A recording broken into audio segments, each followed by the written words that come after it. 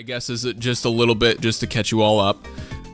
The unfortunate news is that the final RTTTA has been canceled.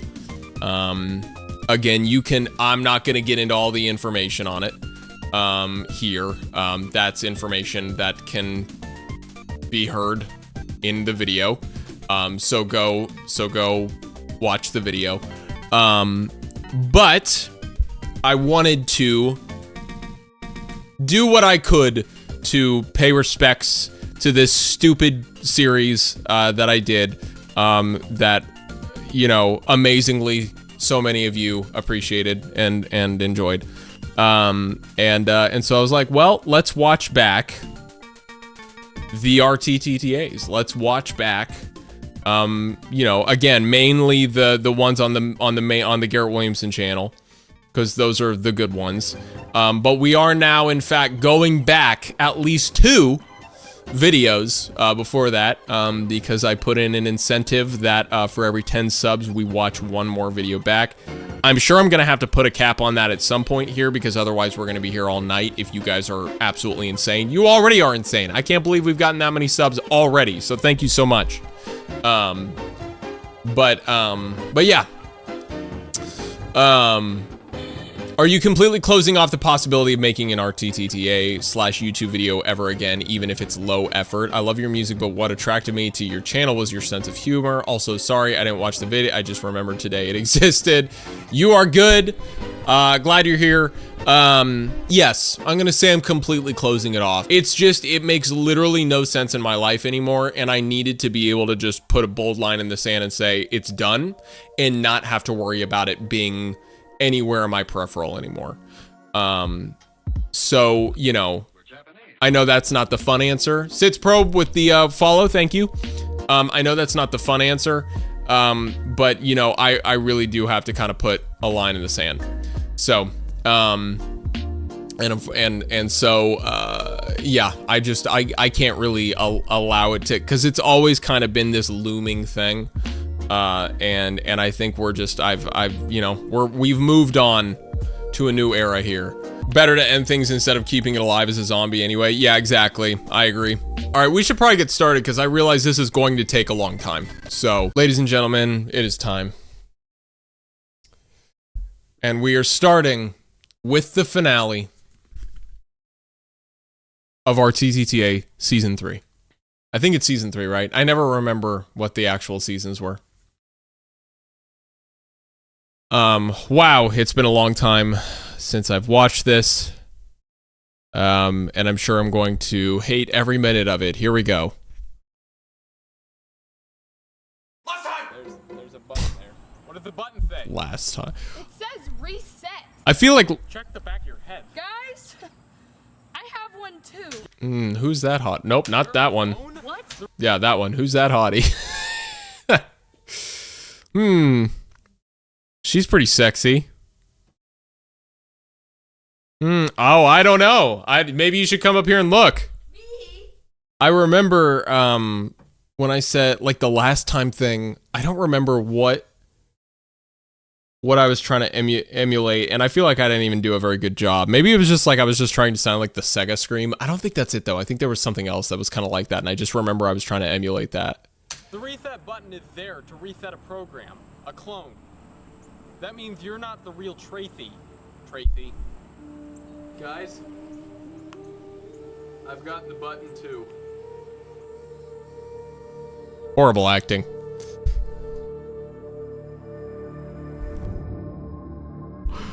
Horrible acting. That's right. So we need to talk. Emo.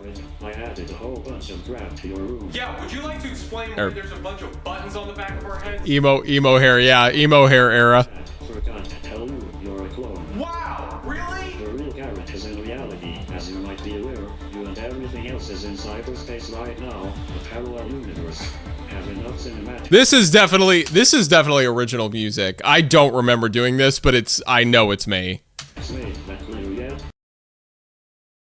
Hi, no, I was just check it out. Nope, that's too far. There, hi, right there. Yeah, look at that sexy beast. My hair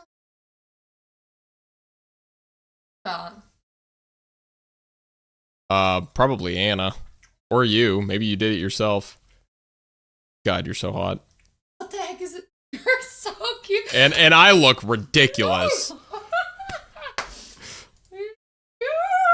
Oh, you don't look like you.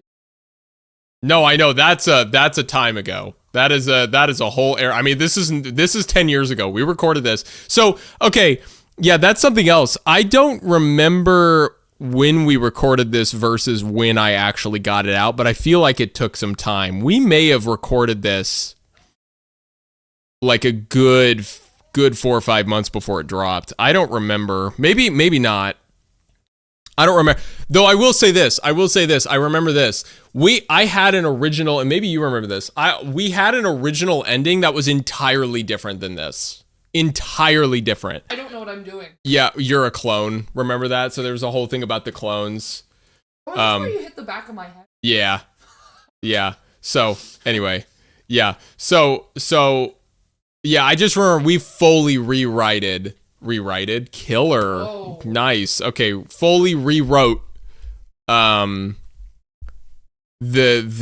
ending, and we did it pretty quickly. I remember because like we almost recorded everything for the actual ending, and it was just falling apart. It just wasn't making sense. It was a mess, and so we totally rewrote the ending, went back and reshot the whole thing, started from scratch, and I will say, I mean, it's painful watching this back, but it's definitely a better ending than whatever we had. I know that for sure. So, didn't have the budget to actually show the buttons. Of course not. I'm not even sure we could like. Yeah, no, there was no. Oh, you're a clone. Wow, really? Oh yeah, I don't know if you're gonna be able to. Garrett is in reality, as you might be aware. You and everything else is in cyberspace right now, a parallel universe. Have enough cinematic and cliche flashbacks made that clue yet? Yes. Now that you mention it, I magically remember everything. Well then, that worked out great.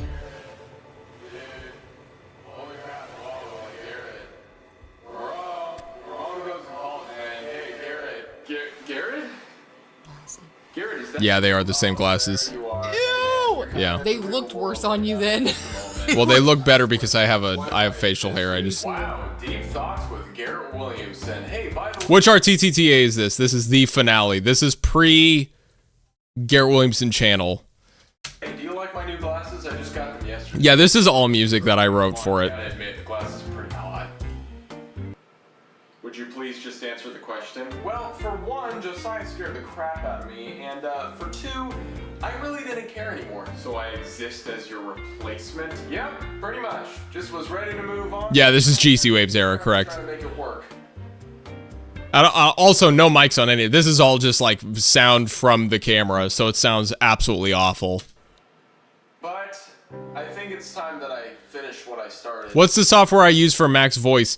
That's it's in Mac. It's like voice to text on Mac, and I think the name of the voice is Fred because it kind of became synonymous with like the Mac computer. Like that became the most popular voice from the Mac computer. But it's gonna require your help, and it's gonna, well, you're gonna kind of have. Oh, I assume this is the part where I learn of some cliche ending where I die to save everyone. Yeah, this is back when like.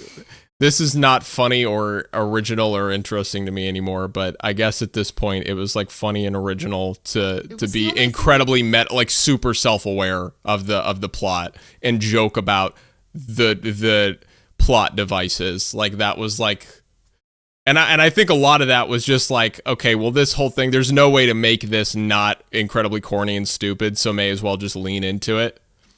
But like, I don't know if I would do that now. I feel like that's a very tired concept of just ooh haha self-aware comedy, you know.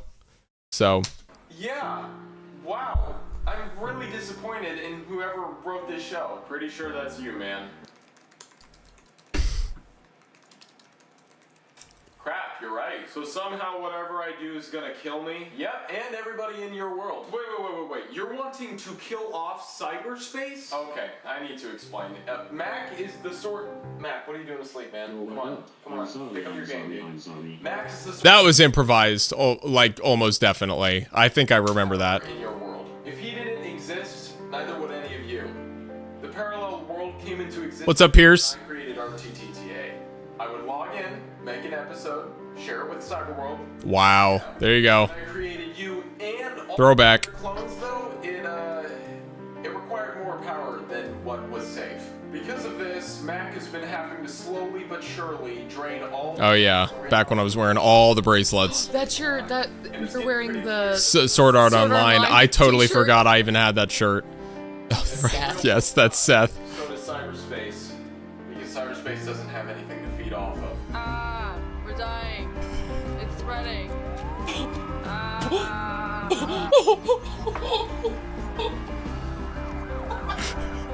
Wait. Man, this is so intense. Wait, I need to hear it. Dang it. Yeah, I don't have speakers. Oh, So that's Anna. That's Tracy's younger sister. Nothing to feed off. Who, by the way, I think some of you guys know this, but Anna ended up marrying Chase, who's back there looking like an idiot with what was that, like a towel, like as a cape? I forgot. We're dying. It's spreading. My gosh. I feel like we need to watch this tomorrow when we go see it. It's crap. Oh gosh. And cyberspace. Oh no, this would be painful to watch a second time. I know Anna would Clones probably. save 7 billion people, or we let both worlds go and lose 7 billion people plus 8 clones. This is a really optimistic situation, and we can't survive in the real world because you're a program, and a program can't exist in the real world. It'll just vanish. Well, this looks like a lose-lose situation. I'm dying either way, so I may as well do it for the good rather than to let 7 billion people die. I'm gonna go kill myself now. Thanks, bro. I'm out. Garrett. So stupid. Thanks. You betcha. Color. Uh-oh. Looks like we got a visitor. Oh yeah, Saya.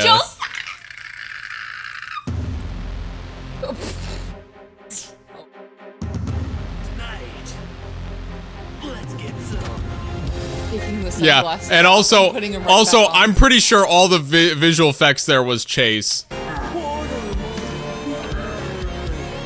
This is all original music. I totally forgot I did all of this. Oh yeah, and you in the background just going, what? Guys, this is just water. Seriously, it was just. Hold on. Hey, Mom. Yeah. Okay. I know. Okay, love you too. Bye. Guys, I have to go. I'm sorry. Get the Okay, that's pretty funny. What? That's such a Monty Python moment. Is it? Acting. Is this all you can conjure, Garrett? My mom gave me 5 more minutes! All right, my mom gave me 5 more minutes. Is this really all you can conjure? Oh, I remember working with Bennett on the guitars on this.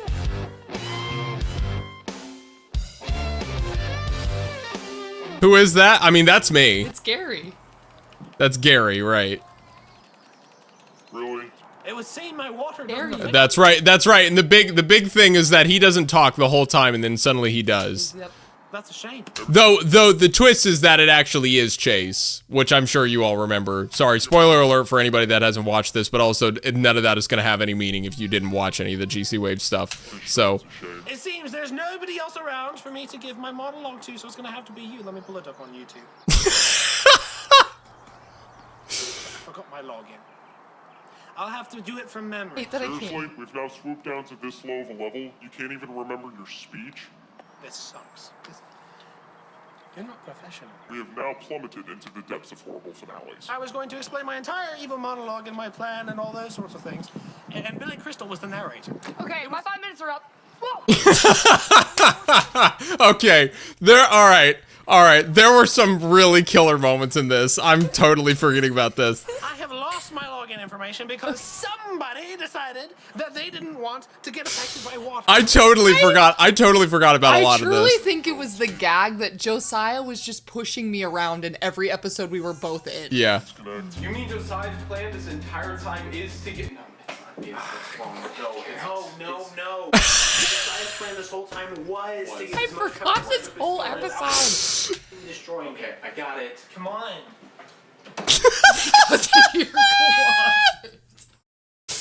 Oh my gosh. Okay.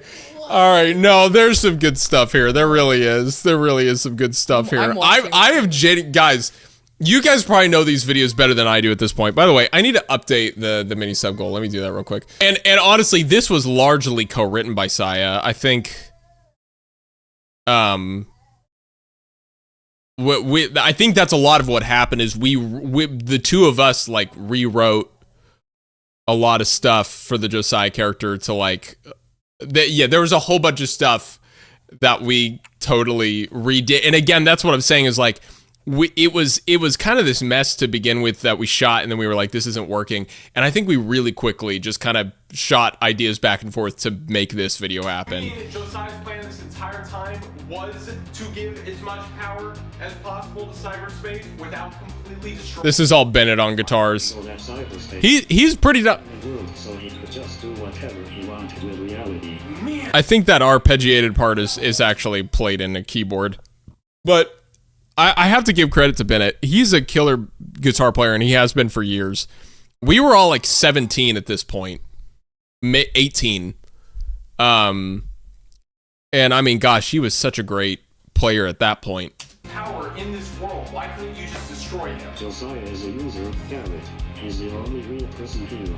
Let me tell you what happened with Darth Gare. Oh, do tell. I met him in the woods. I said, hey, Gare. Boom! I decked him in the back of the head. His programming was a little weird, so he kind of had to force it a little bit. But he became my minion after that, so that was pretty cool. Oh, and also, the little guy. The acting is. God. Yeah. That's right, Seth. Candy or something. Darth Seffi or whatever. Yeah, sure, Gare. That was awesome. So, This speech is lowering my IQ by the second. look, I gotta live with you. I'm not being paid very much for this. They're paying me like $8 an hour, and I'm only working for 2 hours. So we gotta get this. I got $16 to burn in a Taco Bell waiting for Are me. there Cinnabon delights? Why do you gotta do that? All right, well that's not gonna be any good. You gotta interrupt me. I have so Yeah, sorry, that's my son. He also has an opinion here. few moments in this series. Can we just get on with it? It's all making sense now. It's not a simple. What does that mean? You can't defeat him. He's a user. He's not a programmer. He can't be defeated. The only way for him to vanish is if... You have a son now. Yes, I am a dad. I am a father. There he is. Well, there's my wife taking him away, and there he goes.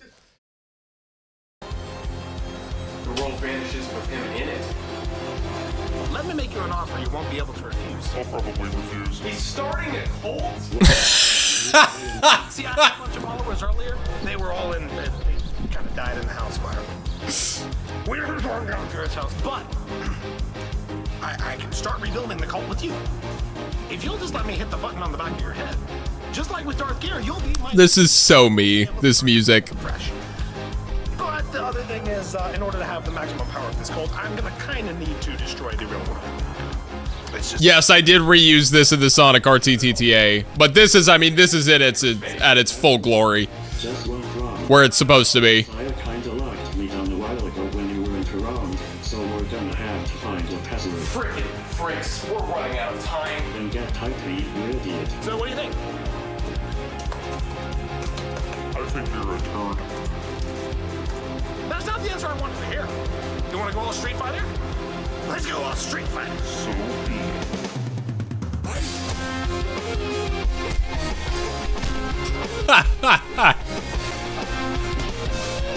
I don't know why it looks interlaced.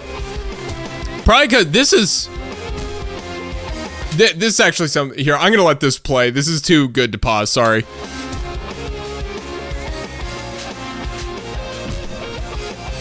We fully choreographed all this. That hurt. By the way, I remember that. That hurt like hell. Yeah. So, spoiler alert. Oh yeah, a little bit of Mars Bringer of War ending there.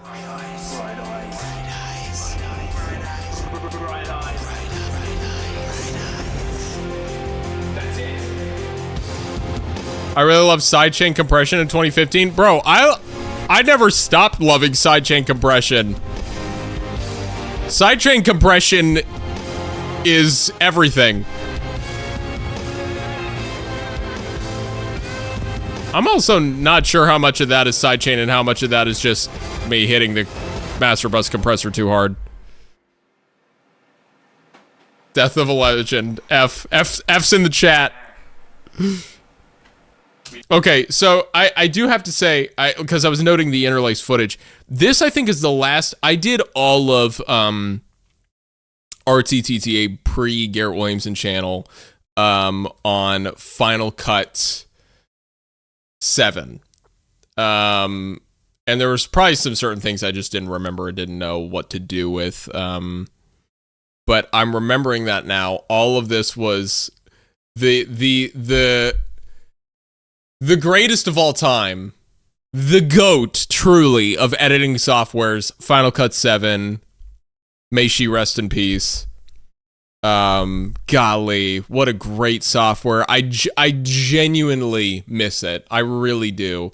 It's never quite been the same ever since. Obviously, there are certain like features that newer softwares have that one didn't. But just in terms of functionality and what it could do and the ease of use and the UI and everything, I mean, gosh, it never got better. It never did. But yeah, this was all Final Cut 7. I'm sure like the earliest ones, I think those were all iMovie. We did it. Yeah, I guess we did. You do realize you're about to cease to exist, though, right? Well, if I'm about to cease to exist.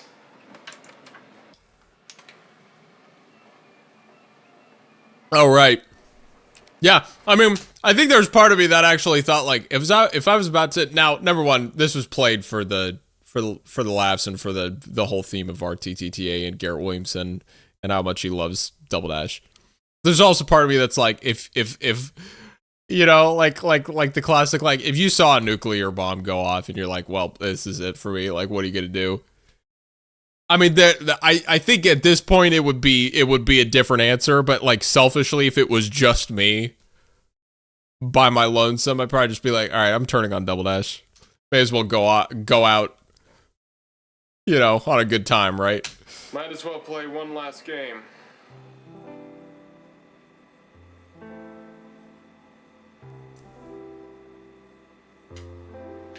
Also, very, very much leaning into the Ocarina of Time opening with this music here. I'm kind of ceasing to exist right now, so if you could make it quick. You're a jerk, and I'm gonna miss you. You're a computer, you don't give a crap. Yeah, you're right.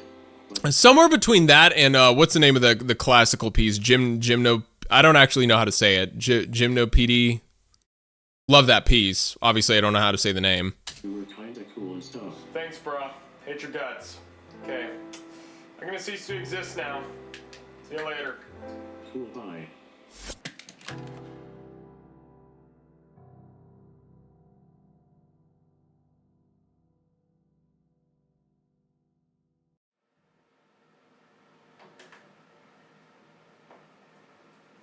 I said it right. Okay, nice.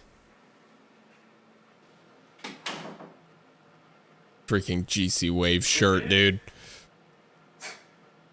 I'm alive. All these hats, I haven't worn any of these in years. I think I still have most of them. I think. I don't know where they are, but I don't think I like gave them away or anything. Kidding. Dang. I can't believe they cared that much. Well, otherwise they just kinda would have killed 7 billion. The beginning of this makes me think Chariots of Fire. I'm pretty sure it totally goes into something else, but this, like, if I didn't know any better, I would just think da da da da da. They seem too nice to do that. There, and then it changes there. Now, What if we just, no story, just had some fun? Whatever floats your boat, I can begin recording at any time. Cool.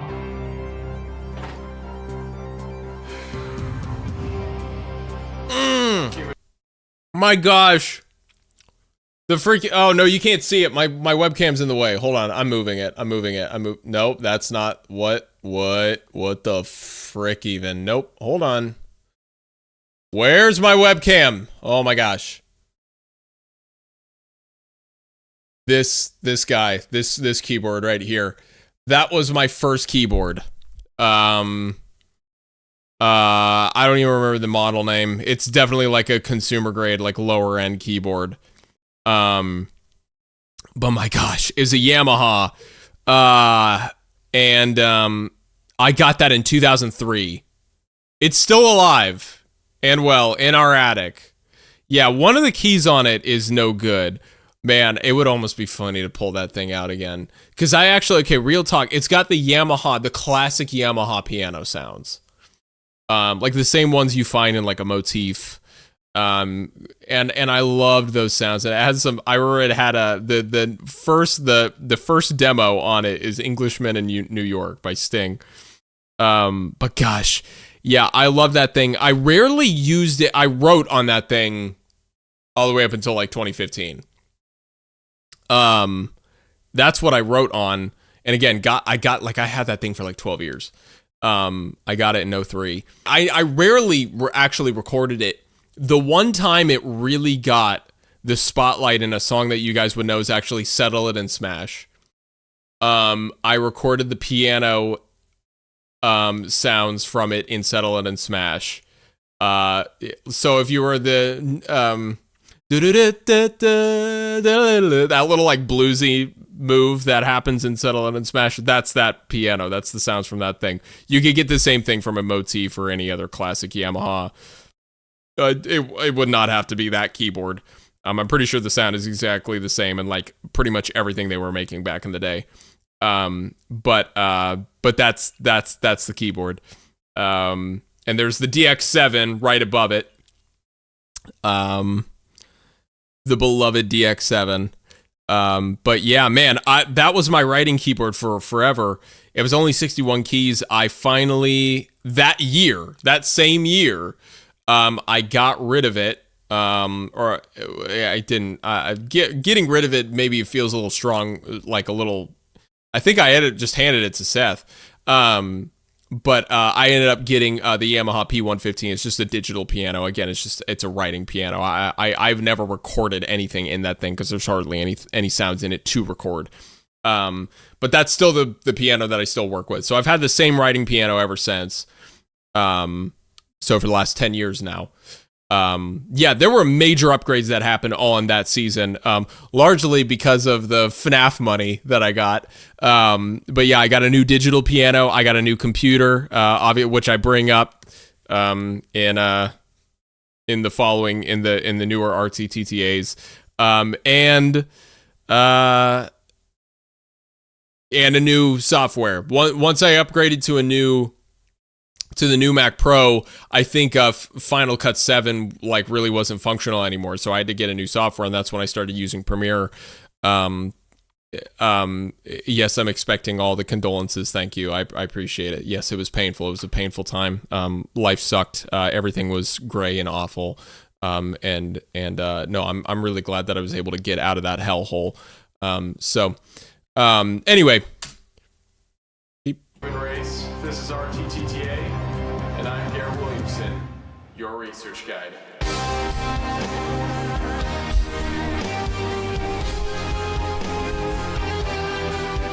That's a nice little chord move. Oh yeah, all my designs for the characters, all my ideas.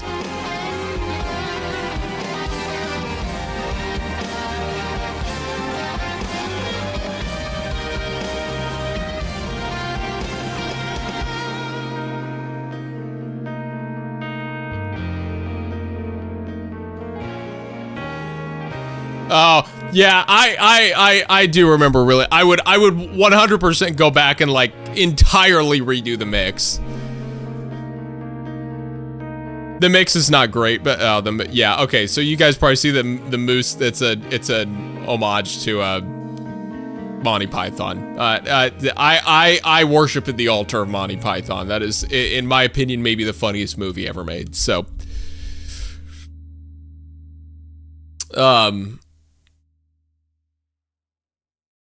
Moose. Why did you upgrade from Final Cut to Premiere instead of... No. Okay, as much as I love conversations, we're not doing this right now.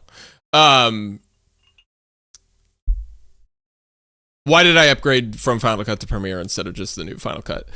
The new Final Cut at that point, now if you're looking at it now, you would wonder why. Because they updated it a million times and it got really good. Or at least it became, I'm not going to even say really good. It still isn't great, but it at least became like usable. When Final Cut 10 dropped, it was hot garbage. It was total trash. It was a complete, I mean, it was abysmal. It was an insult. When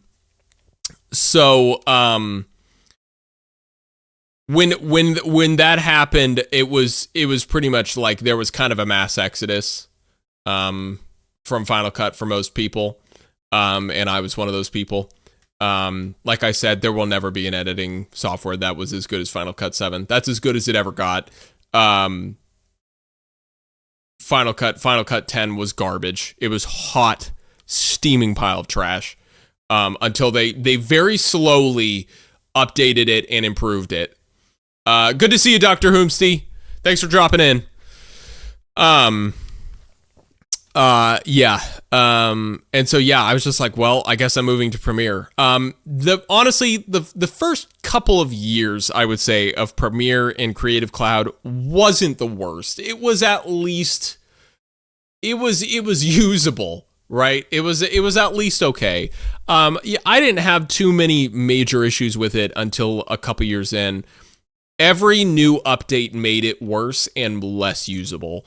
To the point in which I eventually, obviously, I think a lot of you know this, but I got so fed up. I was so insulted that I was spending any money on Adobe stuff, that I 100% I found alternatives, and I was like, I'm just going to figure out how to deal with the alternatives, because I actually want to punch my computer screen every time I deal with this crap. And I want to punch a hole in the wall.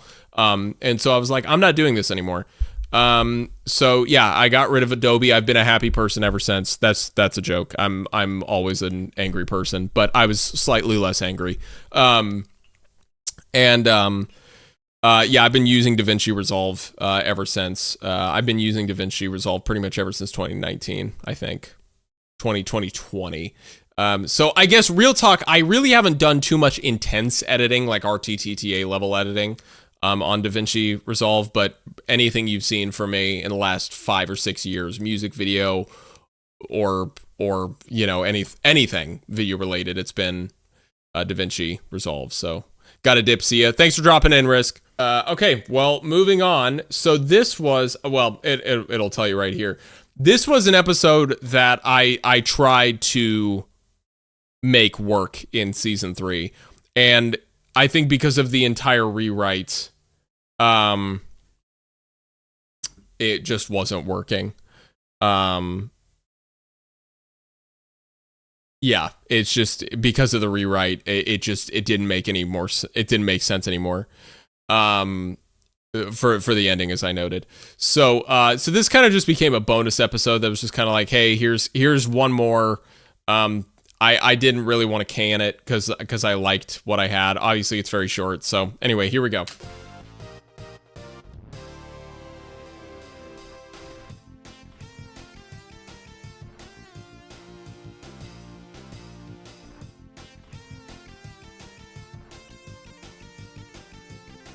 Yeah, it's pretty much exactly what I just said. I think you need to talk about something because that's always useful. Oh, well, that information is vital to the continuity of the show. Indeed it is, and because it's getting colder in many areas, I feel like you need to talk about the game that will bring the heat. You bringing the heat? It's time that heat was brought. You're gonna bring the heat to this joint? This is... Yes, Garrett. Wave Race 64, the famous... There's some weird glitch with the audio there. I remember running into that with like weird, I think it had to do with the file format. jet skiing game for the Nintendo 64. This beauty's been gone for so long. It's like looking back into my childhood again. I have a good idea. How about you review it?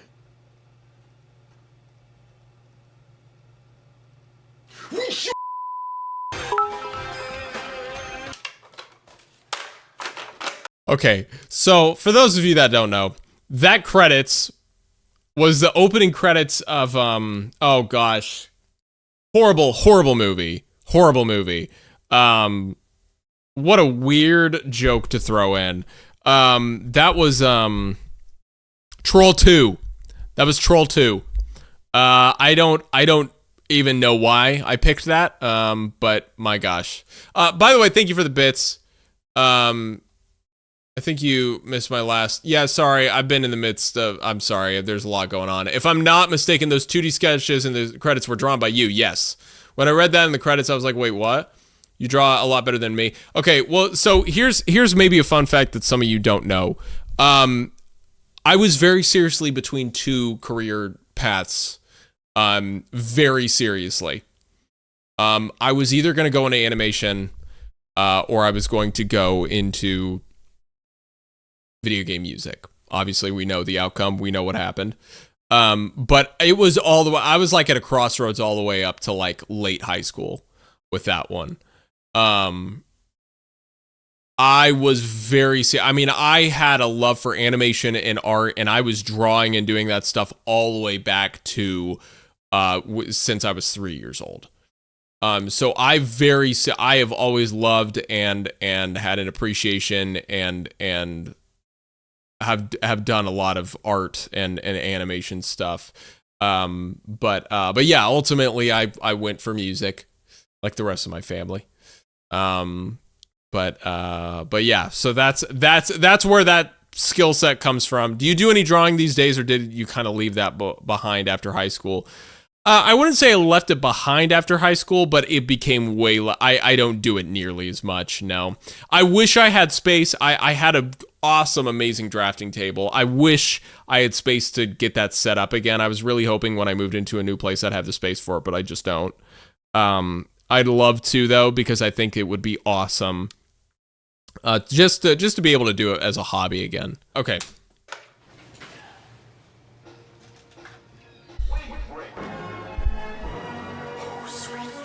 The theme song of this game is completely unforgettable. You turn this on and there's no doubt that this classic theme song will still stand out 18 years later. Okay, so obviously I'm picking Championship here. What, did you think I was gonna review multiplayer? The only It's funny that I guess, was this...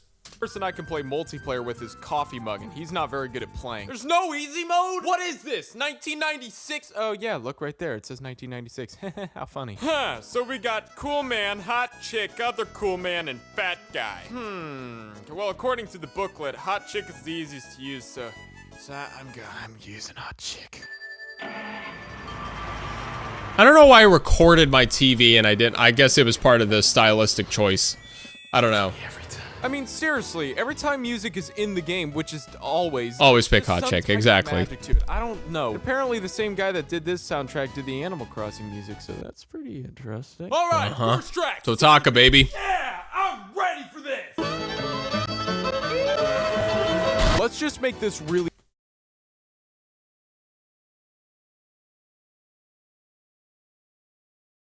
brief. This game feels really good to play. And being one who loves to drive wave runners, which are similar machines to jet skis, the driving mechanics, the that is not me. Mechanics of everything overall is very accurate to the real deal. In fact, from what I've read, programming the water and wave mechanics was a huge focus and a pain in the rear for them. Well, the outcome of their work is fantastic, I'll give you that. Graphically, I mean, the game is for the Nintendo 64, so you have to look at it through the eyes of how we saw video game graphics back in 1996. And honestly, this game is a pretty game when in comparison to many of the same time periods. No, that's true. There isn't much. No, this is probably one of the best games, best looking games. Well, also one of the best games, but one of the best looking games of the entire generation. I still stand by that. For me to say about it, since games have graphically improved so much since then, it's hard to see it the way we did so many years ago. Oh yeah, and also the courses are very well done. Every place presents its setting very well. well, and the course is Not relevant at all, but I found one of those Sylvania CRTs on the side of the road. No kidding. Did you pick it up? Did you get it? You should have. for Drake Lake with those dumb posts in the what is the point of that? Which the point is that it's challenging, Garrett. The point is get good. Stupid. Brings me to my frustration with this game. Normal mode, great. Hard mode, awesome. And even add some more waves and the action gets better. I love it. But experts, screw that. I mean, Skill issue. Skill issue. 2015 Garrett just sucked. He's just mad cause bad. they definitely didn't call it expert for no good reason. See, to add some challenge and action into the game, there are spheres that you have to go past on the correct side. Yellow ones are passed on the left and red on the right. It's a simple concept that works really well. But once they start littering them all over the place in expert mode with high waves and pointless obstacles, occasionally it gets a bit frustrating. Things that cause me to Okay, I mean, I will say it is pretty freaking hard. I will at least back up my 18-year-old self with this. It is pretty freaking hard. But also, maybe I need to play it again. It's actually been a while since I've played. But excuse me, but like I also would say like it's hard in a way that I don't feel like there was a lot of BS hard in this game. I feel like most of it was you just have to practice. Just get good, you know? almost rage quit, but I never have. And see, that's what makes this type of game better than a straight up frustrating one. This game makes 2015 being 10 years ago makes me feel ancient. I know, Full Pedals, you and me both. Go back and try again until you get it. This game gives you that confidence to go, okay, let's go again. It's not frustrating in a way that causes me to drop the controller and walk away. I want to keep trying, and that's an example of a good challenge. Okay, good frustration. so I bring it up. See, it's funny. It's funny how I'm actually kind of repeating myself. I don't remember the points that I made in this video. There's even an announcer guy that counts down to go at the beginning and makes the calls throughout the race. I love him. Oh, he's so good. He's nostalgic to me too by this. Oh, I love him. Just something about the guy just helps boost the confidence of the player. It's just the little things to keep it going. So is Wave Race 64 just as good as it was when I first played it years ago? Totally. Well, the game does have its flaws. This was a whole other thing. For whatever reason, I had this shtick during season 3 that I was like, I need to look like I hate everything. I think that's kind of because that's probably how I just felt about life at that point. Wow, was that maybe a little too introspective? That's definitely what this was very much everything is ultra deadpan, no emotion, everything sucks, don't care. That was the theme, the emotion, the mood, the tone with RTTTA season 3. Complete look of hatred. This is one of my favorite games and I love it so much. It's exactly right. That pretty much summarizes at least this era of RTTTA. It's just like any game out there. It's a true classic, and I feel it defines the era of the Nintendo 64. That was wonderful. Your words are so beautiful that it makes me cry. Just kidding. No, it doesn't. I appreciate your sympathy. Your mom. Oh, wow, this music. Wow. Good times, man. Good times. Yeah, so there was obviously those of you that are really in the know. Really in the know that there was like an original version of this song way back in the day that was like more chiptune-ish that I wrote as the outro music. And then eventually that turned into, I did kind of this more like beachy kind of sound. And I worked with good old Sir Jordanius. You guys probably better known, at least in terms of things that he's done with me, better known for having also worked on Get Along, which is maybe my favorite thing I've ever produced. It's definitely up there. He did like all the brass and extra backing vocals and other stuff on that. He's fantastic.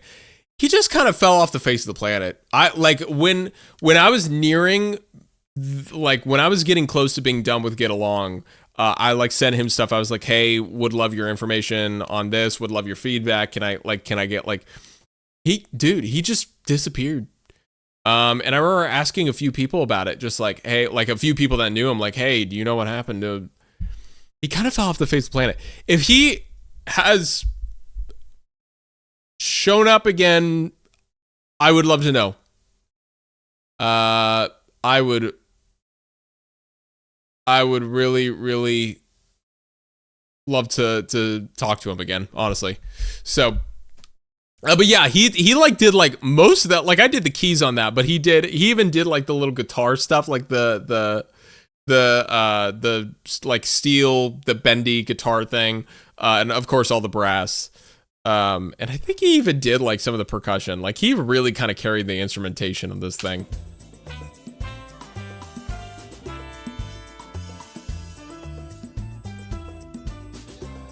Yeah, man, that's a throwback. That is a freaking throwback.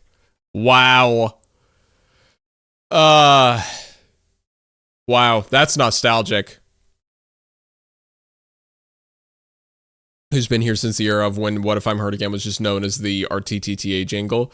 So, what if I told you that was all a very intentional move? So, I use that having already written it, because that was never, for the record, if anybody thought that was originally the RTTTA song, it's not. It was always What If I'm Hurt Again first.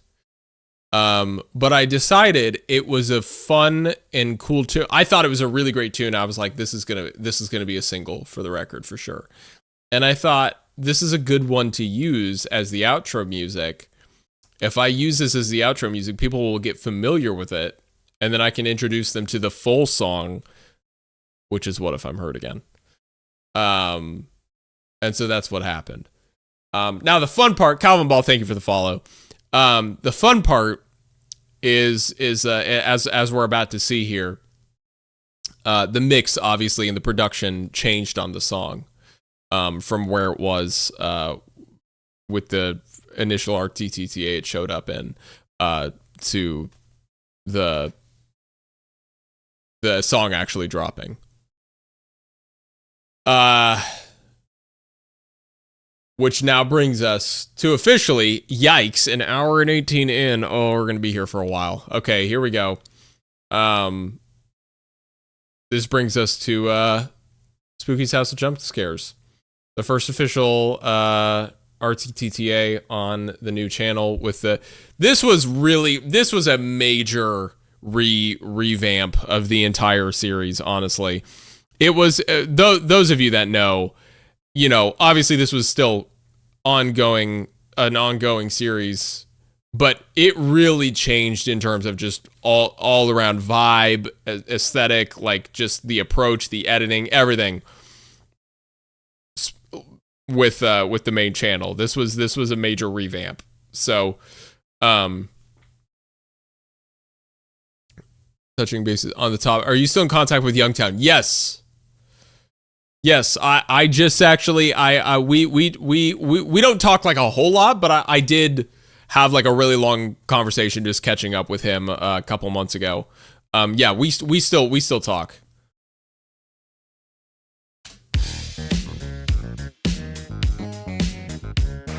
Yeah. So again, from the beginning, my intent was this is like my way of trying to ease people into like, hey, do my own music, you know, just a little bit of something in there. And then Man's like, oh, you like it? Oh, here's the full song, you know? Hi everyone, this is a new series I'm starting on this channel, except it's not new at all. I've been doing this BS for 3.5 years. But look no further. It is so funny hearing myself say 3.5 years, like that was a long time. 3.5 years ago was 2022. Or I guess 21, I guess actually. But golly, that's so funny. Further, if you want to see all the previous episodes before this one, just click this. It's been 10 years since this video almost. Crap I've made and yeah, hold on. When did I drop this one? When did this one drop? June 27th. Wow, June 27th. That is my youngest brother's birthday. I dropped this on my youngest brother's birthday's first birthday. But yes. I have a brother that is 17 years younger than me. I think you guys all know that because of a couple of videos in particular. 3.5 years, oh brother. Yes, and that playlist is on another channel that you should have subscribed to by this point. Don't speak such harsh words, Garrett. They're innocent of wrong deeds. Oh yeah, this is Meg. This is... Mac, what are you doing on my show? I've been here for practically 2 years, you I idiot. swear he's not a ripoff. He's only here because of fan service. Fan service? What fan service? You mean the 5 fans you had on GC? Did you Well, with that out of the way, I decided the first game I'd look Pacific with the 10 bits. That's a smart move, not gonna lie. Hide a bit of the song as the intro and then whoop bam, give them the whole song. Exactly. at would be one that would potentially be appealing to some of my audience. Mind you, most of the time I will not be doing games like these. I am generally a console gamer and Also, I'm pretty sure this song that I'm using here is am I holding my sustain pedal? The song I'm using here, I'm pretty sure Travis Samox used it in a metagame.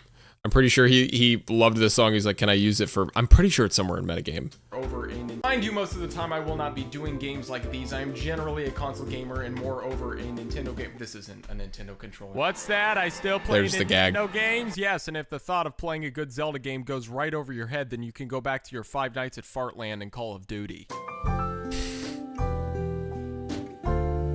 Okay, well now that I've officially gotten everything out of Stupid. the way, we can now get into the game I'm reviewing, which is Spooky's House of Jumpscares. I don't know, just play the game. Spooky's House of Jumpscares is an indie game developed by Lag Studios. Okay, enough said. Let's start. One of Ludwig's editors used this track in like 2022. Yes. What's his name? I've talked to him before because I mentioned like that song, and I think he used at least 1 or 2 others from Metagame that I did, and we talked for a bit. Yeah, I wrote. So Ludwig has now, of course, he has like 1 million videos. You're never gonna find it, but he did use that song and I think a couple others from Metagame in some Ludwig videos. So the game starts us off with an opening story. For as long as you can remember. Don't tell me what to think, gosh. Okay, so blah blah blah. The story is about some idiot who decides to do the stupid thing and go figure ends up in a scary mansion. Horror is not horror unless someone goes and does something extremely stupid. Apparently the character you play decided to check the place out since he was into history. Anyway, for crying out loud, let's play the game. Before the game starts, there's a little window that shows the controls. I know this is something we just read and pass by, but let me just acknowledge this goes back because like this goes back because I just watched the other day because I was just curious because I was like I know I'm gonna have to watch this back. This game changed so much. This was like still early access, I think, when I was reviewing it, which maybe not my best move, but what does RTTTA stand for? Yeah, it's the worst series name of all time. It's Random Things to Talk About. It's awful. It sucks. Plenty of games that don't tell you crap, and just because they miss that point, I often give up and walk away. So I'm glad that they didn't miss that. Hello, I am Spooky. Oh, hi there, character that looks like she came straight out of Adventure Time. So it looks like the idea here is to just progress through these Minecraft rooms. Just walking straight through each room. No wonder there's 1,000. They're all tiny and fairly pointless. Look, it even gives me the room number in the top corner. A single room doesn't even feel very important anymore. I'm assuming that's the feel they were going for, so if they were, then they were definitely successful. Okay. Yeah, no, I don't think I understood the entire intent of this game. I think I was trying to just find ways to crap on it. Or maybe not even crap on it, but just find things to, you know, it's almost like CinemaSins. I was just, like, I think I missed the point. I have some bias here simply because I am not a PC gamer in the slightest bit. I've tried it numerous times and still can't stand a keyboard and mouse, and it just feels way better to play on a real TV with a real game console and a controller. But all that said, these controls are Maybe back at that point, yeah. I don't think I would say the same thing now. I think it just depends on the game. driving me crazy. But I'm really not gonna elaborate on this subject because I have a sneaking suspicion it's just me. Keyboard, you suck! However, that set aside, I will say that every time I entered a new room... That was the funniest thing. The fact that I'm laughing now, I guess, shows that not much has changed. The funniest thing to me was always blow things up. Just blow things up and then just hard, like, smash cut it. That's the funniest thing of all time. Farting and blowing things up. Nothing is funnier. Holding down the forward button before being in the room doesn't work. I have to wait to be in the room before I can press the forward button. This seems minor, but for me, this got irritating really quick. Okay, I've been walking for a while here and I mean, God, dude, I remember, this was not even a year ago. There was a guy that was like, I made like a real life Sonic the Hedgehog or something like that. And it's just a giant, like, what do you call those? Like the circular saws. It's just like a saw, just a huge, it's obviously I don't work, in the garage ever. He just made like a huge one and painted it blue. And then like figured out a way to like get it to just like shoot off at like really fast speeds. Buzzsaw, thank you.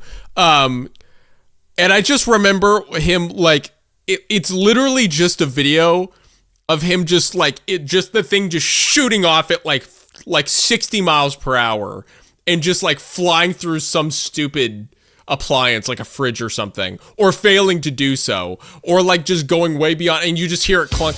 Something about that, it's like the innate caveman in me just lost it. It's the funniest thing. I don't know, dude, that's the kind of comedy. It's just stupid crap like that. That is, for whatever reason, just has me on the floor. It's just watching things explode. Wavy RSK, thank you so much. 28 months. Wow. Really appreciate that. Welcome back to Kingdom Hearts. Thank you, thank you. still see no sign of jump scare. It's a little skeleton. It's a cute little skeleton. He's so cute. Okay, so in all honesty, these jump scares are about as scary as Britney Spears shaving her head. Which is shocking for a quick moment, but then afterward, your next thought is, this isn't very surprising. So far, this game... It's a horrible joke. A bunch of cute, not a lot of spooky. Spooky was only at the beginning of the game, Garrett.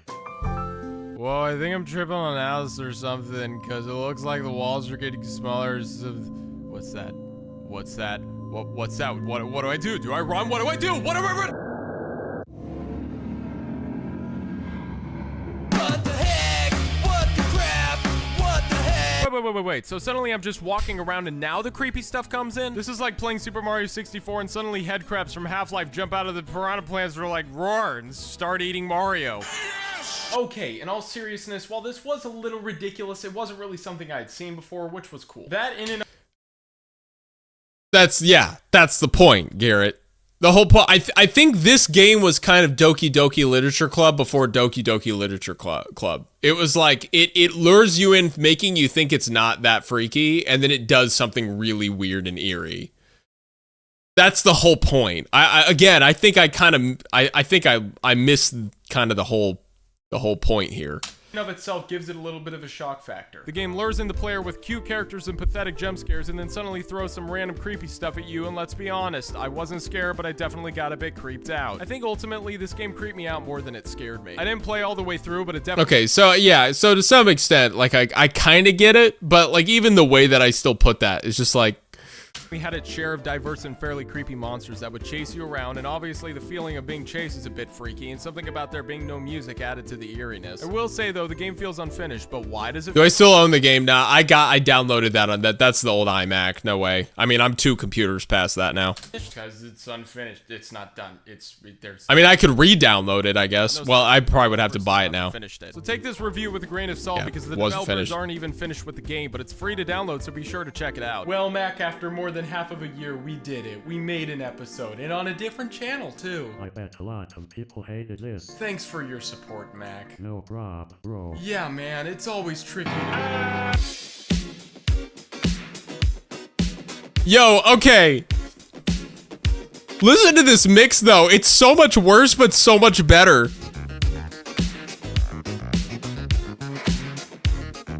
It's like, it's less clean, but it hits, dude.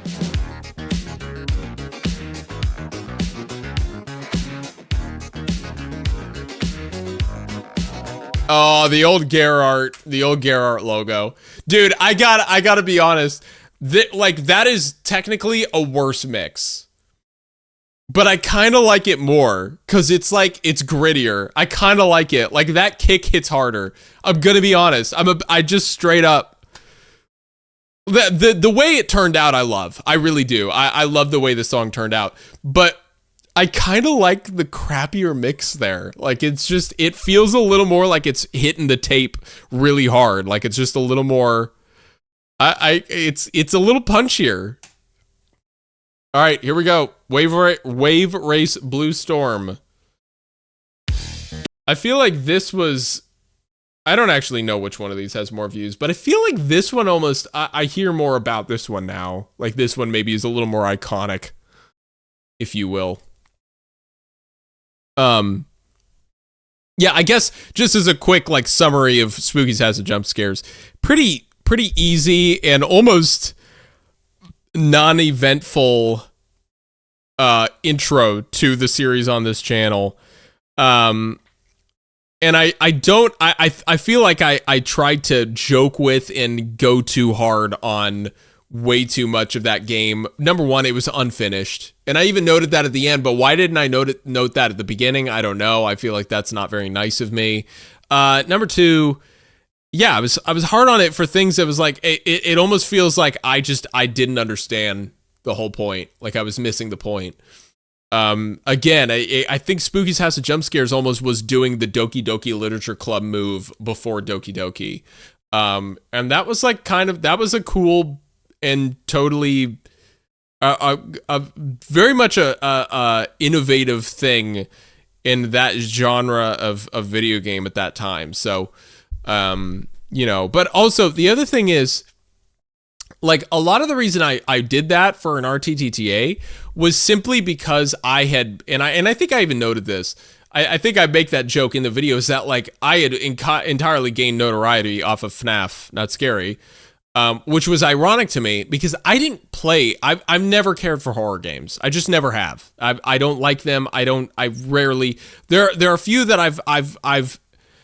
I've enjoyed a little bit or have, you know, been, you know, have had some sort of like I've just enjoyed them, but for the most part not into that. And so it's ironic to me that I get famous off of a series that was just completely not what I tended to do. No, Siri, I wasn't talking to you. Shut up.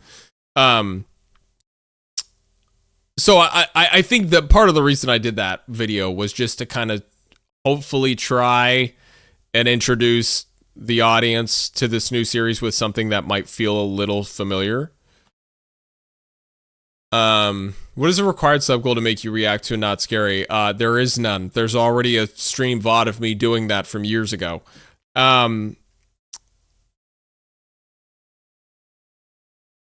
Yeah, anyway, so, you know, all things considered, I feel like that was, I hate to say, but kind of a half-assed video, just with the intent of trying to convince people to watch RTTTA in the first place. So I just realized this when watching your latest and last vid, but when you said your camera was almost out of battery, my brain was thinking of some metaphorical bit for that since it was your last video.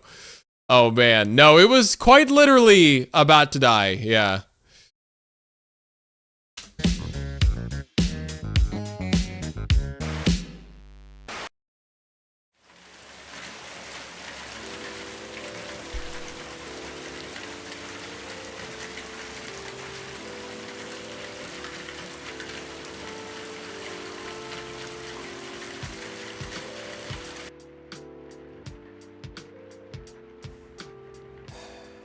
Yeah, evening, what is this called? Like Evening Sun Sky or something? This is on SoundCloud. You can go check it out. No sun, just clouds. Wet. This is back when, like, kind of just the vibey R&B and, like, lo-fi thing was really taking off. Like, this is totally the SoundCloud era of this kind of sound. I remember this. Hey, Quiggles. That's a name. Thank you for 11 months. Really appreciate it. Haven't been here a long while, but wanted to wish you well on your streams and music. I'm getting a Smash Ball tattoo tomorrow. So crossing my fingers it goes well. Thank you so much. Wishing you the best with that tattoo. Hope it doesn't hurt too much. Yeah, thank you so much. I really appreciate it. Humid. Gross. It's just gross. I lack the feeling of hatred. Ever heard of the Nazis? Yeah, now please tell me that you I lack. still don't see the problem. This is funny now. I feel like this only has become more topical.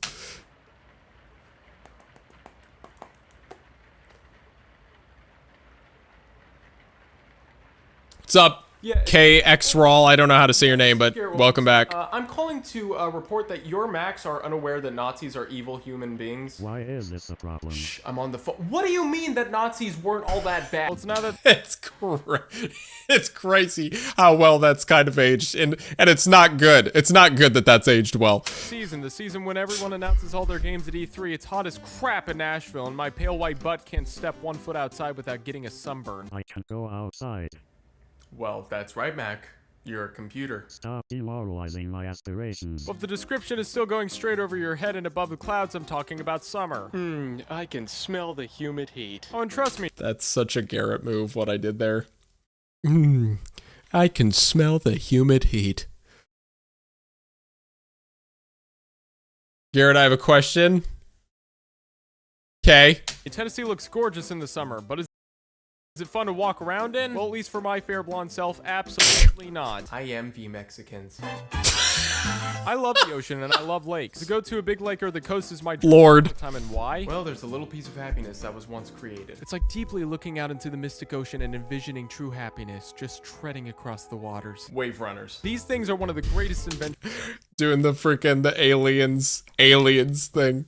of all time. You do not understand the definition of happiness until you've driven one of these babies. Big waves, big jumps, speed, donuts. It's true. I haven't been on a wave runner in like 12 years. It's still one of the highlights of my entire life.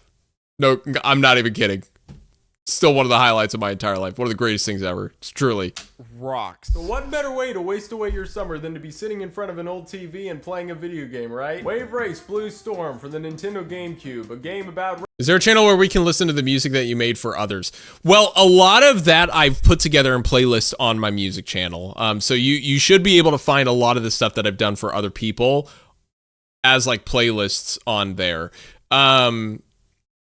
I think even SoundCloud's sort of a similar story. It's not as updated as YouTube, I don't think. So, but yeah, the music channel. I mean, a lot of what I do, like whether it gets uploaded by me or somebody else, I'll put it in playlists and stuff. So like it's organized in a way where you should be able to see a lot of that there. Yeah. Are your thoughts the same on this game as they were in this vid? We're about to find out. It's been a long time since I've seen this video, and we're about to see how much I agree with and how much I don't agree with. Race game, the game about racing and jet skis. Well, most sports games I'm totally Wait, no, I missed that an one. old TV and playing a video game, right? Wave Race Blue Storm for the Nintendo GameCube, a game about the game about racing and jet skis. Well, most sports games I'm Amazing. Have to go, but I just want to let you know that you were and still are one of my favorite content creators of all time. Wishing you the best in continuing your music career, and thank you for being such a big part of my childhood. Also, P.S. I know it's not going to happen, but one of my biggest wishes was for you to drop the full version of the old RTTTA intro. I was banging to that when your house blew up. When your house blew up. Oh, so you're talking. I might just, guys. I'm gonna have to go digging. Because I have no clue where those files are. But I'll probably just find them and put them on Patreon. Is probably what I'll do. So. Against just because I find them utterly pointless. Here, Racing this should games be in I full not only screen. can dig, but I'm actually very naturally good at. I've always had a knack for speed and racing. I love them. But I have a question. Why is Venom on the front cover? So let's have a little history lesson here. Wave Race first saw the light of day when it was released. Nobody needs a history lesson. This is still okay. This is a trope that was happening then and happened so much more, and I got irritated by it, and I did it. Nobody cares. Nobody cares. Shut up. Get to the freaking game. Oh my God. Released on the Nintendo 64 in 1996, and it was nothing short of fun. I grew up with this game. It's my childhood. Nintendo was all like, oh, hey, yeah, here's Super Mario RPG, and well, bam! 3D graphics, cool water graphics, and accurate mechanics, plays just like an actual jet. I think it's appropriate. It's a niche series. Sure, we'll see the silver lining in it. I feel like if you're watching a video on Blue Storm, you already have an understanding of what's going on, right? Like, I guess there's the assumption that maybe some people were watching this because they were watching Garrett Williamson. But, like, most of the time I feel like you're looking up the game, dude. This is such a niche game to begin with. You know? Like, I don't need to be told where this series started. I've looked it up. I already know that much. That's why I'm here. You know? Whatnot. It truly was a beauty. It felt great to play. It felt like driving an actual PW. This is something I would never do now. Just for like, I'm just telling you, this is something I would not do now. I know, because as it may be clear, I've driven a Wave Runner more than once. Everything about it, from the controls to the stages to the music, it was all very well presented and performed, and all around just a load of fun. Then comes the early 2000s, the GameCube era, the 6th generation. Wham! Super Mario 128. Wham. That was very much a thing I would do at that point, was throwing in, like, if I said something, finding an affiliated image band, whatever it is with it. Off how powerful this new system was and how much it graphically improved. And what popped up with the release of the GameCube was a sequel to the original Wave Race 64. No, I haven't ridden a stand-up jet ski, actually. This is where Venom on a jet ski comes in. I mean, maybe it's not so bad. Maybe it's just front cover. Maybe it's Venom. Donkeys. Funny because random.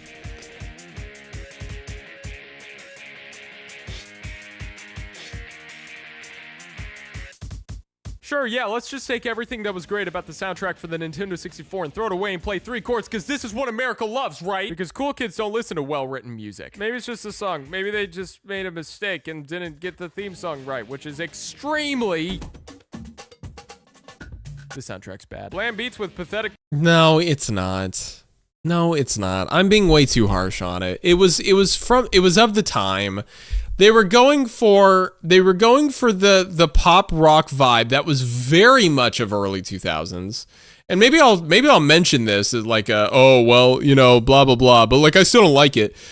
No, it's got nothing on Wave Race 64, because Wave Race 64 is a very memorable soundtrack. But I feel like it's harsh for me to say it's bad. I don't think I would agree with that. It's not bad. It's going with what was cool at the time. They're trying to be cool. This whole thing is trying to be hip and of the time, and it very much is, and I think that's cool. I don't think it's a bad soundtrack. I think that's way too harsh, and I think that's stupid. I think that was a very... I didn't really think about the whole context. Yeah, it's not... like, I'll say, like, it's not a soundtrack that you're going to walk away from remembering, right? So, like, I'm not going to say, like...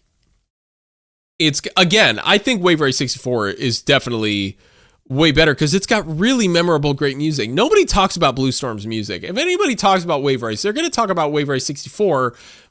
Well, number one, probably because it was the bigger hit.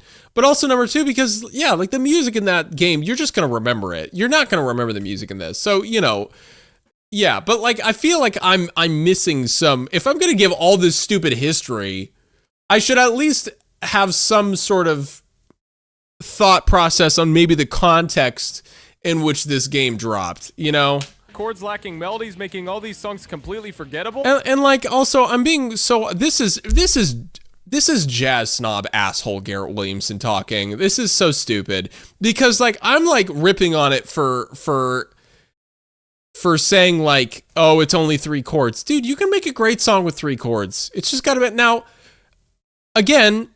Not saying this music is anything to write home about. But I feel like saying 3 chords is like an insult is not... That's a horrible insult. That's a really lazy insult. That's a really lazy insult. Oh, yeah. I could dig this. Sorry, guys, but cool. Okay, and that's something else. This now we're just getting into Garrett critiquing everything he's ever done. Let's go back. Play that again. Play that again. Song's completely forgettable. Oh yeah, I could dig.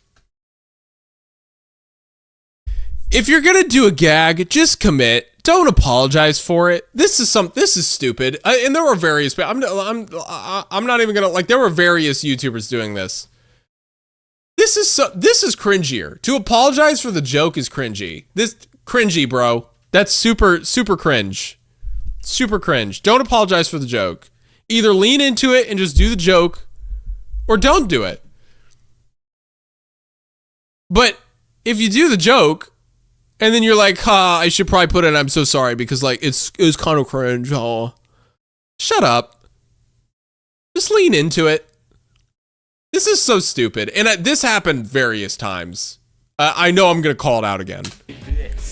Sorry guys, but cool does not mean 3 chords nobody cares about and will be forgotten 2 minutes from now. Listen, there are some great songs written over 3 chords, but that's because they were used correctly. Here it's like they forgot what they were right. All right, it's funny. So I guess almost similar mindset as 10 years ago. And just picked a beat to play over and played the first 3 chords they learned from guitar lessons they took last week. Okay, so I still think that's too harsh though. I don't like that. The critique I still don't agree with, but there's a sentiment there that I suppose I still sort of agree with, which is, yeah, you can write great music with 3 chords. It's just how you do it. Championship, time attack. Ooh. Apologizing for cringe is kind of cringe. It is. Powers, I see. It is, man. If you're gonna be cringe, you just gotta lean into cringe. Own the cringe, man. Look at that ripple. That's cool. What else we got here? Way too easily amused. Multiplayer? Multiplayer? No, I still think it's a cool effect. Oh, wow. Lots more characters this time around, and... Wait, does each character have their own song? Man, this would be a cool idea if the music didn't suck! Serena Del Mar and I'm being too mean. Wait, crew chief? So every character now has their own announcer guy? It's not this guy? Get ready for the first race. Okay, well, Orion, knowing me, I definitely would have brought up Wave Race 64, that's for sure. Maybe we brought a Blue Storm, though. I don't know. Serena, because she's hot. Okay, first race, Dolphin. Garrett doesn't have a girlfriend. Yeah, that changed. That changed in the last 10 years. Park. Welcome to Dolphin Park. Originality. 3, 2, 1, go! Okay, you're past the first buoy.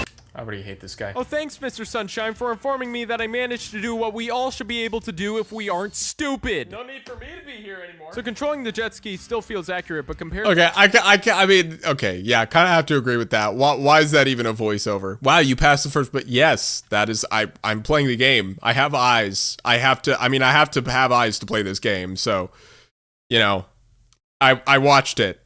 Yes, thank you. That is in fact what I just did. It's just this game still looks amazing though, guys. Look at this. This was like one of the launch games for the system. This looks amazing. It's a lot more just to turn the darn thing. Dang it, poop, farts, bears. In fact, I'm just about positive there's a half a second delay before my character is fully turning the way I want her to. Basically, this game is harder to control. It's weird. Yeah. That's still kind of the deal. Every time I play it, even now, it still kind of feels like that. That's not the most fun way to experience a game. There's no, but Garrett, you're just biased and you prefer 64 more just because it's 64. No! These controls are hard to begin with, and Wave Race 64 was easy to get into from the get-go. After I got used to them, it's not bad. And like yeah, I said, if this is like basically a tech demo for the GameCube, they did a darn good job. Because this game looks amazing. Still a pretty good depiction of the real deal, but it still definitely is harder to control. You got a turbo.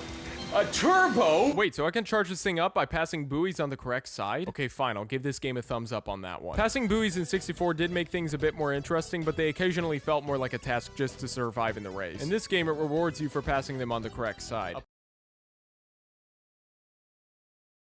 No, it does that in Wave... Well, okay, so I guess all it does is it gives you maximum power in Wave Race 64.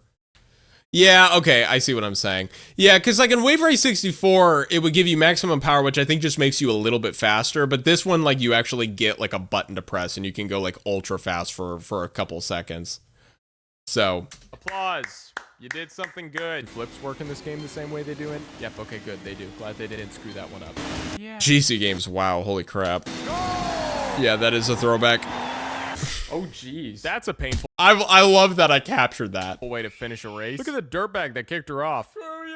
Okay, well, now that we've That's tested pretty good. Let's try normal circuit. Lost Temple Lagoon. Okay, you're past the first. Shut up, Louie. For being 2001, the aesthetics of this game are... Look at the reflections, man. Like, seriously, 2001?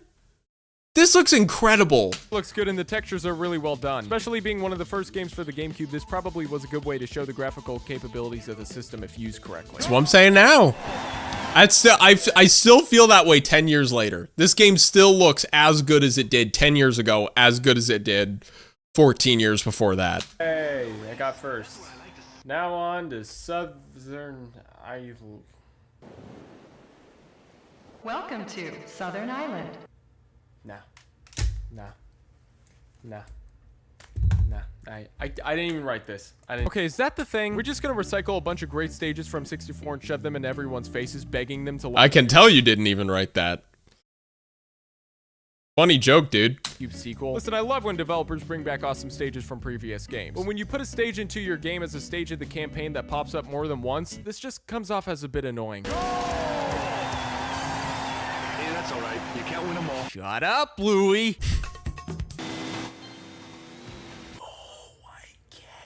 It's called Blue Storm because they added in weather changes as part of the gameplay. In 64, there were hints of that, but nothing like this. I love how they have to get the splashes and rain splatters hitting the camera. Next thing you know, we'll have 4D consoles. Louis. No, stop. Just stop. So many JonTron influenced moments in here. Oh, thank God. Okay, this actually was a real frustration. I had it out for everything, Lucas. I really did. I wouldn't be nearly, and maybe that's part of what makes this stuff interesting, right? Like, this is why people love RTTTA, because I just had it out for everything.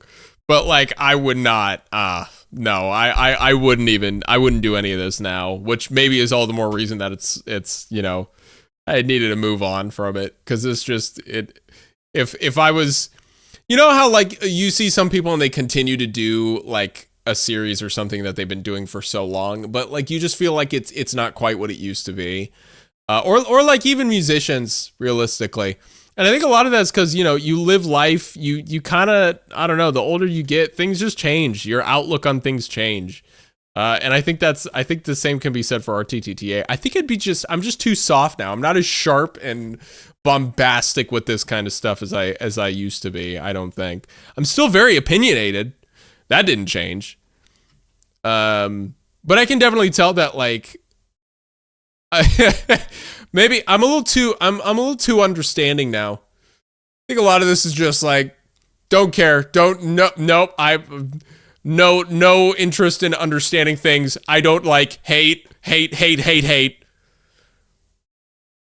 64 that was fixed here. There's an area in one of the stages where there's these things hanging around and tons of them. If you can't very skillfully avoid them, you hit them. And they don't just get run over and slow you down a little. No, they stay there. Basically, you grew up. I hope so.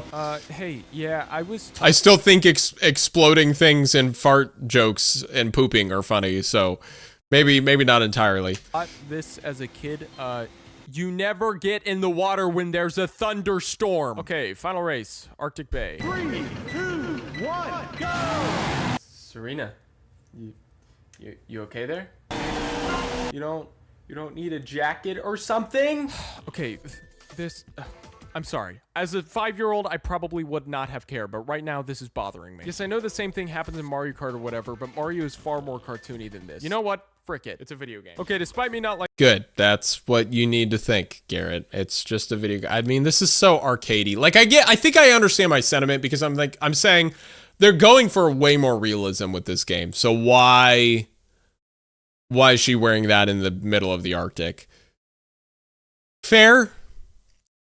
It is a video game, and this game already looks amazing. I'm sure they loaded up the disc to the very brim of the data that it could hold. I don't think it's really worth it to try and put a jacket on the characters in a cold environment. That seems like some extra work that's entirely unnecessary. liking the music, it definitely does its job. It's not catchy, there's nothing special about it, but it does set the mood for the stage. Wave Race 64 was generalized to one specific style, and the music just complemented either the uplifting, intense, or cool mood. Here, the entire style of the music changes according to the area. I think this song's really cool, for the record. I'm just listening to it now. I think it's really cool. Yeah. That works fairly well. Presenting the champions of the circuit. In third place, Akari Hayami. Oh, so this is their award ceremony? Just naming who won while they're still on their boats in the freezing cold? Convenient.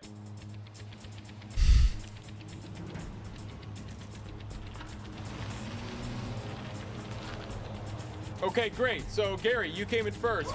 Gary, you came in second. And other Garrett, you couldn't even make it onto the driveway. This sucks! Wait, didn't you guys die a few episodes back? Fan service? Yeah, you mean all 5 of them? Okay, well, normal wasn't way too bad. So how bad could the hard circuit be? Dumb gag. Me yet again loving Troll 2. This is definitely all still Final Cut 7. I can tell. This is all Final Cut 7 right now. Okay. Okay, forget hard mode. What other options? The editing. That's right.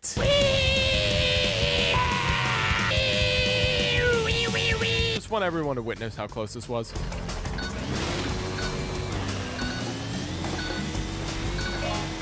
That's a checkpoint. Just needed to show that. Okay, so stump mode's still fun. What else? Oh, we got free roam? The Tabusca scream, of course. Favorite part of the game right here. If this is free roam, I should be able to go wherever I want. Ain't nobody stopping me. Got free roam, so I'm gonna roam freely. Oh, I'm in some hot water right now.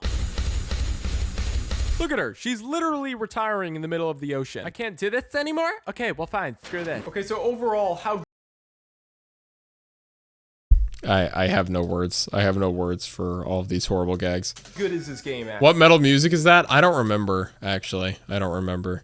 It's I'm so sorry. decent. While it does fix a couple of the issues that Wave Race 64 had, it more often sticks in the shadow of 64's brilliance and does what 64 did, but only half as well. The physics and controls aren't bad, but they're no match for 64's. The stages aren't bad, but most of them were based off of stages from 64, and 64's version was generally better. Though I will say Arctic Bay is much more enjoyable than its 64 counterpart. That needed a cringe warning? No, you know what? That'll be the good part of that. That's the pro of all those gags, is they're super cringy, and I just owned it. I didn't try to apologize for those. You know what?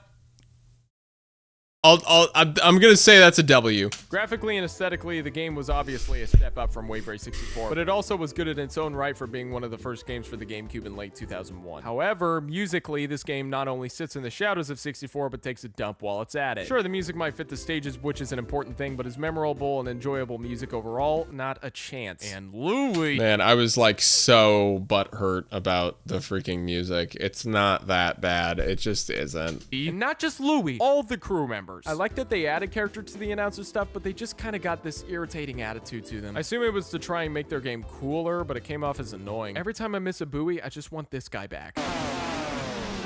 Absolutely, Em. Thanks for dropping in. Great. Wave Race 64 definitely still reigns superior. Thanks for watching. What? Taco Bell? Like, it definitely sounds like the beginning of music from like some sort of high school. It definitely sounds like the beginning of like a high school drama in 2001. It totally sounds like that. Like it sounds like or like so like it sounds like it could have like you could have put it in Legally Blonde and it would have made perfect sense, you know? Or like Princess Bride, not Princess Bride, Princess Diaries.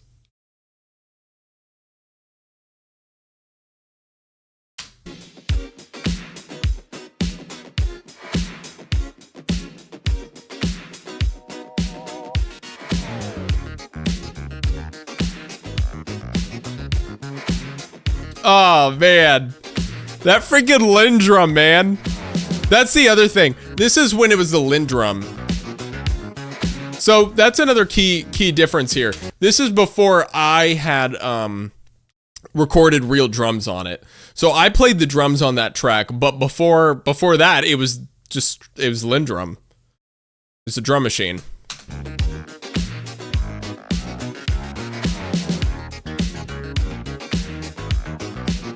Yeah.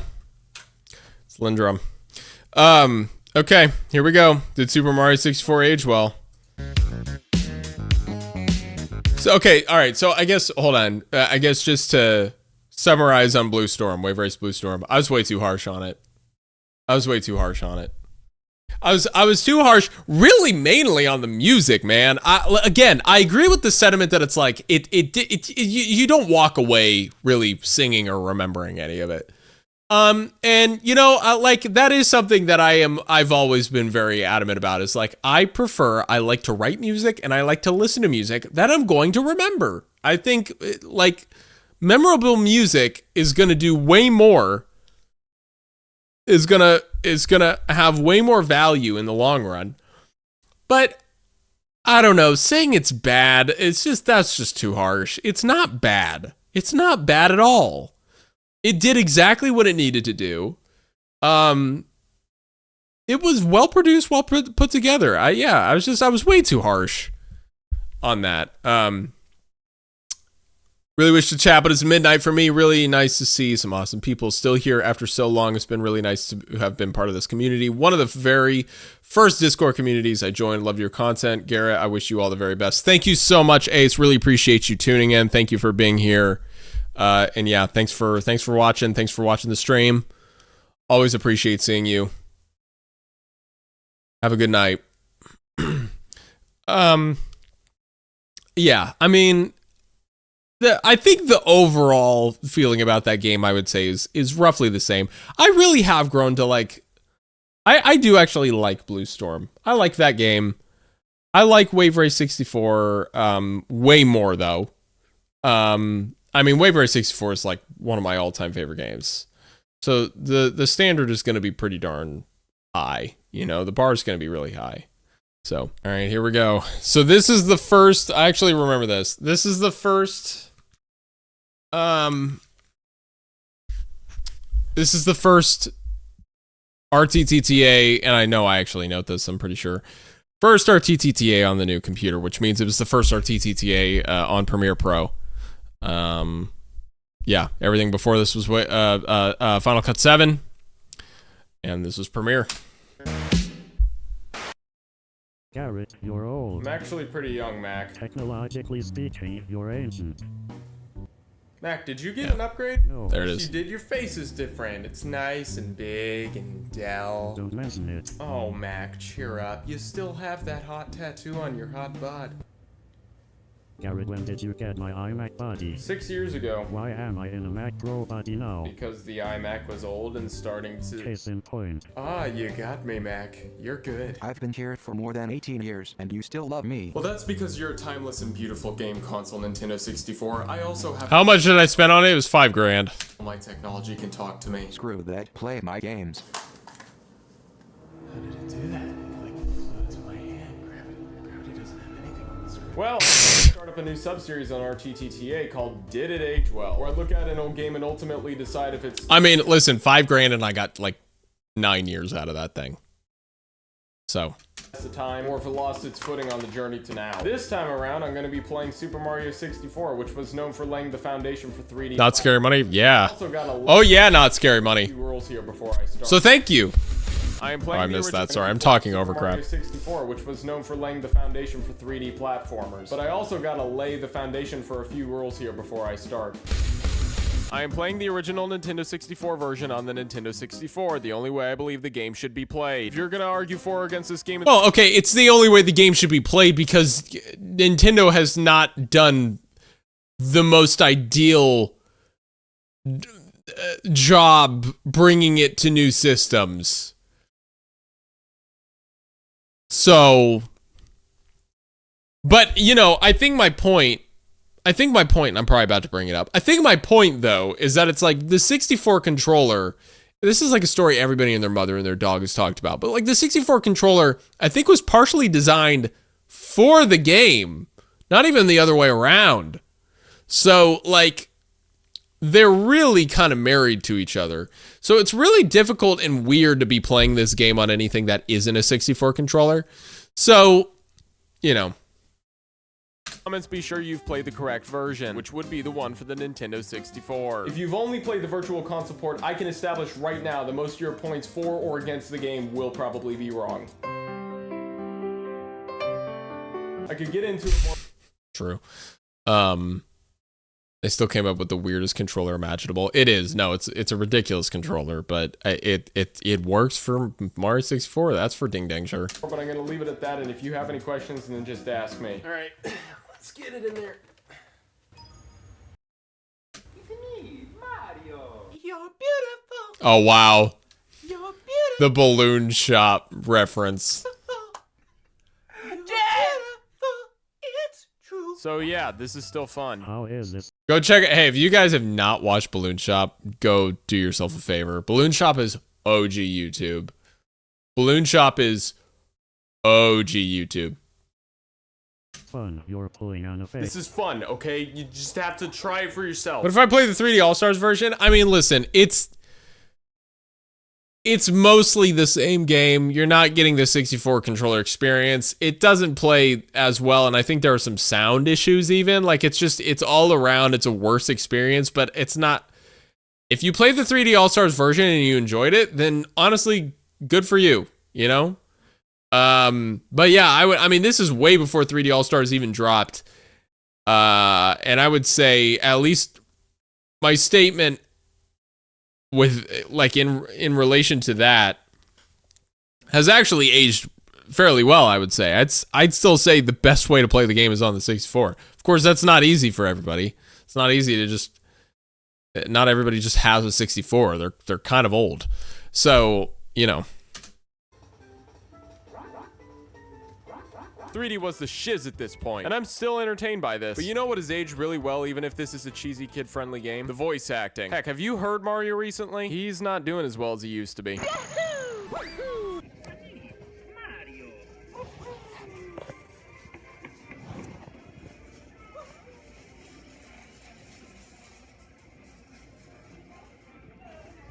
I guess you could say Mario's voice hasn't aged too well. I mean, yeah, he definitely mellowed out over time. Charles did not, that especially that one in particular, didn't feel like he was really trying with it. I do have to kind of agree. But I mean, man, when you're doing it for, golly, he did the voice for almost 30 years, didn't he? Something like that? 25? You know? I think he did for 30 years. Obviously, he became prominent with Mario 64, but I think he was doing stuff even like a few years before that, so. He was old. Immersive gameplay should have given him a is possibly break. the most key thing in a video game. Even some of the oldest games like Donkey Kong feel immersive. And that was 34 years ago. So what about this game? Yeah, honestly though, I still feel like I'm in that world with Mario. It's like I'm there. It's like I'm there. I feel like it's like I'm there. I can't believe this. The gas prices are really low. You know what? That is pretty low. I was actually, okay, that's funny. Yeah, those gas prices are pretty low. Even like they feel low to me right now, and that's still lower. So gas prices are pretty good there. 100 bits. Fun fact. Thank you, Pacific. Fun fact. That was literally the first time I saw what Mario's voice actor looked like. But I thought it was just a stock image. That's funny. That's funny. Just a stock image of a random guy. That's funny. The graphics are quite a bit below average, and here and there are a few models in the stage don't pop up till you're close enough. But honestly, that stuff doesn't take me out of the world because I don't think that's what necessarily makes a game immersive. I could get super into it here, but a couple small examples would be like birds fly away when you run near a tree, or swimming with tons of fish and watching them swim away when you swim near them are the things that make the world more immersive and more lively. I loved using that poster. That's at least the second time I've used that poster. Added an AI system to it, so we have fish move out of the way when you get close to them.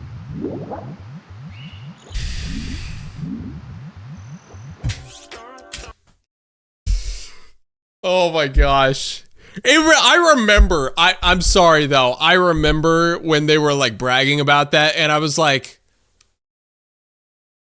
we've been doing this for 20 years, guys. There's nothing to brag about. The fish are required to swim. If they don't, you have what are you guys doing back there? So, yeah, the jokes just write themselves, man. Do you expect me to be praising this controller? Listen, even if the Nintendo 64 is one of my favorite game consoles of all time, I cannot disagree that this controller's design has aged terribly. Talk about the game, not the controller. Son, you know I love you. That's why I have. Here we go again. I'm apologizing for the joke. Just lean into it. It would have been better if I did. It would have been better if I did. Play the game. Hey, listen, you're off the hook for now. The controls are a bit slippery. It's way funnier if I'm not apologizing for it. Well, Super Mario Sunshine, the slipperiness was something they improved on. The physics feeling somewhat like Mario running with soap bars under his shoes can be frustrating at points. It seems like there's only specific areas where this is clearly an issue, though. I mean, come on, it's not like we're dealing with... Oh. What still aged nicely is the inviting and simple control scheme. It doesn't take too long to figure out how to do super cool jumps because it's super easy to figure out. They've improved on the recurring controls since, but nevertheless, they still stand up fairly nicely to date. This is something Nintendo's always been good at. This is something Nintendo's always not been good at. They improved dramatically in Sunshine and Galaxy, but boy, do the swimming controls. Would you please? Yeah, they could be better. Okay, I have a question. Did people understand what I was pointing out here? Because I realized, like, watching back, I feel like I did not do a good job of editing this to make it clear what I was looking at and what I was calling out. The turnaround. Yes. Okay. So you got it. I always felt like that, like looking back, I felt for years that this was very unclear. So what I'm pointing out is the fact that there is no turn animation at all. Swimming controls. Would you please? So I'm comparing, look, like it's just, he just kind of jumps almost like a very old school video game character. He just jumps between each, and it looks corny and rough. Right? But then, you know, even Sonic has it. Well, sure, it's very quick, but he has it. Age. So I just called that out as age. But I realized the way that I did that, not very clear. Not very clear the point I'm trying to make. So, you know, but my point was like, ooh, yeah, that's a little rough. That looks a little dated. The camera, for the most part, was well designed for 1996. 3D was still a new concept and platforming was taking a whole new shape. Unfortunately, it's aged. There definitely are moments when it feels like I'm a short kid trying to keep up with Mario, but constantly gets distracted and runs into walls. Excuse me. Hey, yeah, I just want to see. Sunshine and Galaxy both improved on this by either having the camera get around objects in a far better manner, or a silhouette of Mario was shown so you knew where your character was when an object was in the way. What's kind of funny now is how they implemented the concept that Lakitu is the cameraman for the news station to report what Mario was up to as an explanation for the camera and the camera controls. This is likely because this new mechanic in the 3D world was still a totally new thing, and having this simple subplot probably helped explain this new way of playing these games. Yeah. As far as I know, this was never seen again. Age. Yeah, I would say that does actually. It's charming though. It's very charming. It has a very fun kind of creative factor to it that I really like, but it also does kind of date it, right? Because like we very quickly just accepted and understood that it was like, okay, the camera system is just part of the whole 3D thing. But at this point, it was a whole new thing. It's a whole new world. And so, no, I'm not going to break out in a song. It was just it was uncharted territory. So they had to have some way to kind of like make it make sense. But it makes it feel kind of dated now as a result. So I do agree with that still. I will say though, boy, working out a good camera system is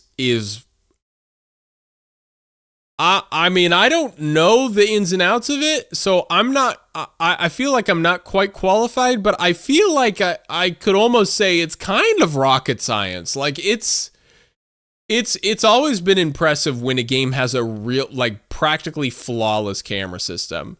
Because most, even really great games, there can be a lot of points where you're still fighting with the camera. You know, I remember Metroid Prime is maybe one a prime prime example of a killer camera, like just unbelievable the what the engineers over there did to get that camera working the way it does. So yeah, but yeah, like I'd say this is a pretty darn good like first shot at a camera, like pretty freaking good. This is for the 64, so for some people this is really hard to look at. This is back when you had 3D stop signs for heads. But if we were to compare this game to many others around the same time, the aesthetics are nice. It's still bright, colorful, and it contributes to, once again, the immersive gameplay. Again, though, this is a Nintendo 64, and so the graphics have aged pretty horribly. I thought you loved me, Garrett. The most loved will be the most punished, and I just made that up in the script, and I'm pretty proud of myself right now. This is plummeting into the depths of scripting hell so fast. Son, you need to learn some responsibility, because one day you're gonna be living in this world all alone. You could possibly be the worst scriptwriter of all time. Love the transition music. Yeah, I just did this on a whim. This hub world is still pretty great. It has also aged a little. Let's just make. I by the way, I would agree pretty much with all my sentiments from the last. Like, yeah, no, it's a very, very dated look, but it's also still it's easier to look at that game than it is a lot of other ones. Like, yeah, Pilot Wings 64 just looks like a muddy mess. Mario Kart 64 doesn't look that great. Ocarina of Time has a charming look to it. Also doesn't look great, but it's got a charming look to it though. So it's like, you know, like that one I could still, like, it's easy to go back to and still play it and enjoy it. But yeah, so I think that's kind of how I feel about Mario 64 as well. It's like, yeah, no, it don't look good, but like there's something about it where it's like you could still enjoy it. Like, it's not, at least for me, I wouldn't say it's utterly painful to look back at. Make a couple comparisons between this game and a later game in the franchise, Super Mario Galaxy. 64 is hardly explanatory. It gives you the backstory at the beginning. From experience with game dev, trying to get a flawless camera system can be crazy. You'll always find yourself making a decent camera system, but that there's either quirks or bugs discovered later. Honestly, getting one that just works without quirks, it's an art form. Yeah, for real. Legit. Game of the franchise, Super Mario Galaxy. 64 is hardly explanatory. I've missed quite a lot. Will the VOD be uploaded to YouTube? Yes. Yeah, probably in a few weeks. It gives you the backstory at the beginning and you take it from there. There isn't a map or an overview, it just throws you into the game. In fact, really, it's self-explanatory. I mean, it's not like... Hey, Mario. Please come to the castle. So I guess I go over to that waterfall. No, that's not...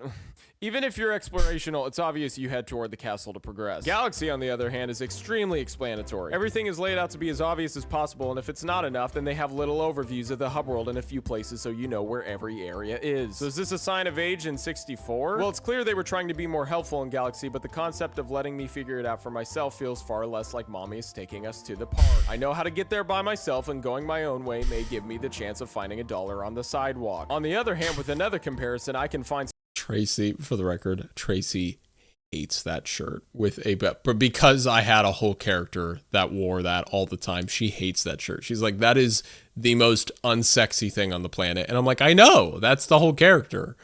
But she's like, it's so incredibly unsexy. She hates that shirt. Some age in 64's HUD world. While the exploration half and avoidance of too much hand... Wind Waker's camera system was great because it combined free cam controls with Ocarina's Z targeting. Yeah, no, I don't recall running into too many issues with Wind Waker's camera. Holding is a bonus for 64. Things in the world are very disorganized, something that was largely improved on even in Sunshine. Honestly, lots of things just feel a little bit like a mess. Hey everyone, welcome to Super Mario 64. Let's have a look inside, okay? Oh my god, that's kind of a mess. You got... Turtle. Sunshine improved on this and Galaxy improved on Sunshine. Right back at you, Galaxy, because guess what I got? Oh geez, what? Secrets. Yeah, this is a big bonus on 64's behalf that I don't see as age at all, and I doubt anyone else would. Since the game already does little hand-holding, feeling the want to explore is stronger. And being explorative is rewarding, like finding that $1 bill because you went on your own route. And there are lots of secrets in this world. And I mean, even Sunshine had a lot of secrets. But Galaxy? Hardly. And implementing tons of secrets as rewards for exploring is something I will never see as age. Lastly, I realized... No, I still agree with this sentiment. I think that Mario 64 has the best hub world of any Mario game ever. I mean, Mario Odyssey, I'm not even sure if it counts because, like, basically the entirety of every area is its own hub world. Like, the whole structure of that game is not quite... Like, it has the same vibe and approach as 64 and Sunshine, but even the way that it does it is totally different. Yeah, Delfino's good. I really do like Delfino Plaza. I still think the castle is better because it's a little more... I don't know. It gets you... It's more encouraging of exploration, I feel like. There's just it's more mysterious. That's the word. It's more mysterious. And I think it kind of encourages curiosity a little more. Yeah, and I mean Mario Galaxy's hub world it's nice. Yeah. Like Rosalina's whatever ship or whatever it is nice. But yeah, no, it don't have anything on Mario 64 in my opinion. 64 feels larger, at least as a hub world, and I think it's because of all the past points I mentioned. I don't mean to make this a comparison, though it may be, but it does feel larger, which is a bonus and something that keeps it from... It really does. It feels way bigger. Whether it is or not, I don't know, but it feels way bigger. Feeling aged because a larger world is something that people still continue to strive for in an open world game or a hub world or the like. 64 probably feels larger even if it isn't because of its structure. It's very little hand-holding, which gives players a lot of permission for exploration and the tons of secrets that reward the player's explorative intent. Too long didn't read. The hub world is a really cool... Pilot Wings pinup song you made that's playing in the background is one of my favorite tunes you ever made. So this isn't that's the original tune because it's a remix. That's a song from the original Pilot Wings for SNES, and then I ended up just like doing a remix, added a bunch of it kind of became its own song, but with the basis of that song from Pilot Wings. Thank you though. I really actually I had a lot of fun. That song kind of became my every time I got a new toy, I used that song as the way to mess around and like I got a bunch of new synths and like new just random new things, new samples and stuff, and that was for like probably a good year the song I would go to mess around with it and like see what can this new synth do, what can this new you know, whatever it is, sound font, sample library, whatever it is. And eventually it was just like, well, this is cool enough to actually finish up, clean up a little bit and put out there. And that's what happens. So Cool 20-year-old. It needs to be on Spotify. Well, it can't be because it's based on a Nintendo song. What do you think Nintendo's going to do? I can't keep his room organized. Yeah, so the first stage is a good start. Okay, there's some age. These moving platforms here are like a penguin in the desert. It's kind of out of place. This island in the sky? Yeah. But the redeeming quality is that it feels like you accomplished something by getting... I mean, that feels a little harsh. Kinda. It's a Mario game, but man. The great thing about this level is it's straightforward while also having some explorative qualities to it. But yeah, but I think I understand my point. It's just that, like, certain things just feel kind of weird the way it's placed. It feels very kind of naive, I guess. The way that the level design is done in the game. I think that probably would have been a better way to put it than what I'm getting onto it about. While being interesting, and it's a great way of introducing. May need to differ now. Thanks for the follow, Sam Santha. May need to differ now. We'll try to hop back on later, but thanks so much for streaming this. RTTTA was my childhood and was my favorite series on YouTube back then, but I hope the rest of the stream goes well. Thank you so much, great person.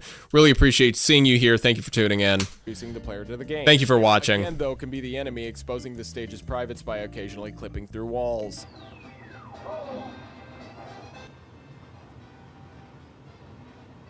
Why? Are these random bubbles falling from the sky? Yeah, this is stupid. I got I got proven wrong by this really quickly. Kzier, thank you for the follow. Like immediately people in the comments, I think within days of me posting this, were like, actually that's because, you know, like because of the Bob-ombs, they're having like a war right now. They say that if you just talk to them at the front. Kind of one of those like, I've played this how many times and I've missed that? Are we for real? Guy, listen, I've been playing this game for as long as I can remember, and I still don't understand what the point of these are. Yeah, because you're supposed to talk to, there's characters at the front that you could have just talked to. I know, it's pretty remarkable, Garrett. It actually is remarkable that you're just showing your ignorance. The fact that you had played this for probably 15 years at this point, and yeah, you still didn't know what they were for. Isn't that crazy? Man, you're just pay attention maybe sometimes. That would be cool. Maybe you should do that sometime. Might actually benefit you. Come from somewhere? Is there a backstory I didn't read? Is there like some... What is this? Surely Shagir did not like just... Also, finding things to just be angry about. Classic RTTTA, classic Garrett Williamson. Just finding things to be upset about. It's the classic AVGN. You know, just the angry review thing. It's just, oh, we've got to be upset at something. Win and be like, yeah, it's fine. What if we just have meteorites? Would make more sense than this. They all die. And that's how Yoshi didn't exist anymore. That's why he wasn't in the game. No, wait, he was at the end of the game. I'm wrong. That set aside, my personal favorite stage in the game is Womp's Fortress. It really manages... Shout out to Sir J again for the song you're hearing back here. This is a remix that he and I did of the slide music for the Super Mario 64 Overclock Remix album project. I think it's just, what is it called? It's like something traffic. It's like bad traffic or something like that. I think that's wrong, but yeah, we did. Golly, this goes back many, many years. I mean, at least 10. have a lot of cool stuff going on in what truly is a fairly small stage. But honestly, it doesn't feel as condensed as it is because of all the neat things that you can do. And it's probably the most organized and well-designed level. This probably explains why it was the chosen Oh, I love Whomp's Fortress. Galaxy 2. One thing though, Love Whomp's Fortress. Seems just a little lazy. Things like this pop up in other stages too, which may be a sign that the developers were still figuring out how to make a natural or saving polygons. Could be that too. This issue in Whomp's Fortress, this is probably the best stage in the game. Unfortunately, some stages later on haven't stood that test of time as well. Yeah, Lots of them feel like the random. It's just like a plane of yeah. It is. It looks a little. Yeah, it looks dated. The fact you've got like that plane of lava, and then it just falls off, and then it's just, you know, JPEG image. That penguin in the desert thing. Some things just feel like random placement. Hazy Maze might be one of the worst with this messiness, and it's probably the most non-welcoming stage to me in the game. While some of the stages are fairly clear on where to go next, this one and some others are like... Still listen to OC remixes to this day. Wow. You where to go. Oh yeah. Yeah, this that joke doesn't really work anymore. That's definitely one of those topical jokes that hasn't aged very well. Back when Apple Maps was brand new and sucked. It's so much better now. It's like I use Apple Maps all the time, but man, it sucked at this point. Maps, they kind of suck. The stages are fairly clear on where to go next. This one and some others are like Apple Maps. They kind of suck at showing you where to go. Offense taken at an exceedingly massive level. What was the music? I don't even know what the point of that gag was. It's probably another funny because random. BS. Yeah, mix and production-wise, it's aged, no question. But what's more important is the core music itself. And this music never gets old. It's extremely memorable, and I bet anybody could start singing Slider and not even play the game in years. It's just that good. But this practically goes without saying when your composer's Koji Kondo, the freaking king of video game music. Hi, Koji. I'm a fanboy. Please speak English so I can hug you. A small addition in the game that I realize is the transitioning is nice and smooth too. When leaving an area, the music fades out with a visual transition. This makes a big difference in the long run when you've got...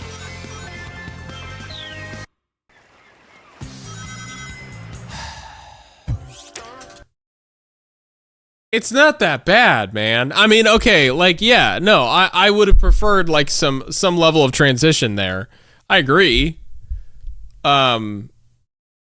But God, the deep sigh and everything, bro, it's not that bad. Jeez, dude. Like, it's better than that, yeah. It's no need for the deep sigh though. It's not that bad. You don't need to dig in. You could have just been like, hey, it's a good transition. It fades, it looks good. There were games even a couple years later, notable ones that I love,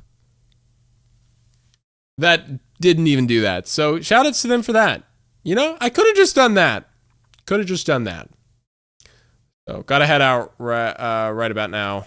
Thank you for being the one to fully introduce me to game reviews on the internet and being a good part of my childhood as a whole. Have a good evening, everyone. Thanks so much for joining in, Shy Guy. Really appreciate it. Thanks for being here. Some are great, some really suck. These drove me nuts when I was little, and they still do. Now, it's a good thing that they kept the concept consistent, and it is fairly simple, but picking up Bowser by the tail and having to swing him around and then having to throw him at the bomby thingy correctly, it still irritates me. Now, so far, I've been more of just critiquing the Bowser battles and giving my opinion, but has it aged poorly? Yeah, I think it has. Something about it just feels like a first draft cool idea simply because 3D was the new thing. Swinging around and throwing a character based on timing and depth perception is kind of like a look how cool 3D is thing to do. Yeah. On the other hand, there are tons of... It's funny how much Pilot Wings music I'm using here. Without ever making it too frustrating. I would agree with that though. I don't think the boss is like that bad, but it definitely feels like, hey, this is cool because it's in 3D. You could never do this with our 2D games. Whoa. You know? So it feels a little dated in that way. I still agree with that. This is probably single-handedly the most important part of any video game. If it's not enjoyable, why play it? I mean, if you enjoy E.T. the game, then whatever, but you must also like smelling your dog's turds, so I mean, whatever floats your track, it's cool. So what about this game? Yes. Did you get Even just playing Bob-omb Battlefield and Whomp's Fortress all the way through, and I still absolutely love playing this game. The replayability is insanely good. I will admit there are some later stages that are kind of irritating and some that are a tad boring, and that's when I sometimes will decide to play something else. Yeah, you should put Pilot Wings on the SNES is a lot of fun. I have my eyes glued on the TV. Everybody knows and talks about Pilot Wings 64. They always talk about the music from it and all that. But man, I'm kind of a Pilot Wings SNES boy. I kind of like that one more. Both the music and the gameplay, I think. I don't know. It's just extremely fun, and it's not just for nostalgia. As an average ET the game enjoyer, I can confirm I do enjoy smelling my dog's turd. I mean, listen, at least you own it. You own it, man. This game still holds up really well in a lot of areas. There are definitely parts, as I've specified, that have clearly aged, and I will not deny that at all. But the game is still ridiculously fun to play, and just playing this game to study its age got me stuck back on the TV for hours again. It just still holds up in that regard really well. So, ultimately, has Super Mario 64 aged well? Yes and no. Like I said, there are definitely things that didn't stand that test of time. What a cop-out. What a cop-out. Always. Always. Freaking fence sitter over here. Yes and no. Shut up, stupid. Just give me an answer. I mean, I get it. I'm trying to be nuanced. I don't think I needed to be. I think it was stupid. I don't think I needed to be that nuanced. I would probably just say, yeah, generally speaking, it has aged well. Like, I think what I'm saying is I'm about to agree with everything else I'm about to say here. It's just the fact that I summarize it with yes and no. I don't know. Like, I guess my answer now would be, for the most part, yeah, I'd say it's aged pretty darn well. There's things, but for the most part, I'd say it's 80% aged well. You know? Yes and no. Come on, man. As well, but then other things that honestly I'm still finding better than a lot of the newer games. Thanks for dropping in, Lucas. Thanks so much. Really appreciate you tuning in, being here. See you in a while if you're still here when I get back. There's a chance. We've still got quite a few videos to get through. The franchise. Now, I don't make specific ratings for how much a game has aged. You determine that for yourself. But the game is still very playable. And cop out. Nearly 19 years later. Cop out. You didn't care about any of these critical. Coward. Freaking chicken over here. Let me take that game away from you. That game is a privilege. We're like practically the same age. You're on thin ice, son.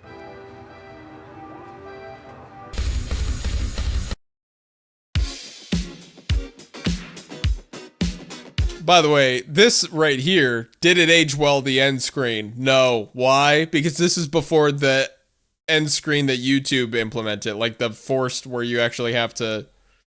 This was back when it was annotations. Who here's old enough to remember those? That's when we would just put in the videos and then you just highlight the video. It was an annotation, you clicked on it. Shoestring or something. Thank you so much for the resub. Wow, 20 months. Wow, thank you so much. Big shout outs to Shoestring or something. Let's get some Brian's in the chat. Welcome back. I miss annotation so much. I do too, man. I really do. Good times. All right. Next one. Which Sonic game is best? Yes. This might be the biggest hit. I think this is the biggest hit. I don't think because this is upwards of 500, half a million views. I don't think any of my other RTTAs even, this is my biggest hit. The introduction of Brian, that's right. One of the most iconic. Here we go. Here goes.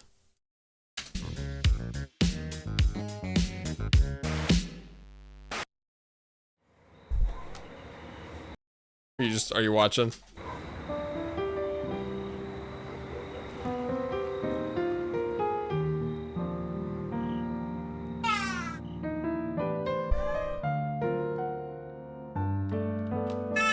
By the way, I gotta say, I gotta go back for a second. Wow, Asher, you got any other thoughts? I like that shot. I do. That's a vibe. That's a vibe. I'm a huge sucker for the Twilight Skies.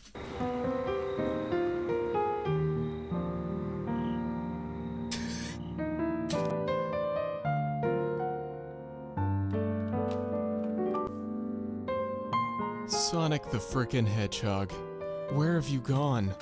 Were you so exceedingly fast that you left your sanity far behind you? It's been practically 20 years, Ogilvy Maurice Hedgehog. The beauty that you bestowed upon us in those early overly ruminated comics. Wow, using premium language over here, bro. Was one that I so eagerly want to recoup. Return to us, Sonic, please. Please, return to... Yeah, bro, we need your help! Epona? No, my name's Brian. Okay, Barry, well, right now I'm playing a game, so maybe if you could just... Dude, you gotta save the Bahamas. Byron, what are you talking about? Everyone suddenly started believing Shadow the Hedgehog is the best Sonic game ever made. No. This can't be. Oh, but it is. And every time somebody believes, they turn into a horse. Like me. Blake, we've got to stop this. We can't let American Samoa... Bahamas. We can't let the Obamas turn into a bunch of furries. No, you said the word. Bacon, what's happening? You spoke the forbidden word, and every time it's spoken, every one of us within 3 miles of the spoken word implode into the dark abyss of nothing. What do I do to stop this, Barbosa? You gotta remind everyone what the true Sonic games are again. Show them your True power. What is happening? Chaos control. Bacon, what's happening? Well, looks like I've got some work to do. Time for you to play. I'm pretty sure Saya did all the camera work there, and they got so carried away with the freaking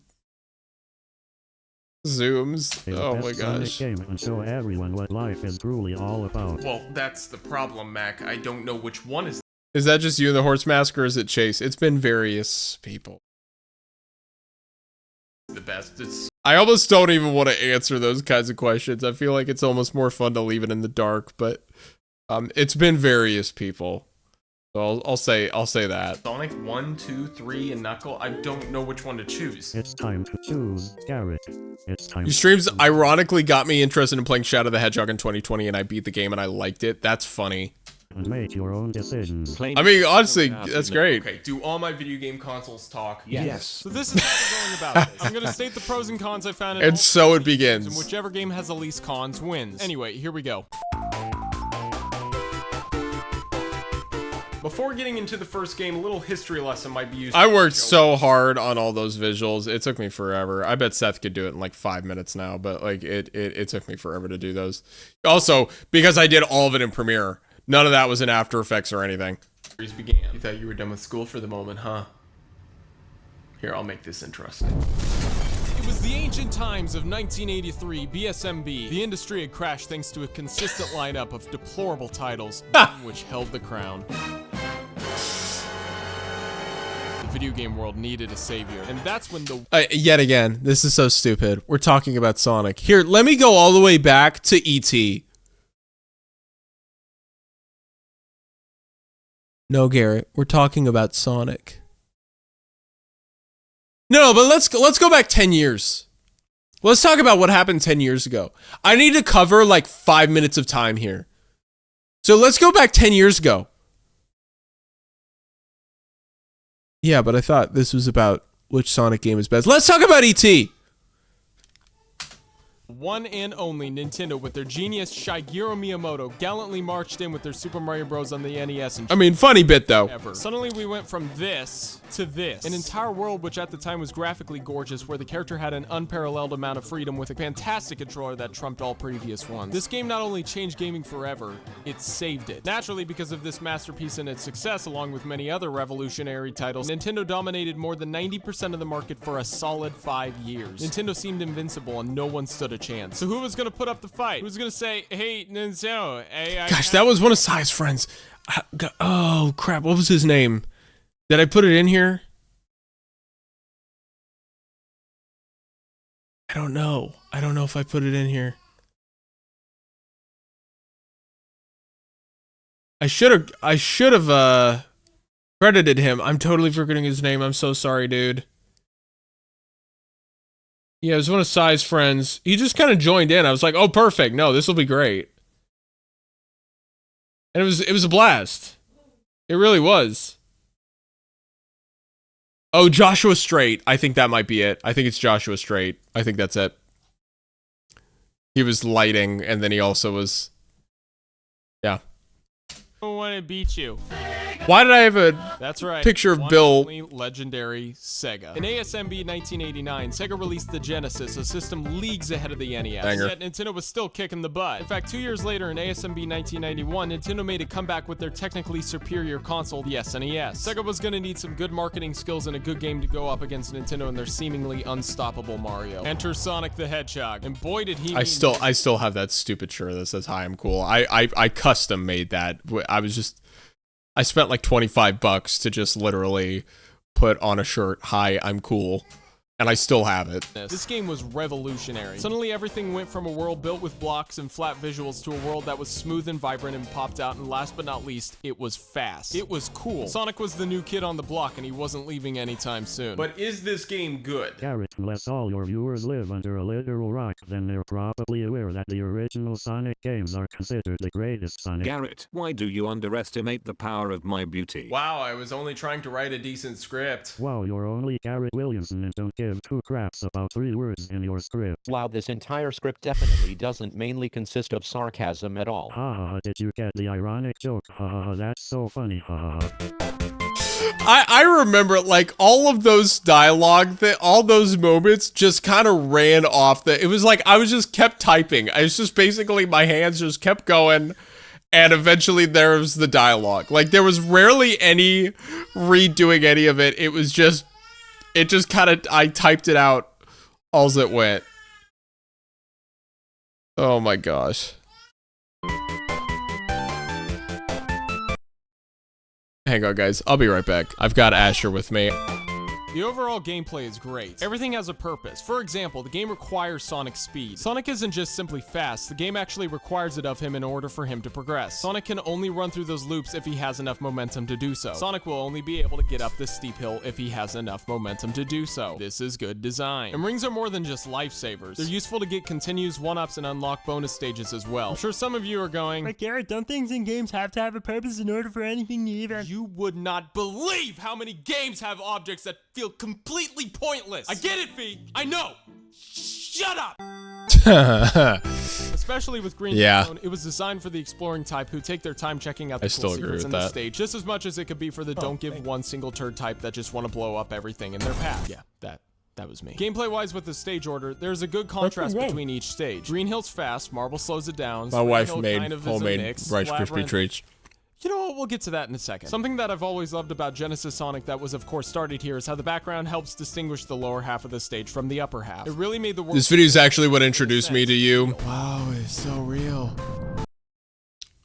And it's also part of why I got Sonic Classic Collection for the DS. Well, I'm happy to— I don't know if that port is any good, but I'm happy to have exposed you to such works of art. They're quite good. Mukbang stream? No. Oh yeah, baby.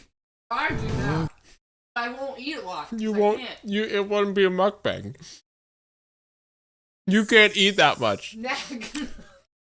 I can now that I'm home. No, you still eat in small portions. Looks so freaking real. Well, let's go back. It really made the world seem alive and, in a sense, real. Wow, it's so real. It looks so freaking real. If nowhere else, this game's visuals kicked Mario's butt. Even when Super Mario World released in the same year for the SNES, it did not match this game. This game took most advantage of its color, took advantage of its technology. Yeah, it's still having a extreme. Lower and upper half of the stage and everything having smoother and more natural surfaces as opposed to the more blocky, flat world. A very vibrant and lively game. It's beautiful. Something that has almost always been a strength of Sonic's through the ups and downs of his actual games is the music, and the original game is no exception. At this point, it's extremely iconic and still very enjoyable. All the music fits fairly well. We go from the happy and colorful sounding Green Hill music to the more dark and mysterious Marble Zone to the slightly— Alright, hey, here's something that I probably won't even— I don't know if I bring up here. A lot of people criticize Sonic 1 after Green Hill Zone. Like, everybody's like, it's Green Hill Zone and then the rest of the game. I like Marble Zone. I like Marble Zone. I like Spring Yard Zone. I don't like Labyrinth. I really like Starlight. And I don't like the last level, whatever, Scrap Brain. No, yeah, and I actually enjoyed most of it. It was Labyrinth that I hated. Were you enjoying? Yes, Labyrinth was the spot that I hated. Remember that? The one with all the water? Like you were angry. I'm angry at everything. You kept dying like a... Well, probably because I was... this level, that's all stupid. It was probably Labyrinth or Scrap Brain. The ones where like the drill things come out of the ground.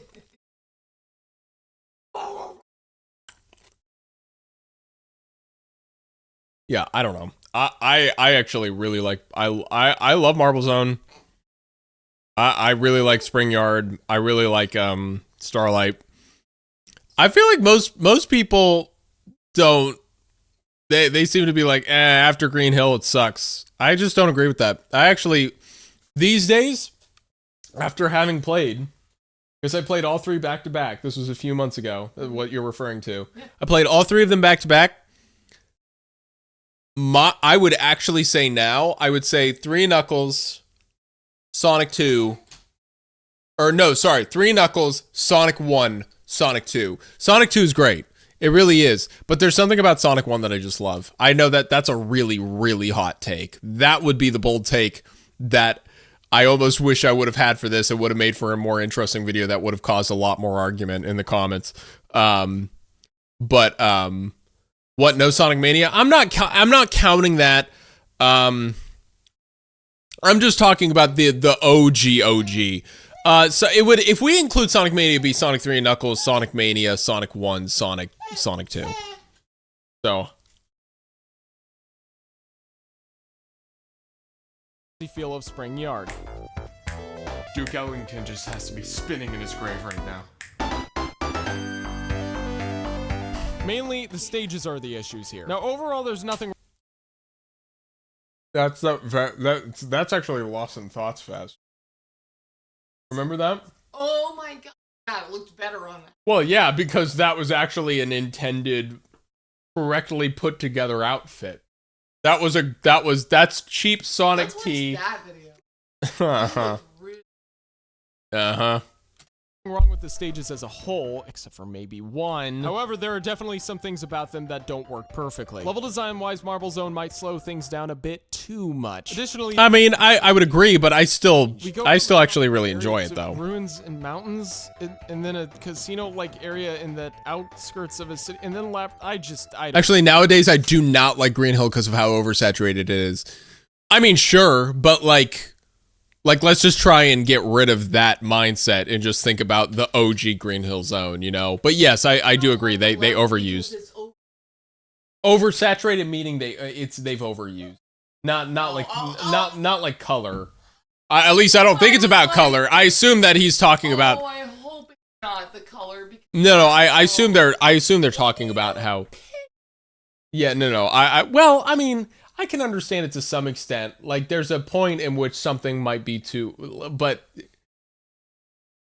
it's kind of all subjective. Yeah, that's not the point. They're talking about how like Sega has milked it for all it's worth because they know it's like the most iconic level of. Speaking of Labyrinth.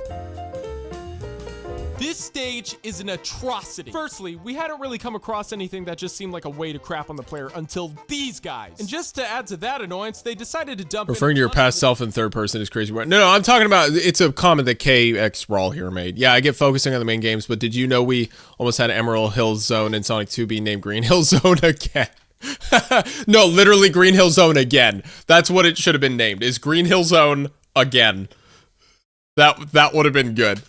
Water. The mechanics for Sonic Underwater are fairly accurate as things are floatier and slower. But this only goes against Sonic as timing and good platforming get thrown to the birds. You get it? Like the flickies or the birds and you throw it to screw it. Oh, but we're not done yet. Sonic can run out of breath. And just to add to that terror, they added in music to count down Sonic's 10 seconds. Yeah, lots of like, it's also kind of like, it's the JonTron meets Peanut Butter Gamer. It's JonTron meets it's the Peanut Butter Gamer thing. Get it? Anyway. Before he drowns in front of Yeah. Of your face. Screw horror games. This is worse. This is bad. And last but certainly not least, the last act requires that you quickly platform up to the top of the stage while the water rises. Oh yeah, this part sucks. Challenge, except they I hate it. spears that poke in and out. Yeah, it's very annoying. Right here has caused me the entire game numerous times and has put me through so much pressure. In fact, I actually just okay, I actually do remember when I did that take. I didn't quite get it right, and I actually got frustrated with myself, and it made more sense. And I just kept. I think I did like another take, maybe, like to fix. But that one I ended up liking more. For the first time while studying these 3 games for this episode, and I was genuinely amazed. I would then go to actually beat the entire game that night for the first time, and I was pretty excited. Oh my god! Woo! I don't care about your Chaos Emeralds. I just beat your game. I mean, if you follow me on Twitter, you would know. After Yeah, Labyrinth, you certainly don't need to follow me on Twitter, but yeah, that part of the video aged poorly. Pie after shoving horse crap in her face beforehand, but honestly, that apple pie was fairly boring. Or maybe it felt boring after how insanely frustrated I was beforehand. However, I love this song. And this scrap range is lame. And apparently, they were too lazy to make. Also, yeah, I don't agree with that. Whatever I was saying there, Look at that. Starlight's a banger. Sonic Recolor Nightmare began in the very first game. Nice going, Sega. Why does it look like that? Oh, time constraints? Wow, look at that. Already rushing games at day 1. Nice freaking. Was that footage a recreation or actual footage? Actual footage. I filmed myself playing through the game, and I was actually pretty happy that I managed to finish it with the camera on first time. Yeah, because I mean that game, those old games are not for the faint of heart, man. Those old games are kind of hard. But I mean, you know, that's also part of what makes them so great, you know, is it's like you get kind of that rush of like the fact that you managed to beat something that's way more difficult, you know? Sega. Lastly, I don't usually have anything against the. Was this Brian's first appearance? Yes. They get really frustrating. No, I'm not done yet. I'm not done. Don't throw me through. You know you love it. No, don't give me that crap. Sonic is only cool when he's cool. Mac is going to make a script joke in 3, 2, 1. The script is working beautifully. By your monotone voice, I take that as sarcasm. Aren't we all? Monotone also applies to Garrett, right? This line definitely isn't Sonic. I can't escape this. Sonic 2 is, believe it or not, the sequel to Sonic 1. After the first game's success, why not just frolic through your man-made forest consisting of your money-growing game? That's stupid. The game being released nearly a year and a half after its predecessor was a huge commercial success and further helped the Genesis take. Would you ever consider trying the Sonic Triple Trouble 16-bit fan game remake? That was a lot of words. I don't know. I never liked Triple Trouble. Maybe the fan game remake would be a lot better. Of the market for a time than its rival. So they may have made a lot of money, but had they made a good game? Garrett, we all. Yeah, we should have added Ann Knuckles to that, really, honestly.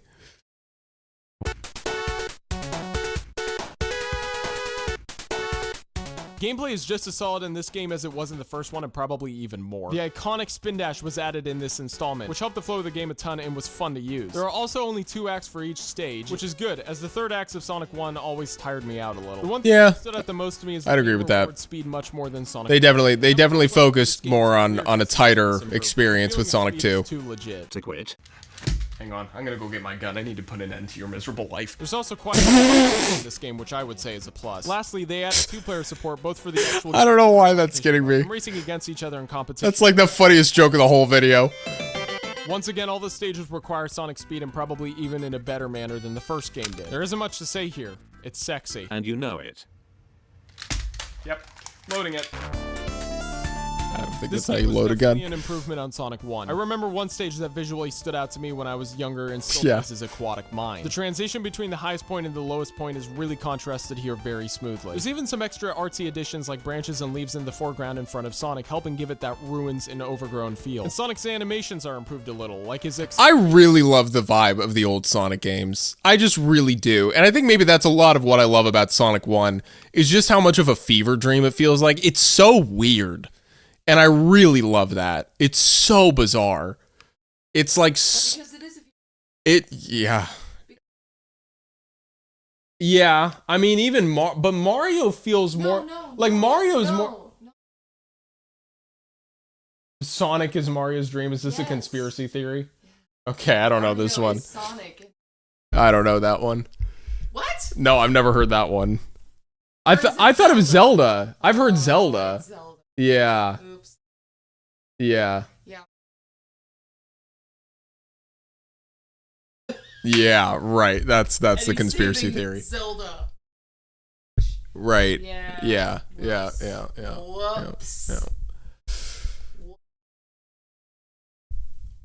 Yeah, Mario feels more like Alice in Wonderland. Which I guess also is kind of fever dreamish. But it's a different kind of vibe. It's a different kind of thing. Animations. Heck yeah, bro.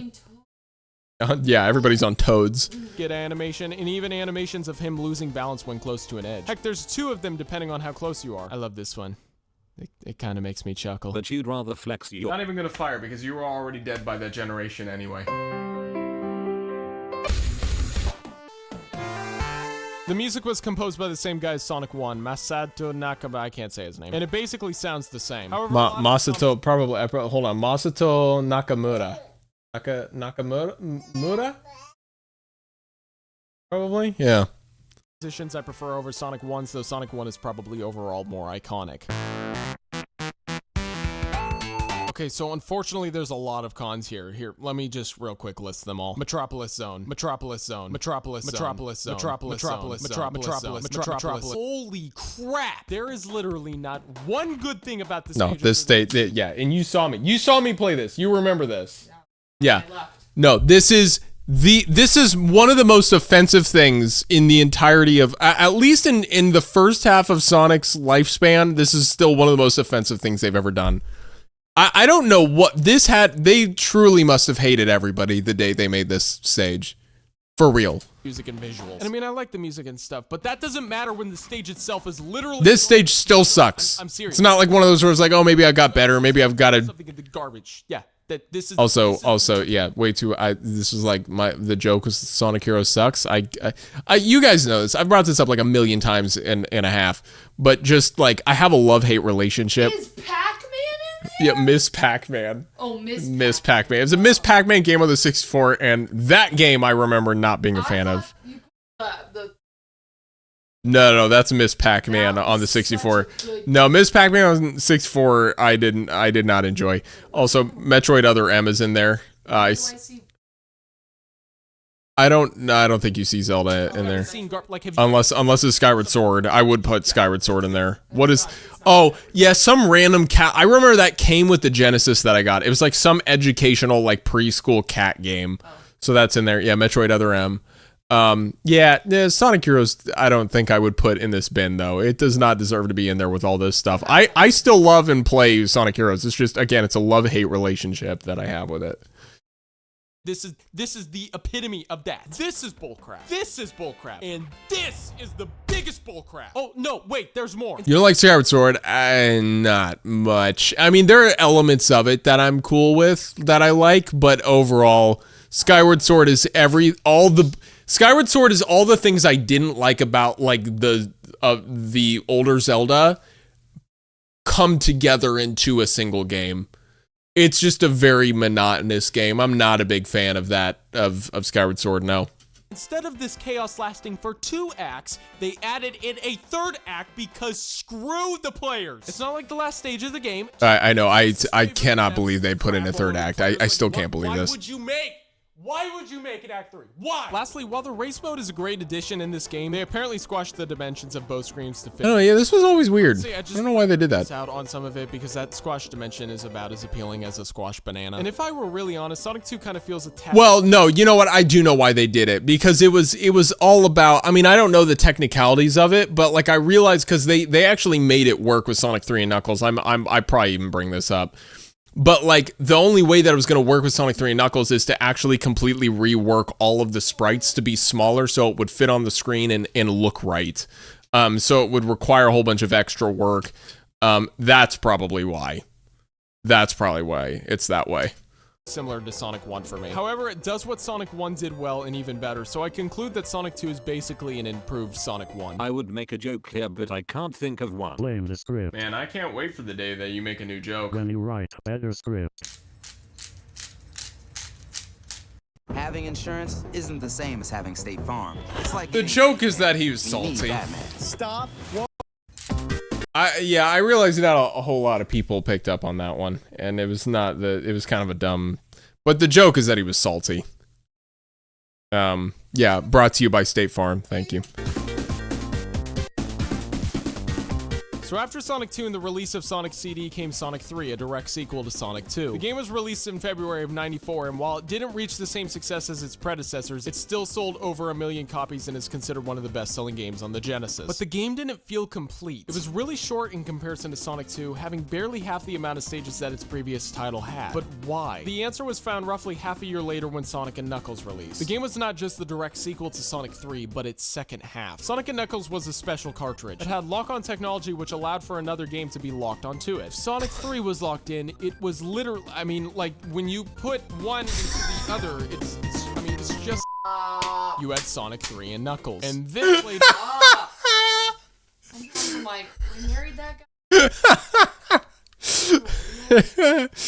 Ladies and gentlemen, is the real Sonic 3. This is how... Guys, this is how Sonic 3 and Knuckles are made.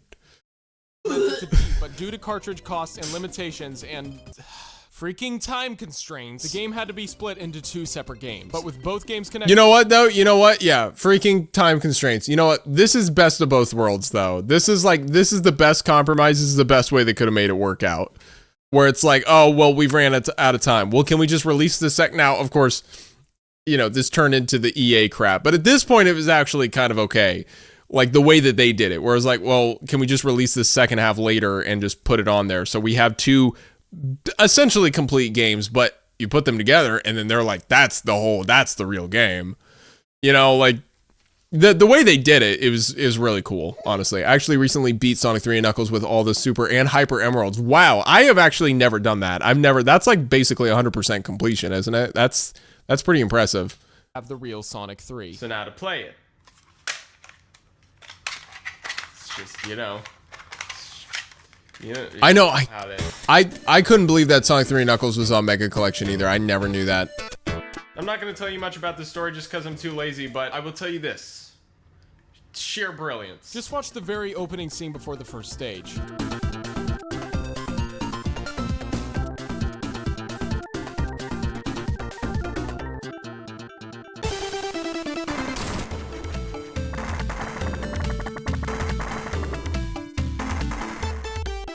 Okay, this may seem simple, but that's exactly what makes it genius. Without saying one thing or saying one word on the screen, the game managed to present the setting, problem, protagonist, antagonist, and the goal all within 15 seconds. It's true. Storytelling at its finest.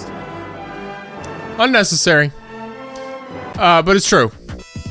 Just like the last 2 games, the gameplay in this game is absolutely... No, that was Jupiter. That's Jupiter, the classic, that classical piece. Than the past 2. From This planets. was the icing on the cake. Remember when I said the stages require Sonic speed? This game does it the best by a wide margin. As the game is built practically... Golly, the colors in this game are amazing. Hardly ever throws crap at me for doing it. I mean, no 2D Sonic game ever gave me as much of this feeling as this game did. Yeah, I mean, that's just what I'm looking for in games, man. No, I'm serious. This is really my favorite thing. One of the better additions to this game Pretty than much. the last 2 games. Fun fact, said time constraint in the game getting split in half was due to a deal Sega made with McDonald's. I think I remember hearing about There's that. always some explanation for everything and really help connect everything together. And it's always really cool because the visuals and music change for every second act, which adds really neat and artistic variety. Additionally, this game isn't frustratingly challenging like Sonic 1 and 2 were at points, but the game is definitely not easy either. It gives you a challenge without ever completely enraging you. I can't Classic. remember a time where it infuriated me through the controller and walked away cursing at Sega. Because whenever I was screw it good. up, It's always my fault, and never by any chance possibly the game. No, it's always your fault. There are also Just get tons of over it, buddy. upgrades and shields that serve different purposes, which both is a fun addition and actually helps the flow of the game. Vectorman 1 and 2, yeah. This game is a huge improvement on Sonic 2. It looks much nicer and Yeah, clearly here I built go. to I'm fit bringing some up what I was screens as talking they about. actually made the character sprites smaller to fit their screen without having to squash anything. Yep. But that's the thing, is they had to completely, so they had to have the time to actually work on those assets is the thing, though. You know, that's probably a lot of why the Sonic 2 multiplayer looks like, you know, the squash banana. As I've noted thus far, the level design in this game is the icing on the cake of these 3 games. How many times have I used that icing on the cake? New and different enemies placed in different areas, tons of secrets, cool objects to help Sonic progress that are made for specific levels. It all adds to the action and makes everything so much more fun. And a cool thing about this game is that instead of bonus stages requiring 50 rings, it just puts them in neat little secret areas. This feels a lot more rewarding, especially since exploring is I'm getting too formal. This game's level design is freaking sick. I mean sick, like it's good, like it's freaking good. Sick, like, guys. This is 2015. I'm trying to use all the hip words, okay? I like art. I like good use of. By the way, sick had been like a hip word for like 30 years at this point. I don't know what the heck that joke was for. color. This game nails it right in the head. No, seriously, I would argue this was one of the most. This game never made me rage quit, but the boss fight for Lava Reef Zone Act 2 almost made me lose my shit. Yeah, that is maybe the most probably a third of difficult the visual beauty of this game. That has got to be the most difficult part of the whole game in terms of the bosses. It's ridiculous. There's so much BS in that one. I agree. Yeah, this game looks awesome. I still love the way it looks. That is a really dark blue in comparison to the actual sky color. Wow, it's really nice out here. The surface of the water both under it. It's true. It is a strange, but again, there's kind of part of that fever dream feel to it. Feels flat. It all feels. It's such a strangely dark blue, but it doesn't really feel out of place. It's weird. Dramatically changed Sonic's appearance. In the first 2 games, to be honest, Sonic almost looks too cute for his attitude. In Sonic 3, his appearance perfect. It is more aggressive, and I like that. I'll basically just conclude that the visuals in this game are amazing even now, 21 years later. And guess what? Genesis only had 512 colors to choose from, and only 64 could pop up on the screen at once. Wait, hold up. 512 colors to choose from, 64 could be used on screen at once. Mac, how many could SNES do? 32,768. And how many on screen at once? 256. Yeah. 64 colors, my butt. Super Mario World, eat your heart out. Your comparisons are invalid. Super Mario World was released earlier on against Sonic 1. You wanna go? Holy crap, chill out, that hurts a little. By a long shot, All right. No, now hang on. Okay, hold on, Garrett. Jeez, chill out. Yes, I think Sonic 3 looks better. That might be subjective, though. I think it looks better, but from a technical standpoint, the Donkey Kong Country game does look like more technically impressive. It looks newer. So I don't know. It's difficult. Park slam dunks and gets a touchdown. Sonic wins. 51 lives? Good grief. Poopy sound chip that was used for this game. This music is freaking sick. How many times am I going to say that? The Genesis sound chip makes me prefer it over SNES's sound chip. And this soundtrack shows it at its absolute. Gotta run off since it's late here, unfortunately, but super glad to catch stream. Hope you all have a good rest of your evening. Was so good to have that bit of nostalgia sing these RTTTAs. Y'all take care. Thank you so much for joining in, Tender Ender. Appreciate you. Thank you for watching. Best. There's just have a good night. And funk to so much of it that really complements the attitude and environment of the game. You answer Death Egg and immediately you're just like, oh yeah, this is happening. Except this wasn't. You see what I did there? Did you get the joke? But even the very beginning of the game with Angel. No, I didn't actually. Horrible joke, Garrett. Hardcore funky vibe. They only try again. Me even more with the second act where things start getting even more hardcore. Hardcore is a word I've used 4 times now in the past few seconds, and for a good reason. And as many of you may be aware, it seems as though Michael Jackson himself may have had a role in the soundtrack, whether he ended up contributing anything to the project or not. Needless to say, it's... Yeah, and at this point, like, it was a lot more up in the air. I think we finally got some confirmation on some stuff. So I don't know if any of Michael's stuff actually made it into the game, but the stuff is... And I know we brought this up in the chat, like, or in the stream so many times, but... I'm pretty sure what ultimately happened was his team was still on it because like all those allegations happened around the same time they were working on this, and so I think he bowed out. But his team kept working on it, namely Brad Buxer, however you say his last name.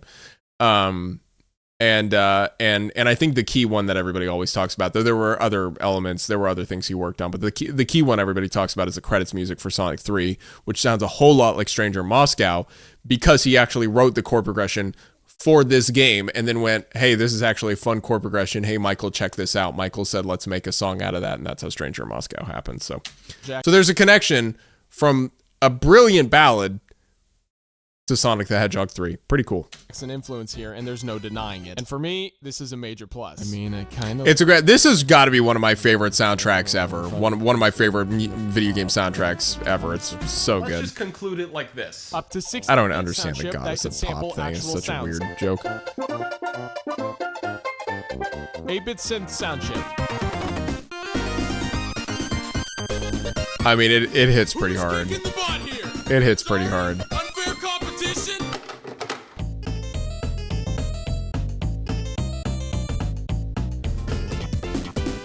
I do like my visual editing here. I worked pretty hard on this. Also, wrong credit. I apologize to Grant Kirkhope. That was not Grant's work. That was David Wise.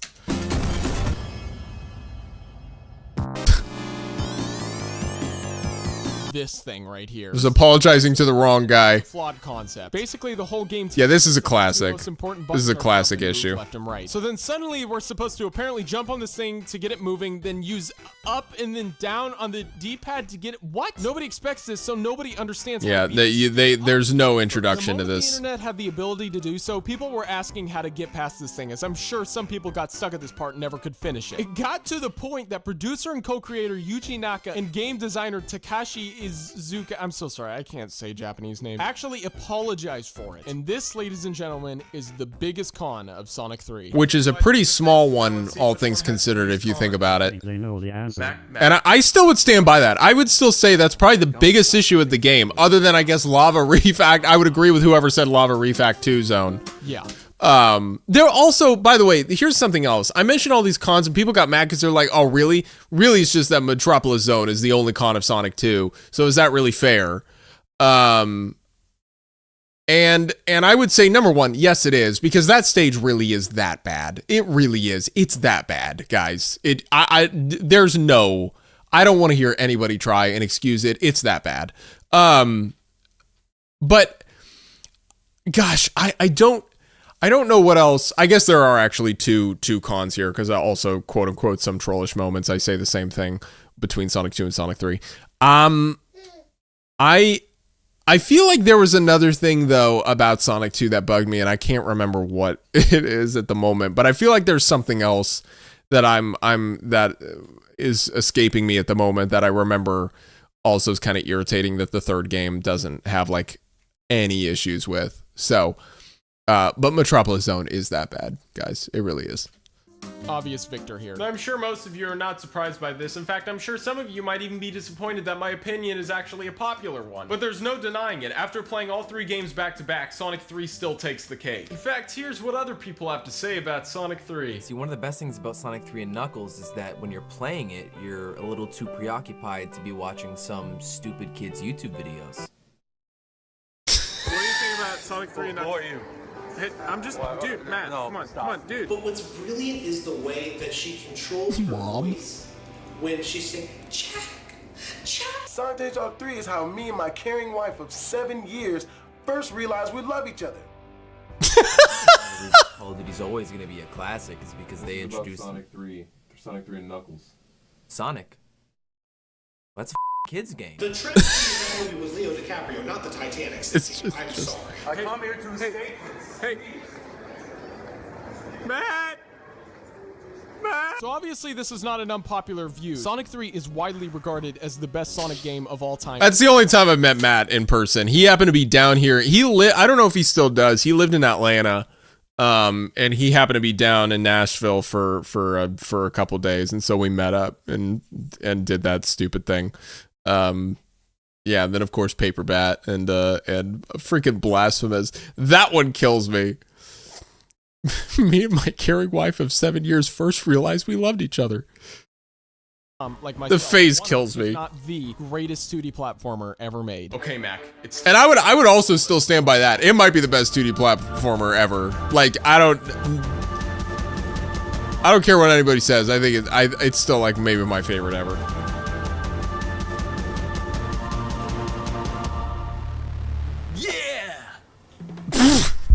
It's Brian, but sup, dudes? But you're still a horse. You know, I decided that being an anthropomorphic horse that can speak English is just my destiny. I was meant for this, man. Whatever floats your airplane, Bella. Hey. Wow, that's why that don't you come down old. here and we'll sip the JoJo and play the I don't even know. Sounds amazing. Yeah, I don't even know what we call that. That sweater, man.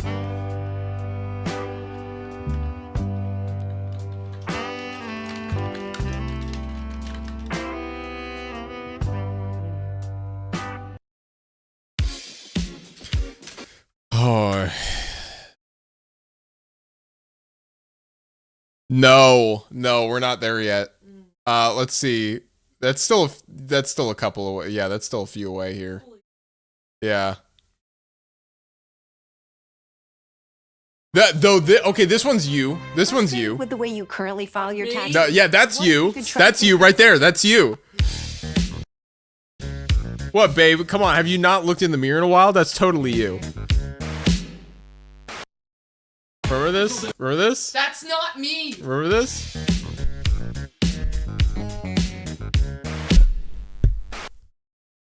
This'll do.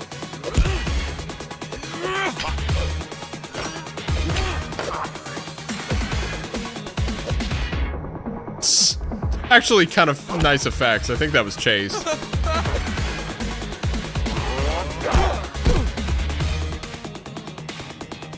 Is it only main channel RTTTA? Yes, I did a couple. The very last 2 videos of the GC Waves RTTTA, and that's it. It is time for you to pay for income tax evasion. Income tax evasion. Why don't you just kill me? I can't. Why, are you scared? No, like I literally can't. Am I just too awesome? No, like I physically can't. Like I actually can't do anything. Okay, so now you're telling me you can't move. Can't move. Okay, well apparently I can't move either. My point exactly.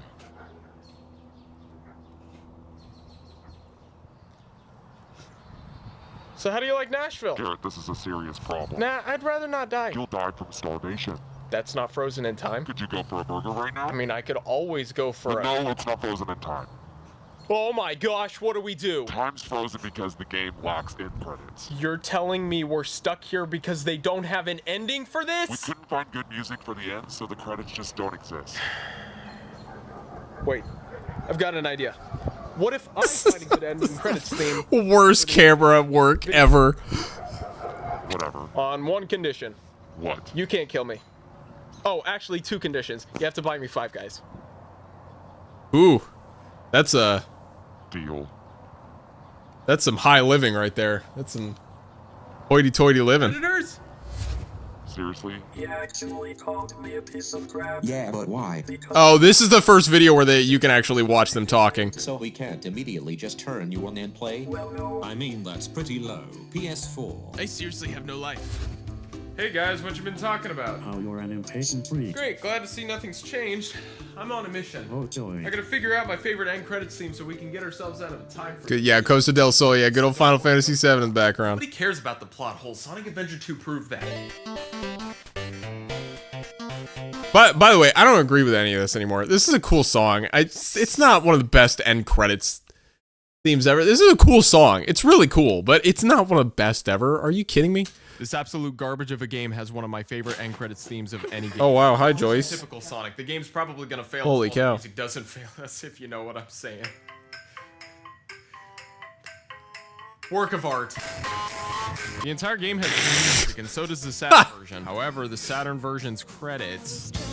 What would be the best now? I don't know, but it wouldn't be this. This would not be on the list. I think, well, no, actually, I do say this. Okay, so a couple that are on here that I still would agree with. Mario Galaxy 2. That one's amazing. And Ocarina of Time. Those would still be in my, like, top 5, I think. Yeah, I started improving slowly. Yeah, that helps. That helps.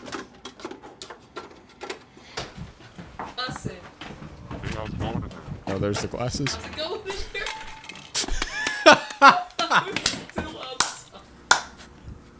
That's pretty good, honestly.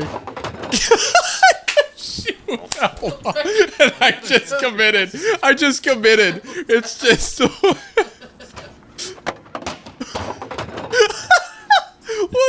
I'm just. On the other hand, Sega Genesis is.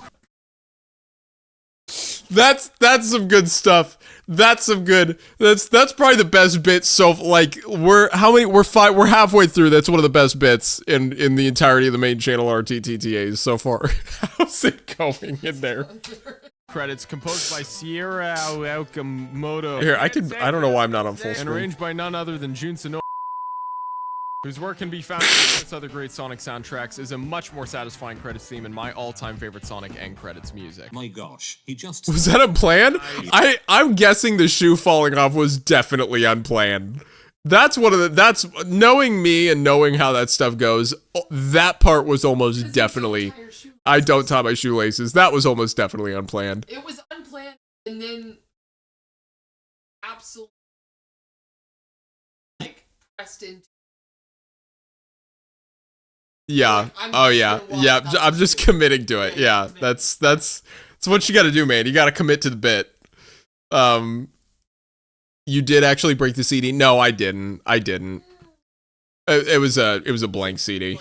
Yeah. He actually just found a praise for 3D Blast. It's not like the end credits are that big of a deal. You're devoting an entire episode to them. I also devoted less than 10 minutes to a really crappy video regarding Five Nights at the funky clavinet-like opening with that enjoyable, slightly jazzy chord. John Burton. Probably the nicest opening riff to me for. I'm sure you all know, but John Burton has done so many videos on Something YouTube. About this track just establishes sharing, How does it feel the brilliance of the optimization they did to get this stuff working. Why did they make this game?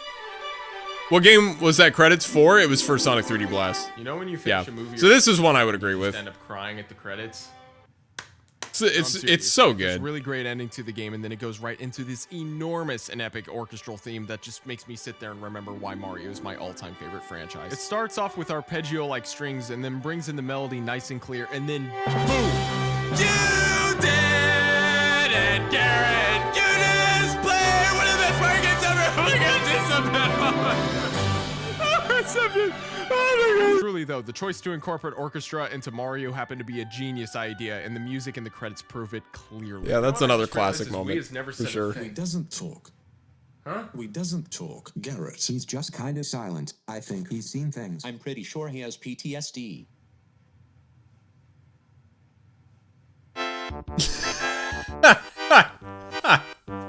It's got to be the most satisfyingly positive ending I've ever experienced in a video game, and the music is probably 85% of the reason. Oh, this is a good one. Kondo, per usual, this is a good one. For this brilliance. This is a good end credits theme for sure. I would agree. It goes into this happy little melody, and everything about the melody just stays. Because Mario's amazing. Garrett. You just played. You did. I mean, come but like, yeah, I don't know if I would. I don't know if these. I don't know if this would be top 5. Maybe like top 10. Like this is a really good one. The original swingy groove. Then finally, Mario and Peach return home, and the music slows down to something a bit more heartfelt. And then once all the Yoshi eggs hatch and the screen says thank you, it goes right into the cast of enemies in the game at a much faster tempo. Then near the end, the key. Yeah, I'm definitely aware they did most of the Lego games, and I think I do recall. Yeah, I knew about the Crash. It all flows together and fits. Yeah, I think the most controversial Crash games. Game entirely worth it. This right here is quite possibly my favorite ending theme of all time. You say that, but you're forgetting one.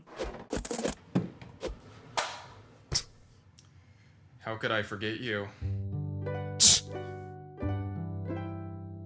Not only is this possibly my favorite, I would still agree with this. That's for sure. My favorite ending. Period. It's happy. It's heartbreaking, and all my. This is such a good ending because it's just a great ending, and then the music is like the perfect music for it. Holy crap! If Koji Kondo hasn't done it again. Some games I've seen take the approach that the credits need to be an uplifting. No, yeah, no. You know what? This is another one. This would be on the list. That would way more be on the list than 3D Blast. Would be the ending of Sonic Adventure 2. I don't know why I didn't. Sexier. Zelda sends Link back by playing her theme on the why? And when the last chord is played, it perfectly transitions into the next chord, beginning the credits. What's up, Matthew Smart? During the credits show the great, maybe the greatest adventure you've experienced, and the music perfectly complements this, representing the piece that's returned to Hyrule. But there's also a little sadness in Link's situation, and you can hear and feel it in the song. It's just, well done, Koji. You know, he's done it again. He's just. Japanese people. Well, Mac, I think I figured it out. I know which ending thing to use. Good for you. Well, I appreciate that. You might really like Majora's Mask ending music. All right, well, I'm gonna. No, I'm. Yeah, thanks. Majora's Mask's ending is fantastic. It's fantastic, but I think Ocarina of Times is more iconic. I don't know. I like it more. I can move now. Hey, you're gonna buy me Five Guys. right? Yeah? You're gonna be buy me Five Guys. Come on, man. No, you should buy me Five Guys. Oh my gosh, it's a girl.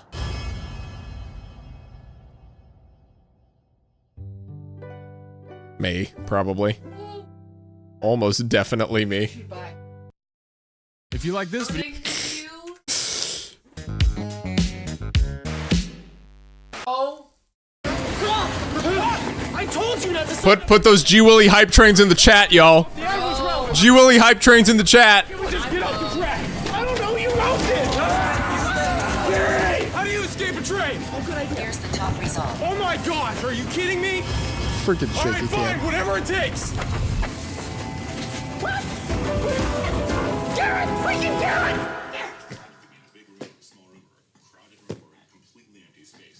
Man, the Virtual Boy sounds like a really great idea right now. The Virtual Boy was always a great idea. Dude, stop. It was never a great idea. It's been nearly 22 years and you're still defending that horse crap. What did you do this time? I gotta look for the answer. What? Just Thomas the Tank Engine. Siri can explain the rest. I'd rather not. Oh, right. The whole freaking Siri and Mac. Because you have everything I've been searching for. No, my name is Siri. No, I didn't mean to. My phone turned on. Get it? Connect. Light blue. I got the joke. Listen, I got those nice big coordinates. I told you not to sign up for. 3.5 millimeters. Would you two shut up? Yeah, so I don't know what. Why can't we just get off the track? Sign up for GatorWeeaboo.com. Hey, that's not. I told you. Oh, dataweeaboo.com. That's what it is. I told you not to sign up for dataweeaboo.com. The Tank Engine game for the SNES. Despite owning an SNES, I'm too lazy and impatient to buy the game online and wait for it to ship in. Therefore, I'm playing on an emulator. Haha, kill me. As a very young kid, I absolutely adored Thomas the Tank Engine and trains in general, and honestly, I still do. I just don't like being chased by them.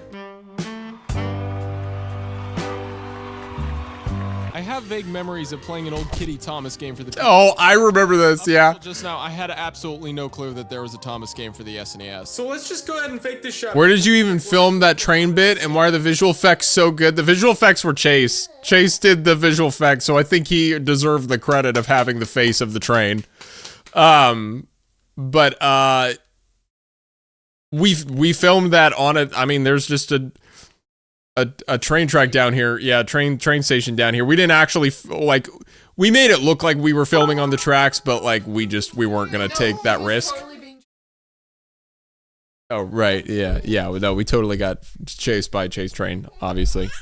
So, 100 bits from Pacific. Fun fact: Thomas would eventually make his official return to gaming in the form of a DLC for Train Sim World 5, which released checks literally yesterday. Amazing. That's amazing.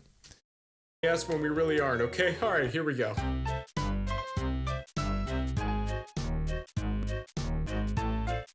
Oh, there he is. This song there he is. And then that's actual me. That's actual me. But that was Maddox, my younger brother that I mentioned a lot, probably like 3 hours ago at this point. Song of my early childhood years. I'm impressed at how well this game managed to emulate the original recording. It obviously doesn't sound nearly as good, but it sure is close enough for this old system. Okay, yeah, hey buddy. See, I don't think this would be disturbing. Yeah, it's a little freaky. Literally just him at point B. For the record, you're never supposed to answer this online, kids. All right, well, usually the older the bigger the challenge, so we're gonna be accurate and say I'm 8 and older. This is borderline impossible. Yeah, I mean, it's a freaking kids game.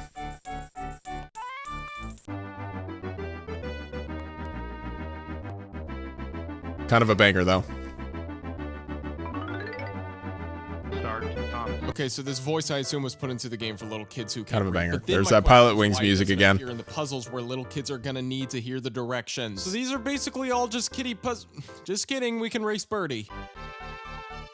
All right, Thomas. Michael Jackson was a really influential human being, but don't take it that far. What the heck did they do to your face, man? You don't even look like you're looking ahead. I know. I was killing it with the lighting. Is there like are you getting revenge on someone? Oh, so this is where Mario I swear, nothing is funnier than just sheer unexpected explosions and people falling into manholes and dying. I don't know what it is. It's I'm just so messed up. I don't know why that's still so funny to me. Party got half of its mini game ideas. Honestly, don't even feel like this would be fun for me if I was 3 and clueless. And within literally 10 seconds, this race is over. I really have nothing to analyze here. What you see is what you get. The only difference between playing or watching is if you're pressing a button really fast or not. Believe it or not, there is actually some challenge in this game. Fixing the tracks requires you create the track from scratch. You have to connect the track to specific landmarks and make sure that Thomas visits them in the right order. I had to actually think a little bit when doing this one. So at least there's something in here that makes it feel worthwhile. Oh, good. We can race Percy too.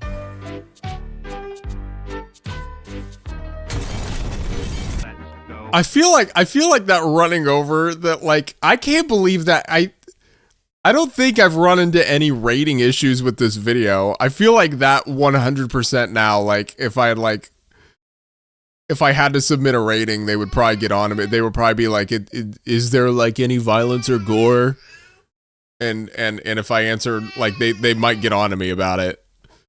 That's very much a 2015 era thing that happened there. 2016. Yeah, this one looks real promising. So it turns out it's just a bunch of stories read for you, since apparently your mother was too lazy to read you at bedtime. Hey Mac, why don't you read some of the story to us? I wanna die. Thomas was waiting at the junction when the bus arrived. Hello, said Thomas. Who are you? Who is Birdie? Wait, hang on. Did the story just reveal it's Birdie by asking? Never mind. I'm Birdie. I've come to help you with your passengers today. Yeah, we know who you are. The story just spoiled the story for us. Help me, said Thomas. I could go faster than you. I'll race you, said Birdie.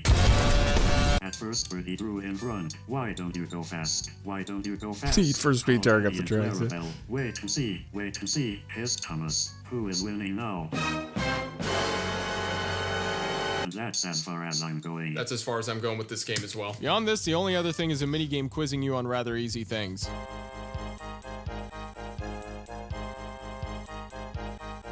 But no, I swear that's a tower. Well, I think I clearly learned a lot about life and running away from trains with my cousin's face slapped on top of it. Okay. 50 bits I would pay for Mac to read the entire story. Thanks for the positivity. Okay, I figured out. Who are you? I figured out who escaped trains. Okay. Okay. We run the opposite direction, right toward it. Opposite. All right. Yeah. Okay. Ah!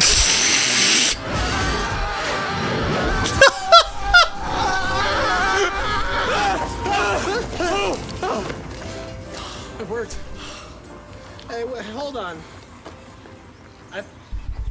I think we started a runaway train. Oh, I'm not going to court over this, man. No, we gotta go get that train. We gotta go get that train, man. All right. If you want to see what happens next, then check out Josiah's video right here. And if it's not available yet, then check out his video, because it's gonna be worth your time, trust me. And thanks for watching this video. If you like this oh video, my you gosh. should check out my other RTTTA. All my Patreon supporters, yep. Oh my gosh. Work of art. The scenes of that is actually. Yeah, there is the behind the scenes. I think we've already got a lot of things to get through. So probably won't go over the behind the scenes, but I know there is behind the scenes of it. Probably is it on the second channel that yeah. Oh, is it no VidMe? Oh god. Dude, it's a site now? Oh yikes, I got to get rid of that link. Oh my god, they sent the freaking URL. They've sold the domain to a site? Dude, I gotta change that. No way. Oh my god, no. Hold on, I'm gonna edit that right now. So what, did I post it anywhere else? Dude, freaking VidMe. I'm just gonna say coming soon. Holy crap. I am so glad that I did not. I'm so glad I opened up a new tab. I was about to get banned from Twitch, is what was about to happen. That was about to be me getting banned from Twitch right there. I'm so glad that I clicked to open a new tab on that. Holy crap, that could have gone south. Oh my gosh. Yikes, dude. Oh no, we're out of the playlist. Now I gotta get back in the playlist. All right. Freaking yikes! Wow. All right. Here comes the next one. Yeah. Are you talking? What are you saying? Thinking.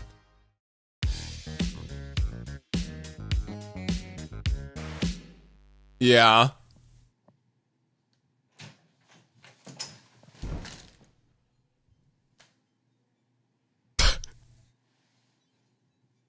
Every second new moon.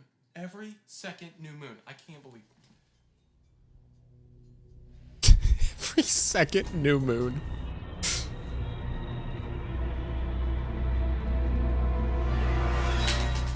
Jeez, I didn't think beats were that bad. No, Mac. This isn't just a bad pair of headphones. It's what those headphones were playing. It killed him. The Sonic Chronicles soundtrack killed him! That's too bad. You're heartless. That is factually correct. Okay, well, you're a computer. What do we do to bring him back? Garrett, he's dead. Mac, you just don't believe in life after life. Please stop. Wait, so is he actually dead? Did he die? Yeah, you can see how every episode improves in the film look. Holy crap, we're getting way too worked up over this! Initiating kill.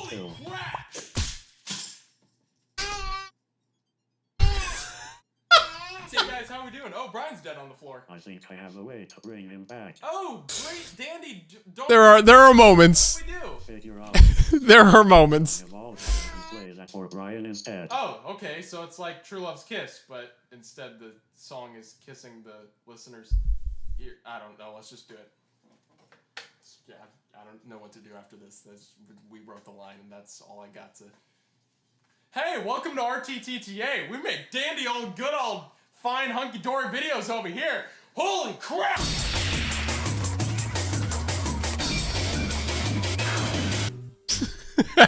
so many no spaces. Hey guys, so what are we doing? Oh, Brian's dead on the floor. The intermission again, another Monty Python joke. Right back.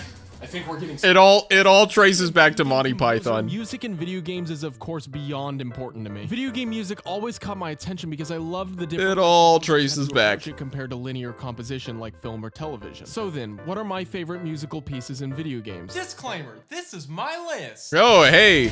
Little overexposed there, buddy. Most popular video games. Looking like a ghost. Also, picking top 17 was a massive pain, so just so you know, I think I know exactly why I color graded it like that. It doesn't look good, but it's because I had bad acne, and I was trying to find any way to fix it. Heck, even number 25. It's not great, though. That's really...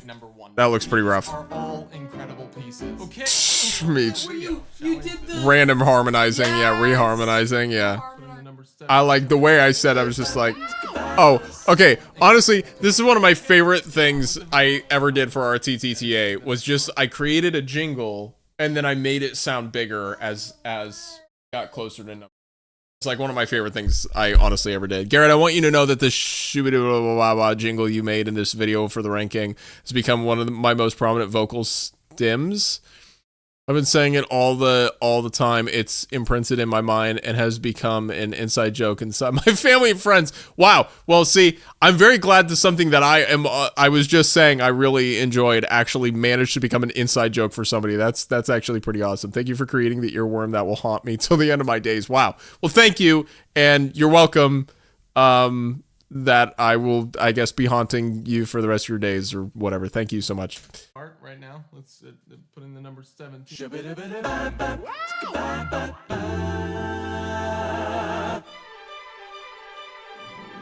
Also, I worked so hard on these visuals. It took me so long. Greatest galactic adventures in video game history. Super Mario Galaxy 2. What about Galaga? Space Invaders? The original Super Mario Galaxy? Metroid? What's Metroid?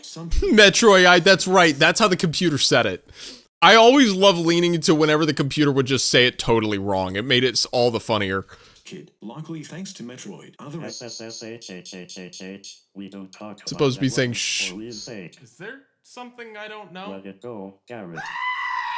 Anyway, I can't believe this game is already as old as it is. But this game nor its predecessor have aged a day for me, including obviously the music itself. It's just as magical of an experience now as it was when I first played it all those years ago. But of all the pieces throughout both games, the staff roll of Galaxy 2 is definitely the greatest. I had already brought up this song a while back when I was forced into a situation to tell my 4 best end credits pieces and whatever, and like, you know what, just play back that one part where I do the thing. You did it, Garrett! You just played one of the best fighting games ever! Oh my god, it's something! Oh my god! Yeah, that's basically all you need to know.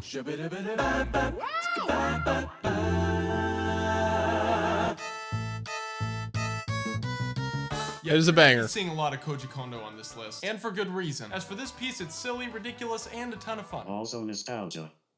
Yeah, yep, that would be a contributing factor. You just admitted you're biased. No, I didn't. Yes, you did. No. Yes. Nintendo 64 back me up on this. Are we serious? Super Mario 64 is the best ever. That's not what I was asking for. Sorry, I wasn't listening. You asked for backup from the one that runs this game. That's not biased at all, no. Okay, fine. GameCube, please back me up on this. Yeah, Melee is the greatest. Sorry, what are we talking about? Just like Koji's other amazing work, simplicity is key. And yet, in a way, this song is kind of complex too. Also, what is this banjo? I love it. It's so stupid. The track is a rendition of the main theme for the game, which has a fantastic melody, as silly as it is. But I mean, come on, we should all agree this is like the best version. Sorry. Right? My opinion is the only valid thing here, right, Mac? Sorry if you guys can hear Asher basically singing in the background. Last Princess Peach window. I think I'm gonna head off. Good seeing everyone. Good to see you. Thank you so much for dropping in Blue Fire. As many of you are probably aware, Super Mario 64 is one of my absolute favorite games. So the music from this game holds a special place in my heart. Someone spell bias for me. B-I-U-C. Right, yeah, so now there's more. This is a good one. You could say this is pretty recent, but I mean, it was in that platinum demo like over a year ago, and then in that other demo before. You know, I've had time to form this opinion, okay? Are we seriously calling this list legit? So Yoko Shimomura is definitely a veteran in this industry, with plenty of other well-known pieces from games such as Asher's a future banjoist. Series. But this might. Are you gonna play banjo? What I've learned is she's very good at waltz music, because even just within Final Fantasy 15, there's No another answer. piece called Starlit Waltz, which is also just absolutely wonderful.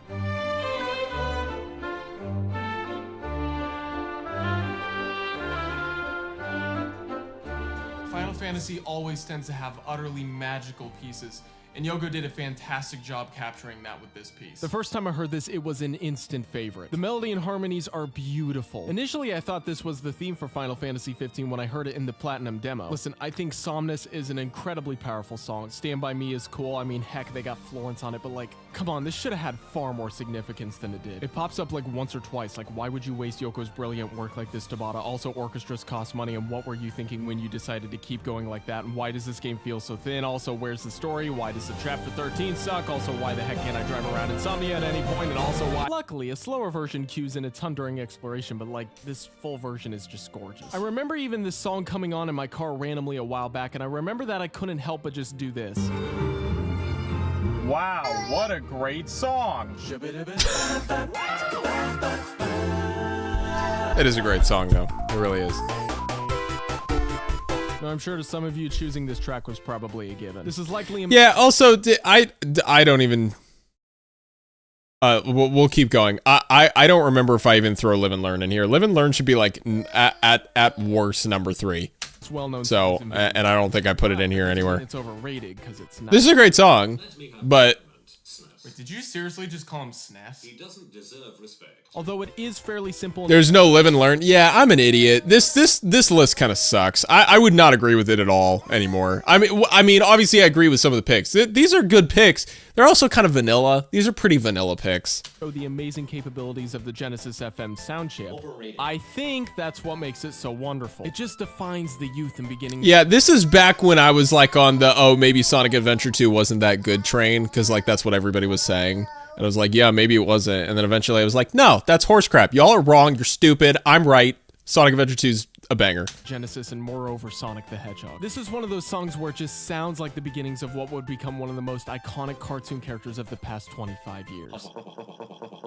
What's so funny? Whoa, when did Dreamcast get here? That's what text-to-speech did when I put in ha ha ha ha ha ha ha. You scared? Hey, I still beat you in sales. Anyway, I just hear this and I think this is where it all began. As for the song itself, it's simple and very effective. The arrangement is actually really nice and helps define exactly what it needs to without ever needing a crowd of chords to help define the progression. The progression is simple and yet almost not. It's not really complex and yet at the same time it kind of is. Also, It is cool. It is cool.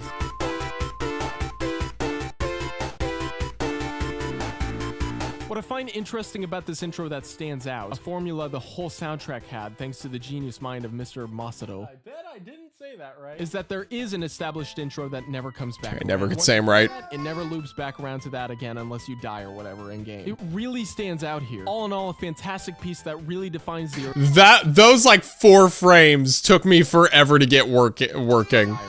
game. It really stands out here. All in all, a fantastic piece that really defines the early days of Sonic and the incredible Sega Genesis.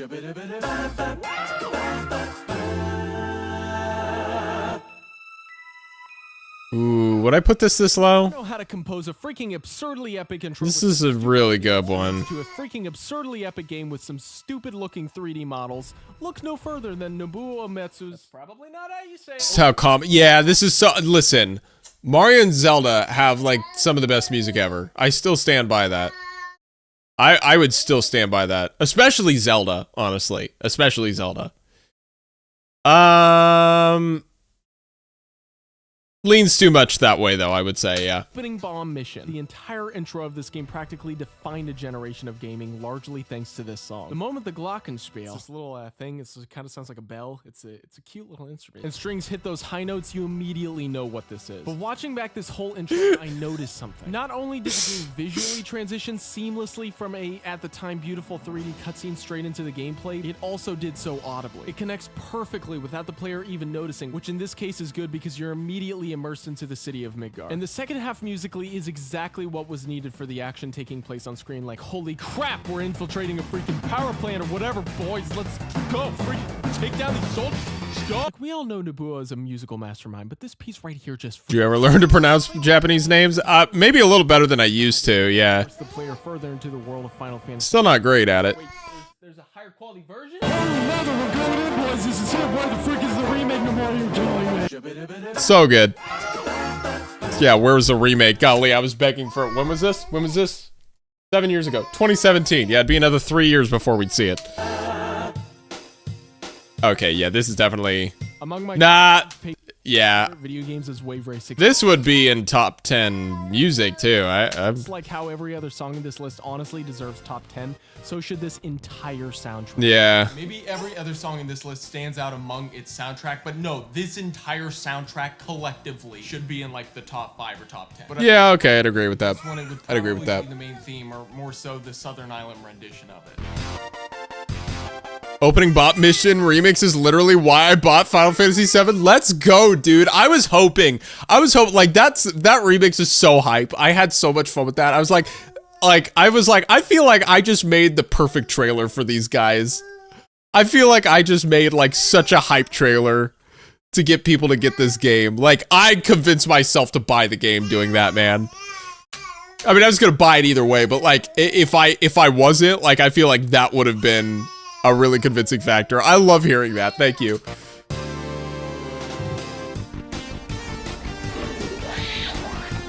Oh yeah, a little bit of a callback there. Fantastic. The melody is among the most memorable video game pieces to me. The chords are so much fun, and I mean, yeah, nostalgia is definitely there. I never pick any of these based off of just nostalgia. Otherwise... You probably do, Garrett. Let's just be honest. But these are all really good. You would have stuff like this in the list. But... Fair point. I mean, seriously. Fair point. Fair point. For 5 minutes and tell me it sucks. Maybe the audio sucks, but the actual songwriting... Have you played Xenoblade yet? When did that? Oh yeah. No, I had not played Xenoblade when I did this video. I don't, as much as I love Xenoblade soundtrack, love it. As much as I love it, I don't know if it would be in top 17 though. You know? I'm actually not sure if it would be though. But amazing soundtrack. Yeah, incredible. Into the composing, it's really good. Like, holy crap, if these aren't brilliant pieces of frick. Where's that game? I need to play it again.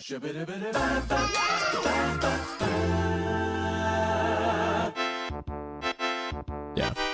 It's gonna happen. Here's yet another piece that was in my top 4 ending themes. Now, I already It's good. I wouldn't put this wouldn't be in the list. This would not be in the list anymore. There's anything I can say about It's a great piece though. It's probably the most satisfying ending theme for any game ever. I would agree. I would agree with that. Yeah, you could see, like, you can see all the level of detail, the slow level of improved detail over every single video that I did. Obviously, there's already been various other things. Like, one of the key things that this video introduces that you can see is, like, the actual handheld looking cam when the consoles talk.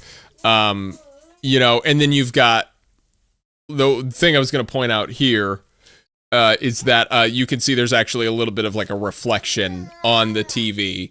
So it doesn't just look like a screen like stamped into a TV. Like it adds a little level of depth, you know? I mean, there's no like reflections or anything, which maybe would have really helped, but just that little bit of like a reflection look does, I think it does help a lot. Like, you beat the game, and if this is all they reward you with, I'm fine. Yeah, Caleb, yeah, same. Ending scenes and music run together is just, it's just so satisfying. Wonderful melodies, harmonies, and fantastic arrangement. I've always disliked when people said best blank ever because I'm like, have you experienced every single blank that's out there? Yeah, no, I wouldn't really agree. Are we gonna get upset now that Mom walked away? No, I would agree with that. I would say, like, even at this point, like, I'm saying, like, oh, the top 17 greatest video game songs ever. Kind of a clickbaity title that I'm using. Because obviously it's my favorite. It's not the best ever. How are you supposed to ever say something's the best ever? You know, it's difficult. So I prefer the wording, this is my favorite ever. And here's why, as opposed to, this is the best ever. This is the best of all time. One and only Koji Kondo. He is the gift that keeps on giving.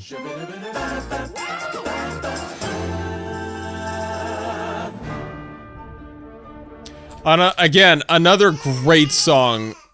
Would not put it on the top. Would not put it on the top 17. Wouldn't be there. Great song though. Who the frick was the genius that played Zelda's theme in reverse and went, oh yeah, that could be the new epic theme for Skyward Sword. It is pretty brilliant though, the way that they've pieced this together, figured it out. You have no clue. Let me just prove to you what I mean.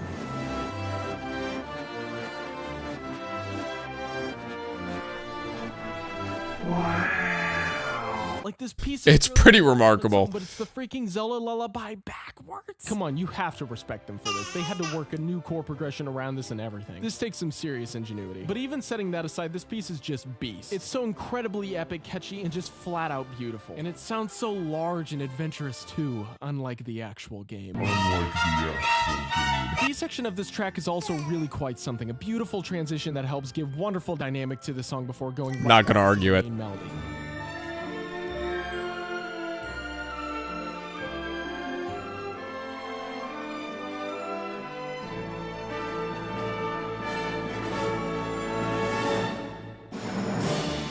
It's pretty great.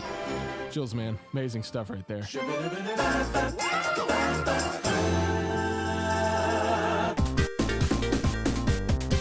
Would I pick this one? If you want to know how to arrange and program, this is a great one. I don't know if this would be my pick though, if I went back now. I don't think this would be my pick from Sonic 3 Knuckles. I would probably I think I might pick like Marble Garden or something.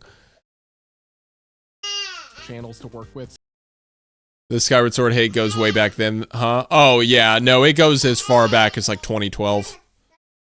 I mean, when I first played it, I wouldn't say I was like, oh, I really don't like it, but I remember kind of finishing and being like, there were cool parts of that game.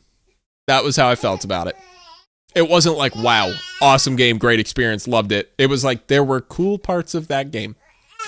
Sonic 3. And it just kind of, the more I thought about it, the more I like, when I tried to revisit it, all of that, I was just like, nope, not a fan. Should be at the top of your also, I keep forgetting, this should be in full screen. Hey, I hear you. Yeah. Hi. Yeah. Right. I know. I know. Can I watch the video? No. Can I watch the video? He's very vocal right now. Soundtracks to study, and these 4 pieces stand out the most to me. Oh my word. Yes, I know. I'm cheating. This isn't gonna be a top 4. Oh yeah, I also mentioned Hydrosity. That's right. I do mention Hydrosity. Hydrosity would be up there too, particularly Act 2. About Sonic 3 and Knuckles is how the second act of each stage is not only quite a bit different visually and gameplay-wise, but the music also changes. Act 1 of Angel Island is definitely more tropical, whereas the second act has the freaking island on fire, and the music as a result is quite a bit more aggressive. The first act of Hydrosity Zone has more of a... I mean, yeah, this is amazing. The second act has a freaking giant wall chasing. Again, I would say the soundtrack, same sentiment as what I said about Wave Race 64. The soundtrack as a whole would be on top 10, no question. Speeds up the tempo and intensifies the whole vibe. With Also, another little attention to detail that I put in that I really like. I gave it a little bit of a fisheye lens on the screen to kind of make it kind of wrap around like it's actually like an old CRT. Yeah. More aggressive sound. But these pieces are also just amazing. Like the programming, the arrangement here, just... Asher just has a lot of opinions on Skyward Sword. Same, bro. Same, bro. Check out this riff right here. It's killer. It's a good riff. Super slick.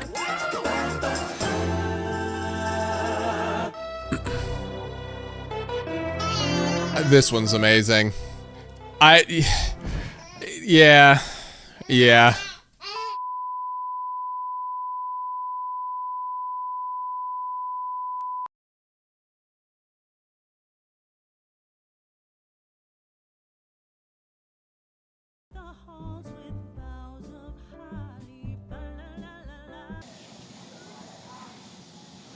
Get the G Willie Chillins in the chat.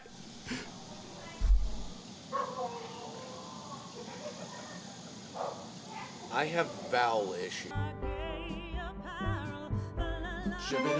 That's the best part of the whole video right there. That's the greatest part of the whole video. Right there. Though the beginning is pretty good too.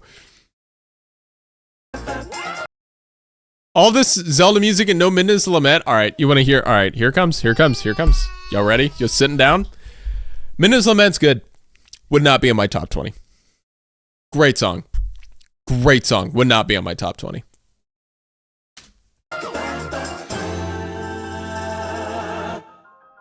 Oh man, but this dude, this is like number 2 at this point. Bro, this whole soundtrack is like top 5 ever.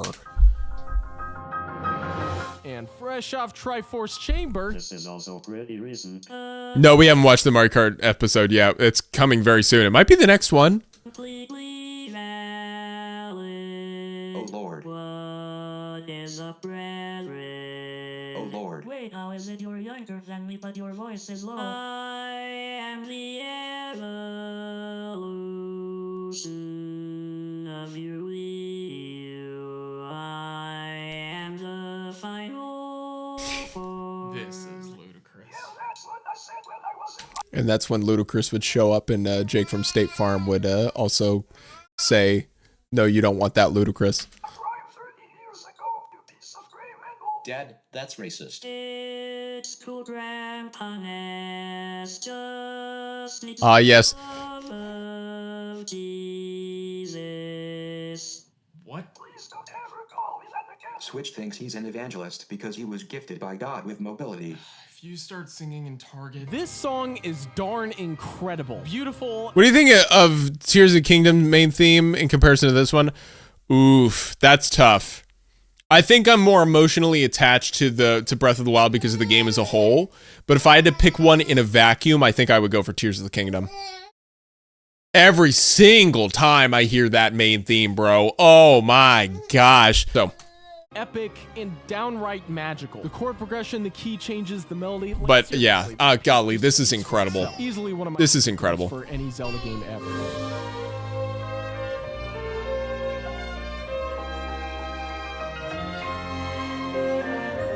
This is a beautiful song.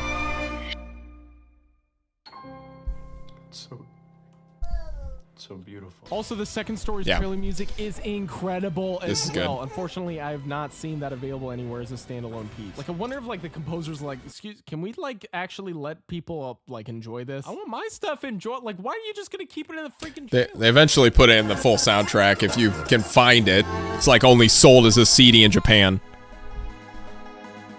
They did put in Smash 2, that's right. One of my all-time favorite themes from both Nobuo and the Final Fantasy series. Terra's theme is truly This is a great song. simplistically This is a great beautiful song. themes. This is an amazing song. I do think I don't know if I say this, but I would say Final Fantasy VI is Uematsu's You know what I'm saying? Ooh, they're having a good time. The arrangement is fantastic, adding to the this might be Uematsu's greatest work, in my opinion. Always feeling necessary. Dear God, I can't write. Always feeling necessary. The B section is really nice too, with its stepping up. I know. I hear you, Asher. Adventure and beauty all mixed in one. All in all, this is absolutely one of my favorite video game themes of all. It's also Nintendo music. Well, that's good. I'm so proud of myself for that. Zelda's Lullaby. Yeah, this would be up there. This would be up there. A lot of these I'm realizing I do agree with.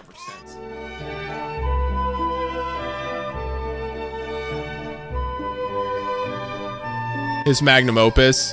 Yeah, I don't know if I said something else weird. Yes, I would say Final Fantasy VI is his magnum opus. That's peak Uematsu.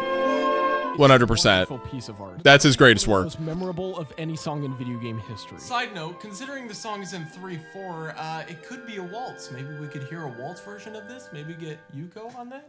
It's truly magic, and I love it. You've been using the term magic and magical a lot. Because that's what these songs are. Magical. Something that gives you an experience. It has a sparkle to it. Beauty. I'm terrible at describing Hair's theme flicked a switch in my head, so thanks, Gart. You're welcome. Are you planning to bring this up every episode? Yes, because it's essentially a self-aware joke, and we're totally not milking it at all. That was a self-aware joke about your self-aware joke. Milking it. Stupid. No, I wouldn't agree. I would put Terra's theme above this. Now here is a truly incredible piece. This is a great great piece, for the record. Great piece, but I would put Terra's theme above this, personally. Question, suspense, serenity, and triumph. All things that take place. Though, at the same time, I'm probably more emotionally attached to this one. It's hard to say. Yeah, I think, again, same deal as the Tears of the Kingdom versus Breath of the Wild. I think in a vacuum, Terra's theme is, I like that one more. But in terms of the emotional, like, just the game as a whole, and just thinking about, like, yeah, I guess maybe I would pick this one above it. Story and adventure of Final Fantasy VII, one of my all-time favorite games. Nobuo's brilliant shine here, not just because it's a brilliant musical piece, but because it tells a story. And at the end of the Random lens flare on the left is a nice touch. It's the sun coming up. It's the sun coming up, Seth. This was always a treat to hear on the world map. I swear, if this is the worst game ever made. Why would they interrupt this music? This is such a horrible idea. And just like other Final Fantasy songs mentioned on this list. Yeah, the interruptions are incredibly annoying. I'm with you.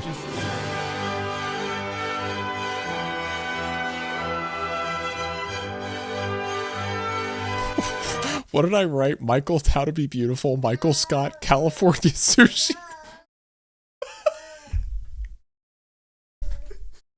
Funny, because random.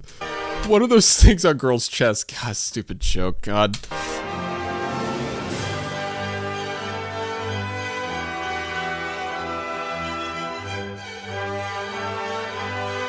That is, and 7 backwards.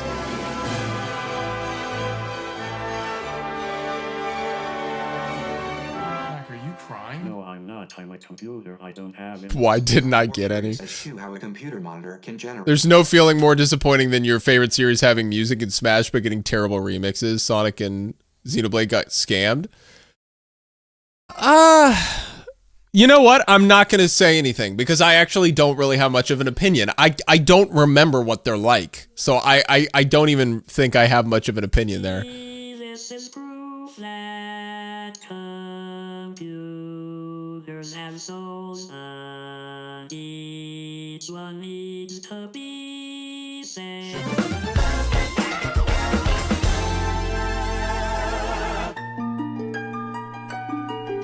Yeah, it's all Zelda and Mario, baby. It's all Zelda and Mario. And you want to know what? Facts. Facts. Zelda especially.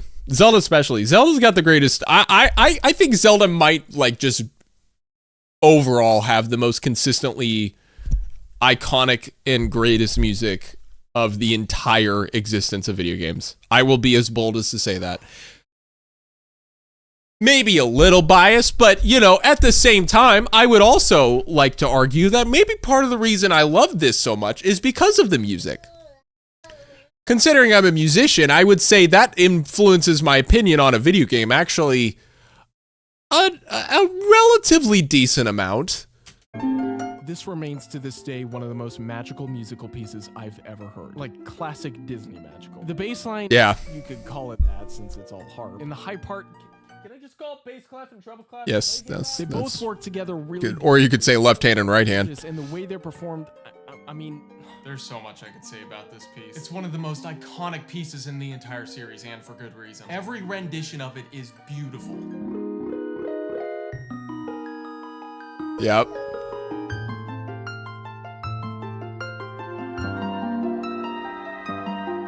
It's the sun. It's the sun, guys. I'm not J.J. Abrams.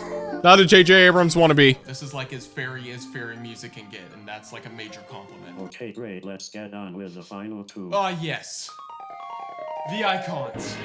The legends.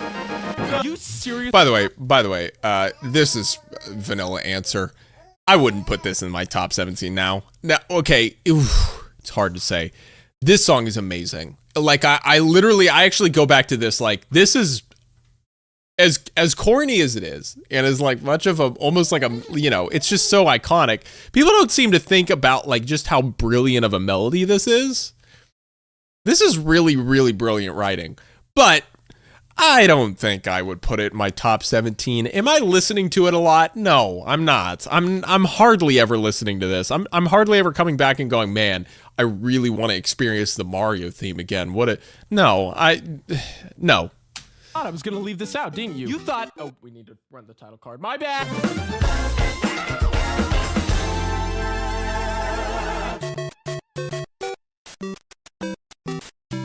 You seriously were hoping I wouldn't be the most cliche freak in history, huh? Truth of the matter is, this song is so... Bro made the lens flare bigger, brighter, called it the sun. Not because it's musically some nutso piece of John Williams' brilliance, but because of its amazing, catchy melody that perfectly fits the vibe of the game. It takes forever to get sick of this song, and it's probably the most iconic video game song in history. Mainly just because just about anybody knows about it, whether they're into video games or not. Almost anyone could sing you this tune. And yet the thing is, this melody is not super simple. And neither is the harmony or the bass. And yeah, that's all they had. 3 notes. That's all you could put on the NES sound chip. That's all it could take. And those 3 notes created one of the most iconic songs of the past 4 decades. It's amazing and I love it, and it's just more proof that Koji Kondo is just like the greatest composer of all time, which leads me to...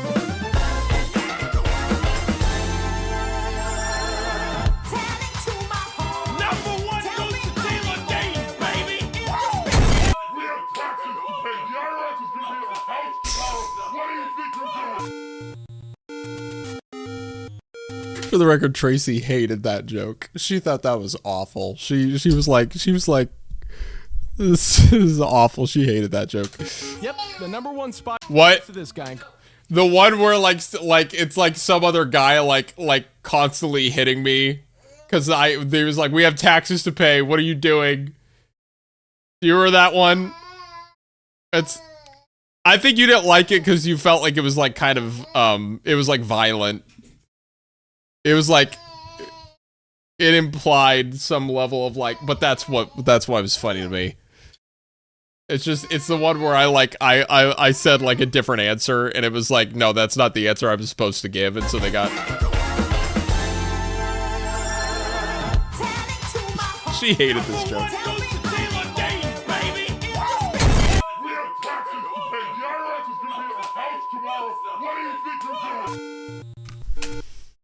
I don't know. Because it's abuse. It gets funnier every time. That is abuse. No, funnier. You know why he likes it? It's from A Christmas Story, where, yeah. Oh, yes. No, okay. I don't even know if that was the intent, but that's totally probably the subconscious where I was thinking. if you guys have seen A Christmas Story, I love that movie. There's a spot where one mom tells the other mom that her kid learned a curse word from this mom she's calling her kid, and the mom loses her mind and runs over and just starts beating the living crap out of her son. And it's all over the phone. All you hear is her just screaming like a maniac and just beating her kid over the phone. I'm sorry, it's one. What did I do? It's one of the funniest parts of that movie to me. That part is funny. Oh, it cracks me up. Yeah, I think that's probably subconsciously where I don't think that was intentional, but that's totally where it came from.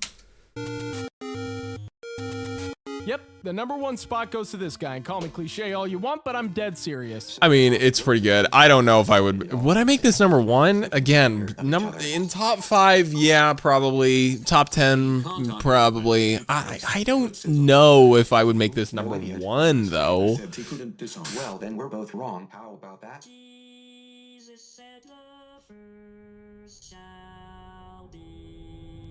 Yeah, he did write this one in like a day. It was the stupid. It was the polar opposite of Mario. I'm pretty sure the Mario one was like he worked on that one for months, and the Zelda one was in a day. And in my opinion, I think the one that he worked on in a day is probably his greatest work. Was not easy. In fact, again, number 25. You know what? Let's do an honorable mentions of 18 to 25. Whoa, that was so pretty. Yeah, this is a good one. Number 25, no, though. It would not be number 25. No, I went to 17, but these are honorable mentions, but they're actually numbered, so it's just literally a top 25. It's just I only focus on the top 17. More Super Mario Kart. It's okay. Hold on. Yeah, no, Super Mario Kart, no. Oh, well, the Rainbow Road from Super Mario Kart. That's a good one. Again, not number 24. I love Super Mario Kart. What a great song. Wow, more Super Mario Kart. It's okay. No, Mario Kart, no. I'm sorry about that. I was just...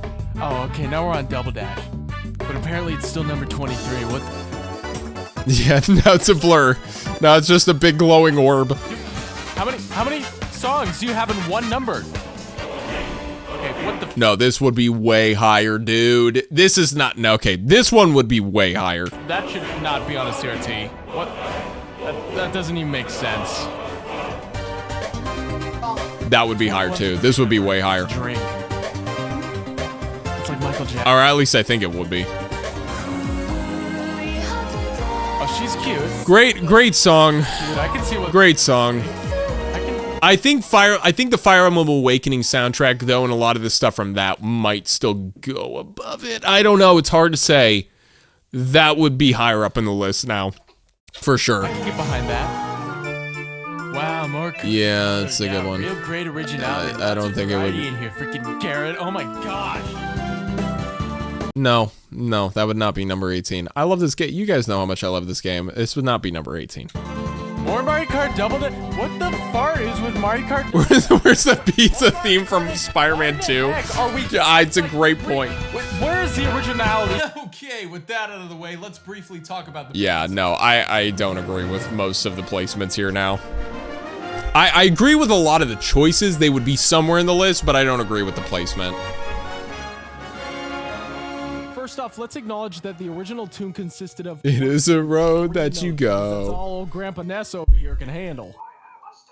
Secondly, this piece uses something I absolutely love, which we call modal mixture. Now, Mario's theme also uses this as well. Where's the title screen theme from Buck Bumble, Garrett? I forgot about that one, man.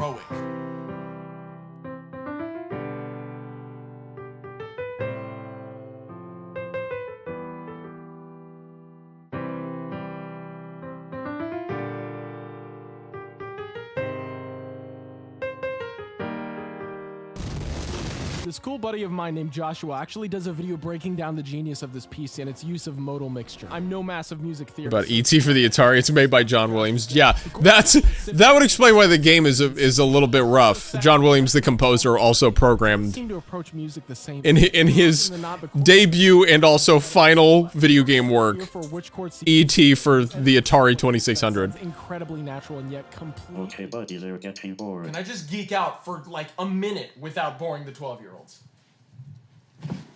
Hey, look who it is.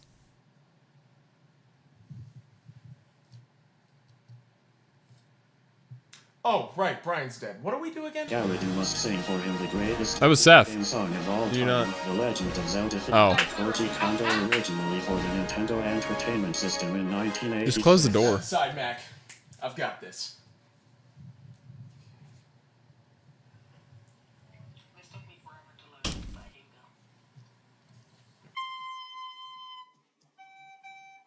That's right. I just found this, guys. I just found this video. There wasn't like there were a lot of views on it or anything. I just found it.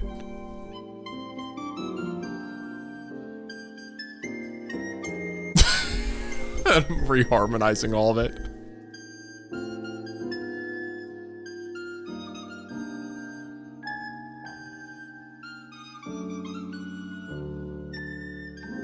Oh yeah, all the beautiful.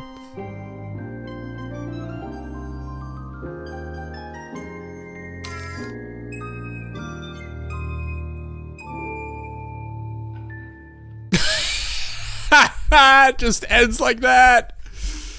Oh, so good. Absolute cinema.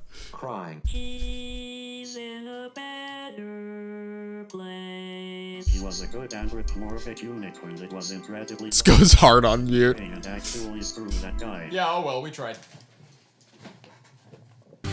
Brian! Might be a little zoomed in. You're alive!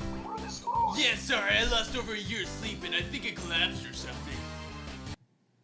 Wait. You have got to be kidding. Oh, hey guys, I was listening to this sweet track. Wanted to share with you guys. No, Brian, don't do that. No, don't do that, Brian. Brian!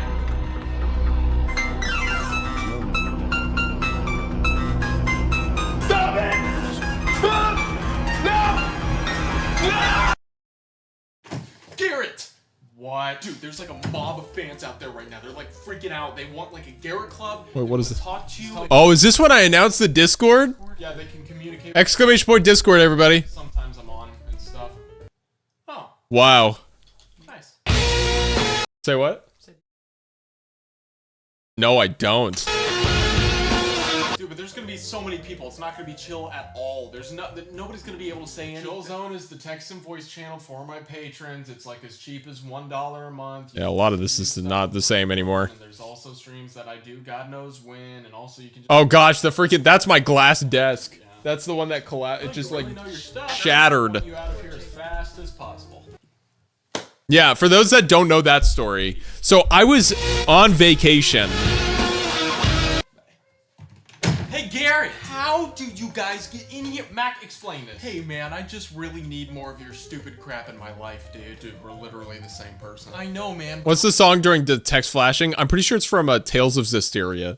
I think it might be like the main theme. Behavior's just begging to know where else I can find myself on the internet. Instagram and Twitter, now get out. Yeah, man.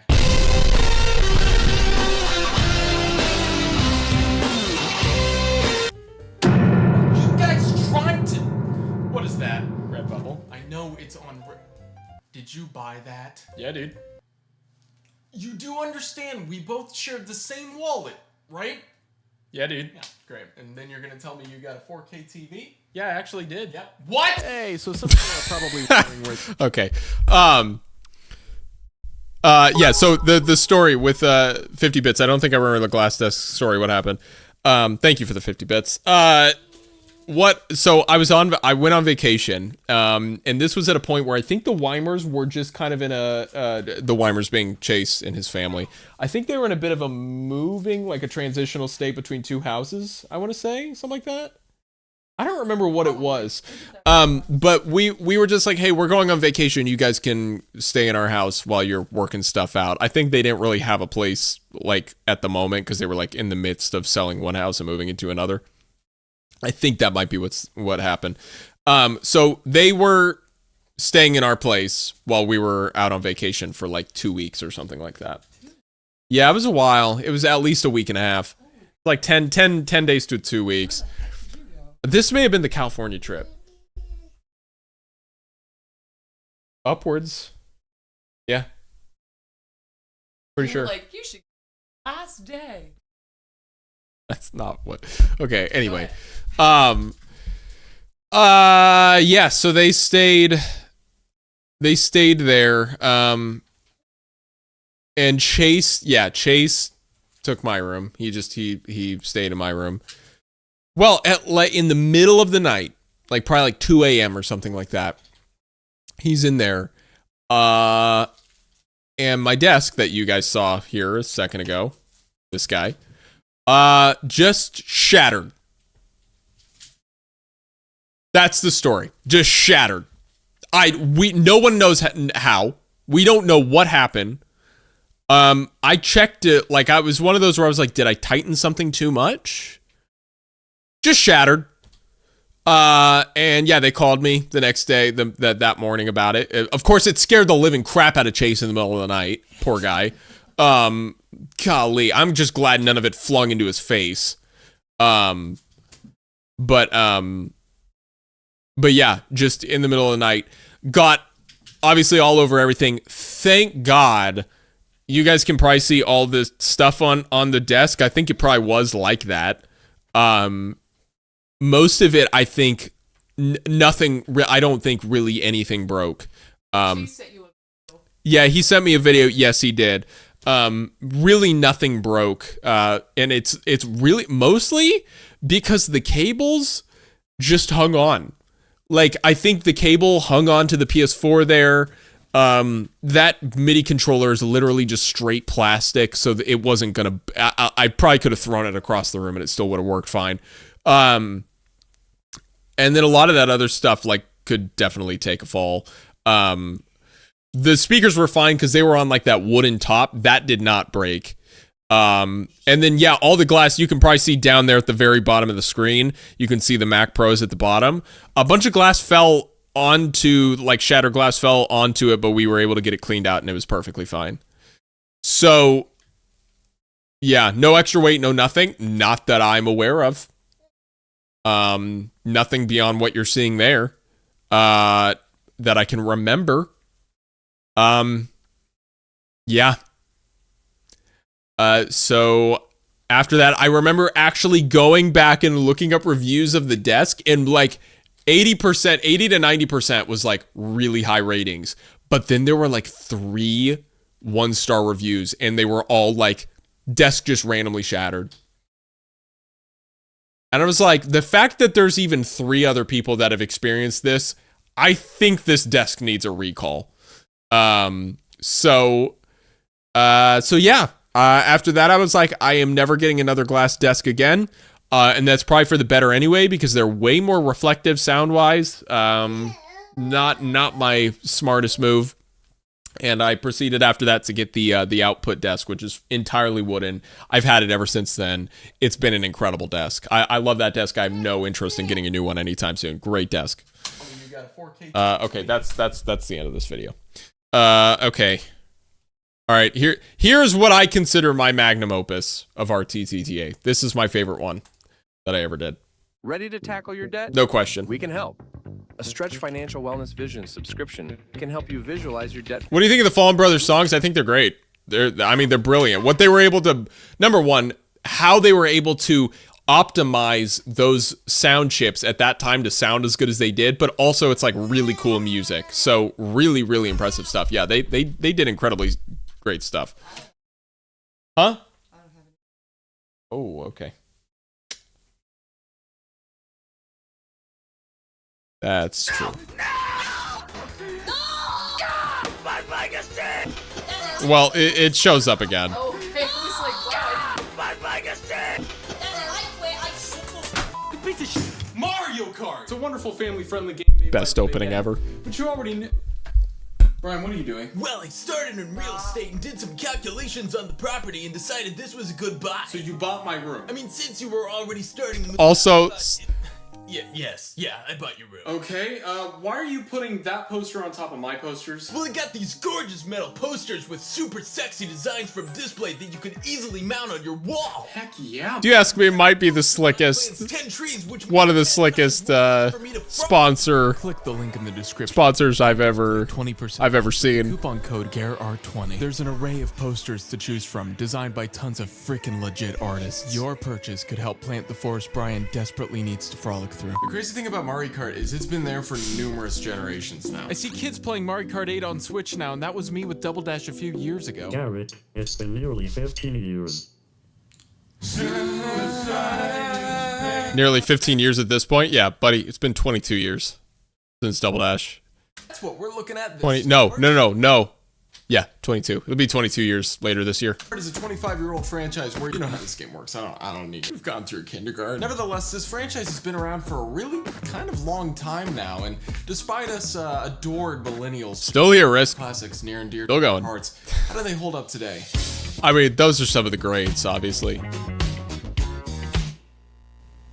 This time around, we're actually looking at numerous games from the series, and we're going to see how each has held up compared to each other. The games are going to range all the way back from the first one, Super Mario Kart, to the Wii installment, Mario Kart Wii. Do you still have any of those posters? Yes, I'm pretty It's 10 sure. years old. You say, so am I. Dan Schneider says, hey kid, you want to be on my show? Hey, why aren't the handheld games That's one of my favorite jokes. included in this? Because I never own handhelds and they're not as important to me.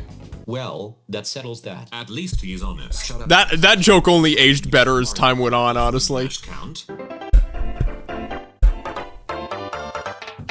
So let's start off with the classic, the legendary. It's aged as well as Mark Hamill had. Super Mario Kart. Taking full advantage of the Super Nintendo's Mode 7, a feature Nintendo boasted to compete with Genesis's rad blast processing. It's a load of crap. It's not actually a thing. Super Mario Kart was the first of its kind with gameplay features including a lack of any law enforcement, resulting in homicide, speeding, or literally just defying gravity. There were 4 cups with 5 tracks each, and most courses were unique and different, ranging in difficulty and hazard. Some even featured roadkill. Mark Hamill. It was backwards. This is for mowing down my sister Sharon, and this one's for hospitalizing Jared. But what is a racing game without the ability to experience burning rage in reality? Moment here. How you want to kill your sister in real life. You'll be playing battle mode IRL before you even get to the battle mode in the game. So this was all fun and crazy stuff back in 1992, but how do we feel about this game now? Yeah. G Willie Rage in chat. It's a new way I like to be.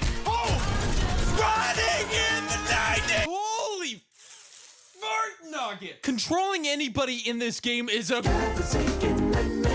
It's like hydroplaning for eternity. So drifting throws me off. Maybe if I just do a normal Nope. That's worse. That's worse. It makes it worse. That's worse. Few stages actually feel designed for the kart physics. The best stage I can think of that actually agrees with the karts in any capacity is Mario Circuit at the end of Flower Cup. In fact, Oh yeah, definitely Bill so Words. ridiculous that I still have yet to Totally. play Special Cup. And I've seen this game's Rainbow Road. I want no part in that unicorn calamity. Also, what is this garbage? So the AI have the luxury of unique items that actually ruin my ability to win, and I get none of that?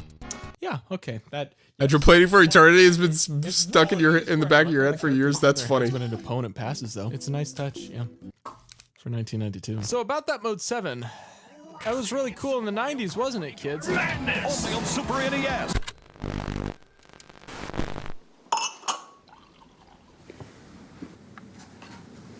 I think this is 7 years old. Mario Kart 8 is still the newest one.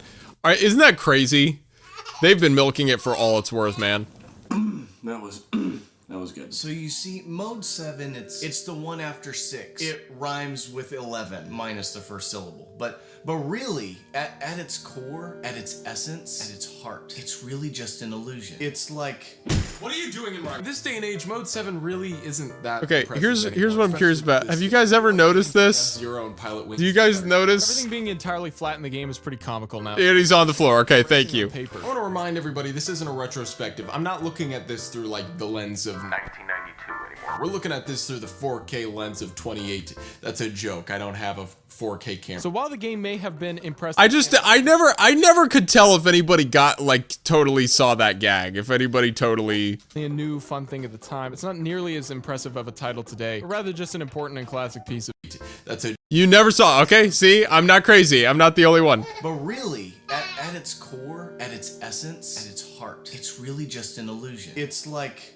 What are you doing in Ryan? This day and age, Mode 7 really Yeah. isn't that impressive. Yeah, it's because it's subtle. Like It's games like F-Zero and Pilot Wings did a better job. Everything being entirely flat in the game is pretty comical nowadays. It just feels like you're racing on paper. I want to remind everybody, this isn't a retrospective. I'm not looking at this through, like, the lens of 1992 anymore. We're looking at this through the 4K lens of 2018. That's a joke. I don't have a 4K camera. So while the game may have been impressive and certainly a new fun thing at the time, it's not nearly as impressive of a title today, but rather just an important and classic piece of video game history.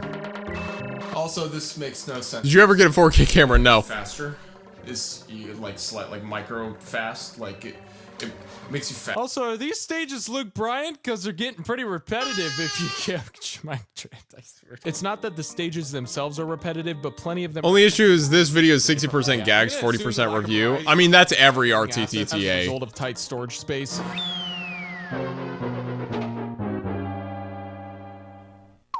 That I would say is that's kind of what you're getting when you watch this series is 60% garbage gags and 40% crappy review. No.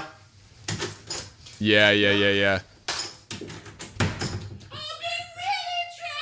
So yeah, if you suck at the game, you'll never see the next. I will say the walking away gag. Luckily, I don't feel like I did it that much at this point. Like, I don't feel like I was doing it that much with the main channel stuff, but that was a very, very lazy gag. That was a very cop-out kind of gag. It's stupid. Place 4th or higher to make it to the next round, so have fun! So what about the classic, world-renowned... That one worked well in that context. It's fine. Picopixels, you can't see a darn thing. I can't handle all this abuse. You call this abuse? Try handling a Sega CD and a 32X and a crumbling empire all at the same time. The most loved will be the most punished. Luke Bryan gag was gold. Yeah. Sorry, that doesn't work with this. Good one.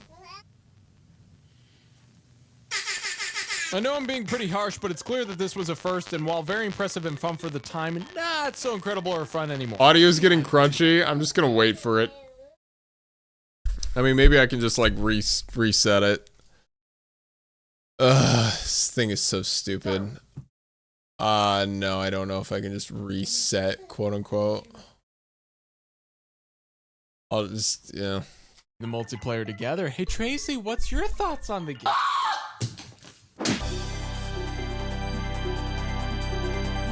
So 1997 rolls around. Toy Story's released, the 5th generation of gaming is born, and 3D is taking over. Let's get those G Willie Rees in the chat. Thank you, Joe Pesky. You are the gift that keeps on giving, buddy. With 3D now possible with the Nintendo 64, Mario Kart makes its return with Mario Kart 64, which is truly really a brilliant name if you really think about it, you know, alongside other ingenious titles. Yeah, okay, yeah, so I guess the thing about that whole scene is I remember I told you what to do and you still, like, freaked me out when you did. Like, you went all in on that little gag. I was just like, I think, like, originally it was just like you were just gonna hit Brian. Maybe I'm remembering this wrong, but I want to say remember, like, you were just gonna hit Brian, but then it was just like, well, I'm right here. Why don't you just, like, push my head down and hit him? And you went, like, all in. Like, I think my neck hurt after that one. That was, like, straight whiplash. The way you did that. That was really like, that it was pretty rough.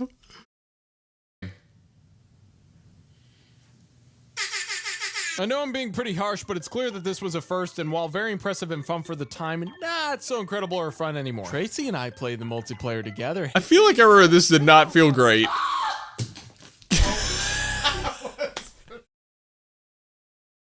She just went for it, but I just knew, I was like, well, okay, that'll look great on the camera. That's for Ding Dang sure, and it sure did. That's like, that was the perfect take. I don't know how you Or fun anymore. Tracy and I played the multiplayer together. Hey, Tracy, what's your thoughts on the game? It's funny. That's actually a different take. So the one from the very beginning of the video is a different take. So we have two or three different takes of you in the same video, just getting Matt screaming and slapping Brian. Oh, that's true. That was a different scream. I don't.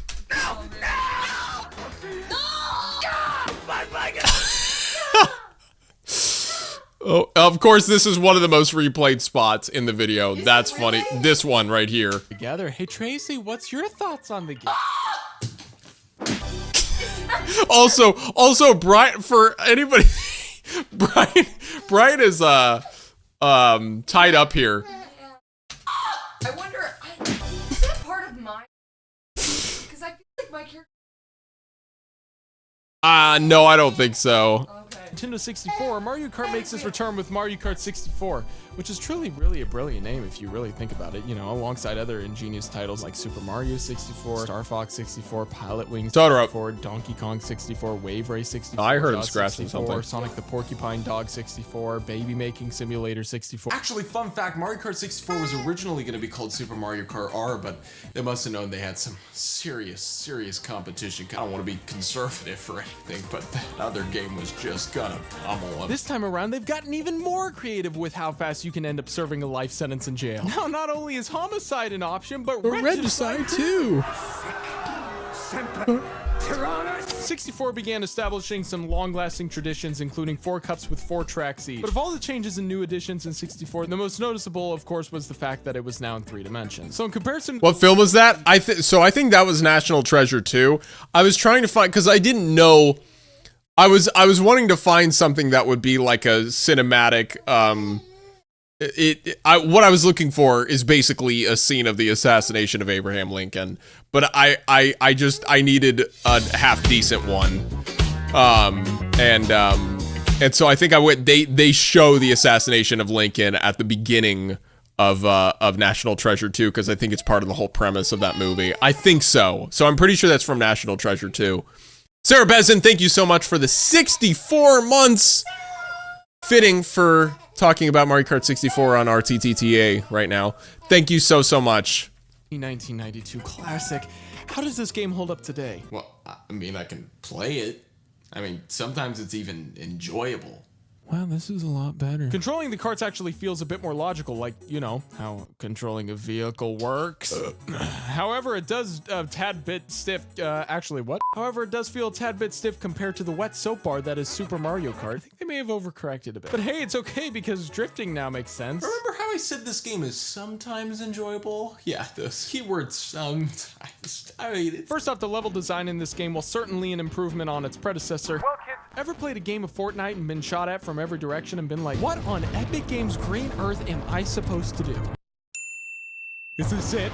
Is Jesus taking me home? Remember Rainbow Road? The time shown here is not 3, not 2, but 1 lap of your favorite acid trip. Almost as long So funny calling it old school Fortnite, but yeah, that's what it is. It's crazy. I mean, 4th's okay. Okay, that's looking like a solid 6. You know, anything's possible. I could catch right back up. That haircut, yeah. But hey, that was a specific haircut for this specific driving into a video. Field. Why is this so bad? Ladies and gentlemen, I have steered off the main road and am being punished for by an imperceptible entity arbitrarily throwing rocks at me. Stop! What's going on? What's going on? Rainbow Road has also been established as the ultimate most difficult course in the game with Super Mario Kart, so you'd imagine they'd take that up a notch with 3D. Imagine telling this Garrett you would work on Fortnite in the future. I know, it's kind of crazy, ain't it, P-Sona? Now, in order to get a boost start, you have to hold down the A button halfway between 2 and 1, but it doesn't matter because you just end up hitting someone This in is front kind of of you. annoying. This may be shocking to you, but that guy's actually an undercover banana. Okay, chillax homie. How about focus on the gameplay, home slice? You're talking like that and you're a Nintendo game system. That would be correct, Captain Oblivious. It's obvious. Huh? It's Captain Obvious, and you're oblivious. His brain is running about as slow as this game does. It's maybe the most useful input you've ever had. Drops for a high-speed racing game?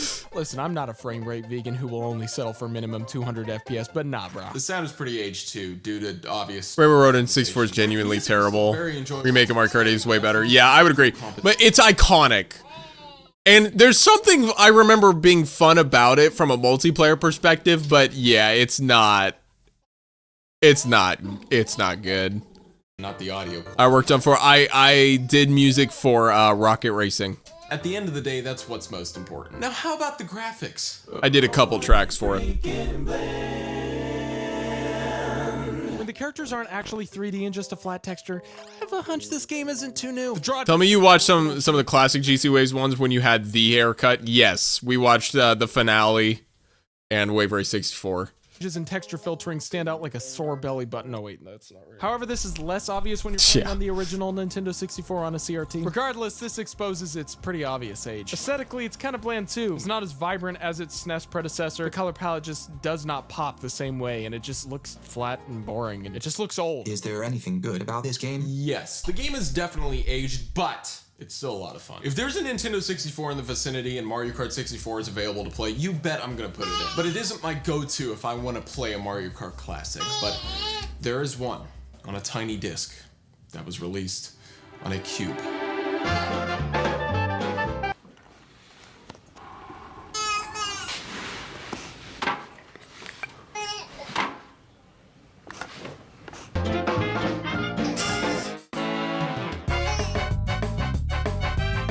It's the mid-early 2000s. Timberlake is trying to justify getting Janet naked by the end of the song, and Britney Spears is pretty toxic about it. Beyonce's crazy in love with a middle-aged man, and Norah Jones doesn't know why. And if you're 14 or younger, you probably have no clue what I'm talking about. But besides some pretty rad top 40 hits going on, there was also some pretty rad gaming going on. What's that old-timey sounding transition music? Oh, it was probably something from I think it was something from Apple, like from the iMovie, from the iLife stuff. I think. If not that, it was probably YouTube music, like YouTube royalty-free music. Old idiot familiar with the PS2 and was blown away by the concept of online gaming when seeing my friends' big bros playing Halo 2 on Xbox. You stink, Dark Master. My grandma drives faster than you.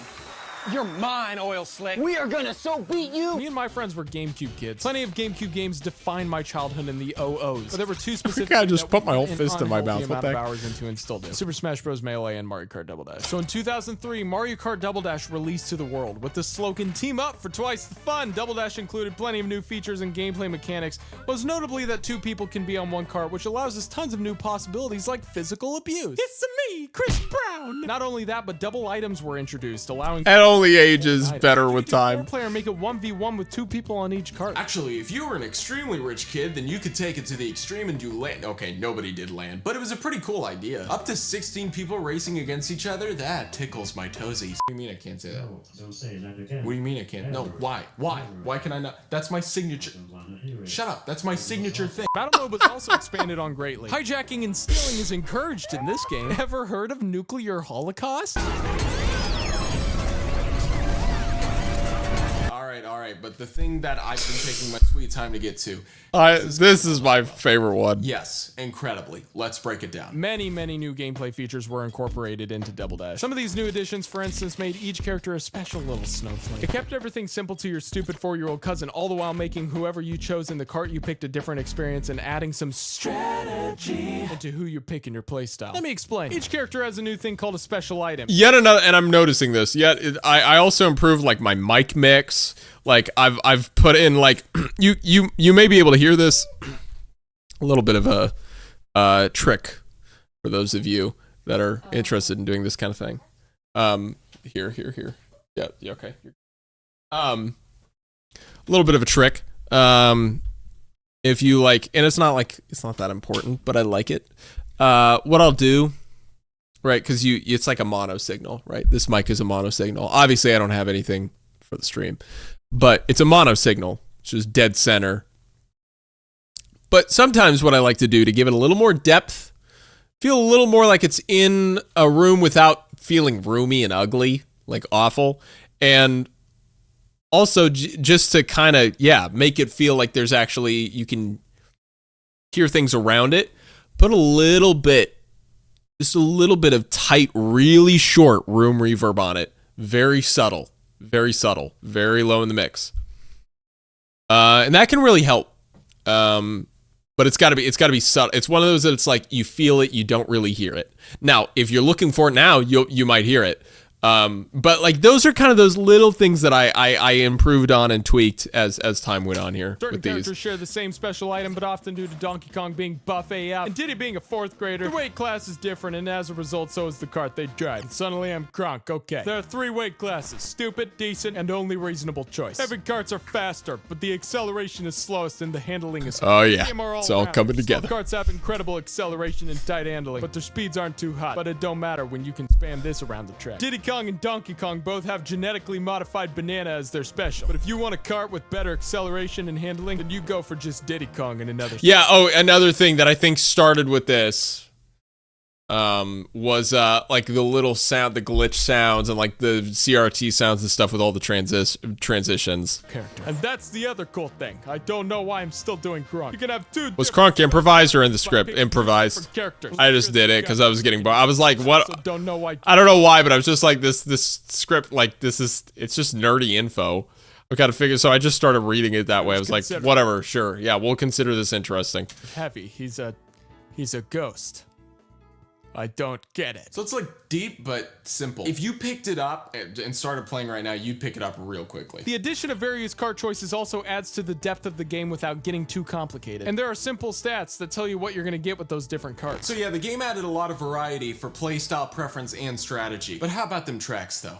They suck.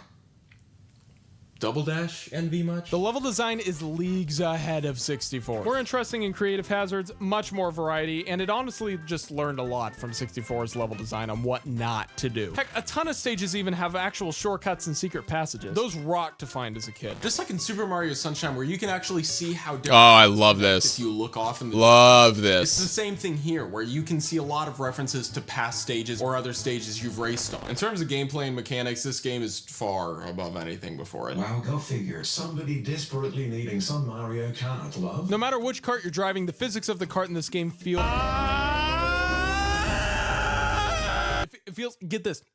It feels like you're actually driving a cart. Drifting in this game is way better than its predecessors. Rubber band AI is improved. Yep. Items are far more balanced. Shell physics make them... Like, there's not much I would add to this. I still share the same sentiments. But it's not like this garbage. And this game just feels way more legit. How's it for Heartbreak? Please end me and my misery. Jesus loves you, Nintendo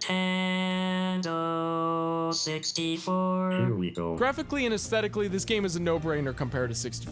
In fact, Double Dash is still one of the nicest looking games for the GameCube today. It's held up very well, and it's still good looking, just like Jennifer Aniston or Angelina Jolie. So he broke up with Brad Paisley? You mean Brad Pitt? Yeah, that's what I said. Everything is nice and vibrant. There's actually really great effects throughout, Stupid like heat jokes. waves in the desert. For So instance. dumb. The lighting is nice. I mean, there's even lens distortion. I like the way the consoles sound echoey, like they're actually in the room. Yeah. So whenever it was one of those where like the intent was that like you could hear them having a conversation in the background, like the whole idea, right, is that it like just kind of sounds like they've just added in a quip while I'm on the mic, right? So it's like they're not actually mic'd up, they're not ready for their scene.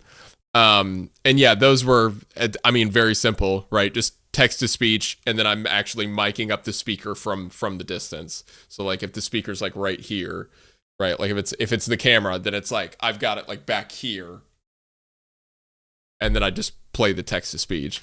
Going on. Everything looks smooth and clear and crisp. And about the music, whatever horn samples they use, while comical, they still sound...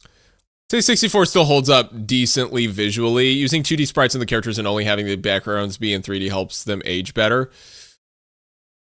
I don't know. I would say the sprites actually make it look more dated to me. 64, if you ask me, is a pretty darn ugly game. Like, I think Diddy Kong Racing looks better. And that's like fully 3D models. Crash Bandicoot Racing looks better. Mario Kart 64, if you ask me, is a pretty darn ugly game. Sound pretty darn good today. It's still fun to listen to. I mean, there's a possible chance I jammed this in my car sometimes. Yeah, this old Kia. I think you guys know the story of the ultimate fate of this thing. I went to go pick up my dad for, I would have driven this. I mean, I did essentially drive it into the ground, but I would have driven it way beyond what happened to it. Honestly, this is a good. Honestly, guys, the older Kias. This is gonna be funny to say. I think they might be built better than the newer ones. This thing, maybe it was a bunch of cheap plastic, bro. It held up. It held up, dude. Yeah. So what happened was I went like late at night. Went to go pick up my dad from the airport. Was driving back. I don't even know. It was so fast that I'm just gonna go ahead and guess that it was a coyote. Don't even know. Could have been it looked about the size of a coyote. But it was one of those where we were all on the interstate, right? And it's like, it's a good distance between everybody. Because it's like, it's not thick traffic at this point. It's late at night. It's like 10 p.m. Maybe even 11. You know, I mean, my headlights, everything was working fine. I'm going 80 miles per hour, I'd say. So, okay, maybe I'm speeding a little bit. But everybody's going about that speed. You know, the general rule of thumb is whatever the speed is, general average speed is, you try and match that. And this coyote, I mean, comes running out. Again, I'm saying it's a coyote. It was way too fast for me to even know. Comes running out right as I'm coming up on it. I mean, it decided and by the way, like I said, not thick traffic. It had plenty of points, plenty of time to run across the road. Tons of time. It decided to run out. Maybe it wanted to. Maybe it was over it and had enough. But he decided to run out right as soon as I approached at 80 miles per hour, and bam. I was able. The car survived enough for me to be able to get it home. We were able to get it to the house. I parked it, and that is it. That was the end of it. It got totaled. It really sucks because I really would have kept driving this car. But yeah. It's too bad. And my dad is my witness. You know, if he was here, he could tell you.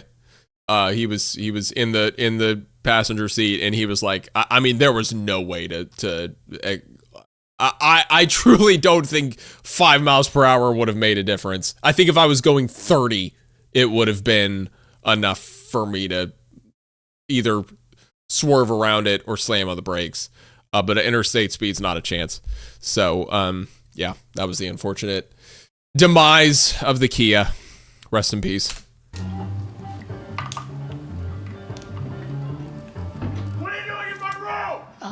We should probably get out. So in conclusion, Buddy, I'm pretty sure they know how you feel about this one. This game is god tier. Stop, Garrett. He can only take so much of my poundage. GameCube is 2018 and you are still using that word. In my opinion, honestly, this game might feel the most polished of any Mario Kart. Texture filtering is super hard to notice. There's no notice until Mario Kart 8. I would also agree with this. Non-existent. But I know that we're not talking about Mario Kart 8 in this game, so incredibly smooth, visual, appealing, immersive, and most importantly, fun gameplay experience. It just feels like a breath of fresh air after being stuck in that party full of 30-somethings who won't let go of the past and keep smoking. Right here, you know. Shut up, you're done. In conclusion, Double Dash has just held up far better than its predecessors. Mario Kart 8 is 11 years old. I know, that's not right. That's not right. Surroundings and a new addition to the family. It's not right. Later, It's held up very well. Elementary graduate butt was the little fish in the big pond again. I was with the big boys. The middle schoolers. And being a fresh tween junior hire, I was required to do something very intense to prove my worth as I had to do the science fair. The big yellow one is the stop. The one in the middle is the one. You know, Brian Regan. After doing some extensive Google research, I had a game plan. A literal game plan. I was gonna do a study on distracted driving and how using your phone on the road. It's as old now as Double Dash was then. That is crazy. That's how little technology has improved, guys. That like it was like this, and as time went on, it just like, sure, the tech is better than it was 11 years ago, but not that much better, you know? But Mario Kart Double Dash versus Mario Kart 8, I mean, it's a world of a difference. That's crazy. More dangerous driver. Of course, me and my friends weren't exactly the age to drive, so what did we use? Mario Kart Wii. Suddenly, the science fair was the best part of my school year because I had a new laptop to Crazy. Chase and I did for the experiment with good old iMovie, and freaking Mario Kart Wii as the primary device used for the experiment. End result? I got second place to a person whose father was a judge, so... True story. So Mario Kart Wii was undoubtedly a large part of my middle school years. When my cousin Chase got the game brand new in 2008 and I played it, I was both frustrated and intrigued by the Wii wheel concept, which in some ways made I love that I was able to find this footage. We all fell for it, okay? The Wii as a whole was a very captivating and jaw-dropping Yeah, not rigged at all. First few years. And Mario Kart Wii at the time was an extension of this feeling. Father-daughter bias. Gaming was a thing for a long time, but now I can play Mario Kart with my friends a few blocks down the street. Mario Kart Yeah, it was rough. My first real online gaming experience, and it was fantastic. I put countless hours into this game, and it's on. Always a nunchuck user. Yeah, I mean, I definitely became a nunchuck user. Wasting 5 minutes talking about what it's like to be I gave up on the wheel pretty. I committed to it for a while, and then I ended up committing like. Dude, have you ever heard of? I ended up being like, the nunchuck is just better. It's better to turn it that way. Natalia. People always joke about this. They're like, wow. We sure would love that if you'll have us. People always, they're like, wow, that's crazy that they inserted the ad there. Yeah, it's intentional. You can set that up. So that's what I did. I put in a manual ad right there. So what's new this time around? Bikes. You can do tricks. Oh, also you can race on courses from older games. There you go. That's all. You want more? No, that's it. That's all. That's on. The game also added in new items and characters, all of which I personally think are pointless and actually worsen the gameplay. And yes, I just said that. Who's gonna get zapped? Oh no, who's gonna... Oh, it's me! It's a great item! The addition of pulling up tricks as simple as they are is actually a lot of fun, though. It makes the gameplay feel a bit more exhilarating, and there's something kind of satisfying about it. Yeah, get a load of this, Shaun White. Battle mode is a little... What's the music playing in the background? It was like a remix of the Wii Shop music. I don't remember the name of it. I'm so sorry. Terrible to Double Dash. I don't really like the artist. Now you can do this! It's the reason why Wii's new items never came back. Yeah, they fun, weren't. They weren't great. Online matches. The stages and mode was built around a full 12 players in a game, and while I prefer the local 4-player more, 12 players, especially online, is pretty entertaining. But a lot of the hilarious, chaotic potential with 12 players on a battle map was lost, unfortunately, and they wouldn't really get it right for another 9 years. Controlling karts and bikes is solid, though certainly simplified compared to the pro gamer tech of Double Dash. Bikes added some variety that keeps the game interesting now, though it clearly has an advantage over karts that kind of makes them the only viable option, making for an unbalanced game. And your stupid little go-kart do this? No. Get fourth place, you fourth placer. Graphically, what the heck happened here? This game is a little hot rod reference. Downgrade from Double Dash. It's probably the most underwhelming upgrade of any successor in the series. Somehow the game manages to look more fuzzy, look overexposed, overuse the bloom effect, which I just cannot stand, be less saturated, and overall just look more washed out. You know what's funny, and you can hear this with various ones. You can hear because the thing is, this is edited down to like 30 minutes, right? I mean, I was recording for like at least an hour, not like an hour and a half, 2 hours of voiceover stuff. You can hear my voice starting to get tired over the course of all these videos. It starts to, you can hear it getting tired. In its home console predecessor. Double Dash was already pretty clean and crisp sounding, and it's held up well. But Mario Kart Wii also sounds great, with the overall mix and master of the game audio and music being an improvement. And in terms of the music, it's still rockin' 10 years later. Very fun, memorable, incredibly programmed and arranged tunes that I still easily enjoy to this day. And let's not forget Mario Kart Wii's online gameplay. This is such a fun part of the... Yep.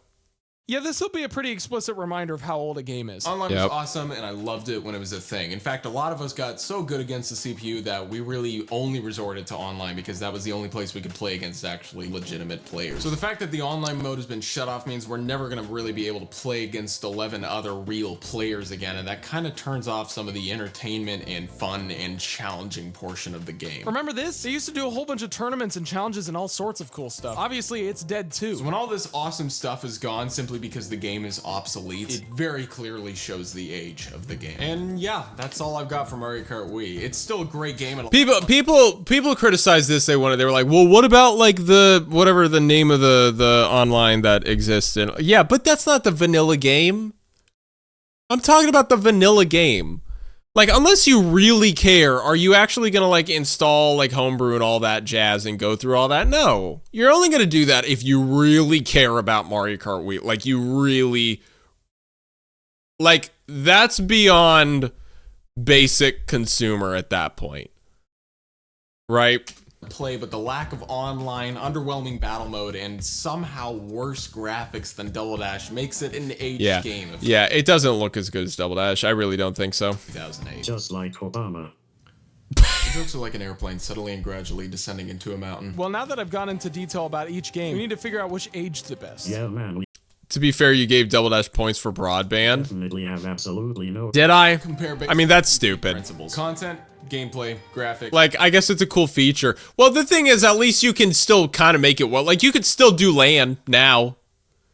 It would be incredibly expensive, and nobody's gonna do it, but you could, you know. But yeah, then I guess at the same point, well, you could also go out of your way to freaking do online on the Wii. So yeah, I get it. Design. Yeah, the bloom of the Wii is bad. Super Mario Kart and Mario Kart 64 are automatically out on this one. Mario Kart Wii has the most cups due to being the first home console installment to include retro cups. On the other hand, Mario Kart Double Dash has more battle modes that are also more... Spoonser Man! 2 months, thank you so much. Really, really appreciate it. Thank you. Welcome back to Kingdom Hearts. Mario Kart Wii has more battle stages than Thank you. Mario Kart 8 Deluxe does. You need to step it up. You're just not. Counterpoint, Double Dash never had online, so if you don't have someone to play with, you've only got the CPU, while we at some point at least let you play with real people. I mean, sure. Yeah. And I mean, the online was awesome. But like, at this point, now they're both just CPU. You know, like the vanilla game, they're both, you just play with CPU. So if we're going to look at that, Double Dash honestly is more enjoyable. Like, I even think the rubber band in Mario Kart Wii is worse. Maybe it isn't, but it feels worse. Step it up. It's not okay. Not going the whole 9 yards. We're just not going. Step it up. Mario Kart Wii Edition. Yeah, that's exactly how I disciplined my 3-month-old. Yes. Only had the most vehicle and character options. So while in some cases Double Dash may have had the upper hand in content, overall Mario Kart Wii reasonably has the most and takes the W here. Compared to the newest installment, it's no question that Super Mario Kart and Mario Kart 64 freaking suck. Did we actually end up winning anything here? Don't count on it. The handling of vehicles and their physics are far better now than they were 20 years ago. Double Dash and... Will this VOD be uploaded anywhere? Yeah, it'll probably be uploaded to the YouTube channel in a few weeks. I don't even know why I'm including Super Mario Kart or Mario Kart 64 anymore. Actually, to be fair, there's still a charm to Super Mario Kart since it's 2D and pixel art, essentially. But everything looking like paper doesn't really help it out. Mario Kart 64, well... Double Funny reference. Dash, on the other hand, it's got the Woz put it, just like how... So that right there, ladies and gentlemen, I think is how all the Scott the Woz stuff, collaborations even happened in the first place. Let me just let myself say the thing I was gonna say. Double Dash, on the other hand, it's got the Woz put it. Just like how the SNES was kind of the perfection of 2D coming out of the NES days, the GameCube was kind of the perfection of 3D coming out of the Nintendo 64 days. Double Dash, which is, I would agree with that. It's a great point that he makes. So yeah, I quoted him because I was like, I'm gonna attribute that to Scott. Also because I loved his stuff. At this point, he was maybe at like 300,000 or 400,000 subscribers, maybe. He was still kind of coming up. At this point, maybe he had a little more than that, but it was around there. I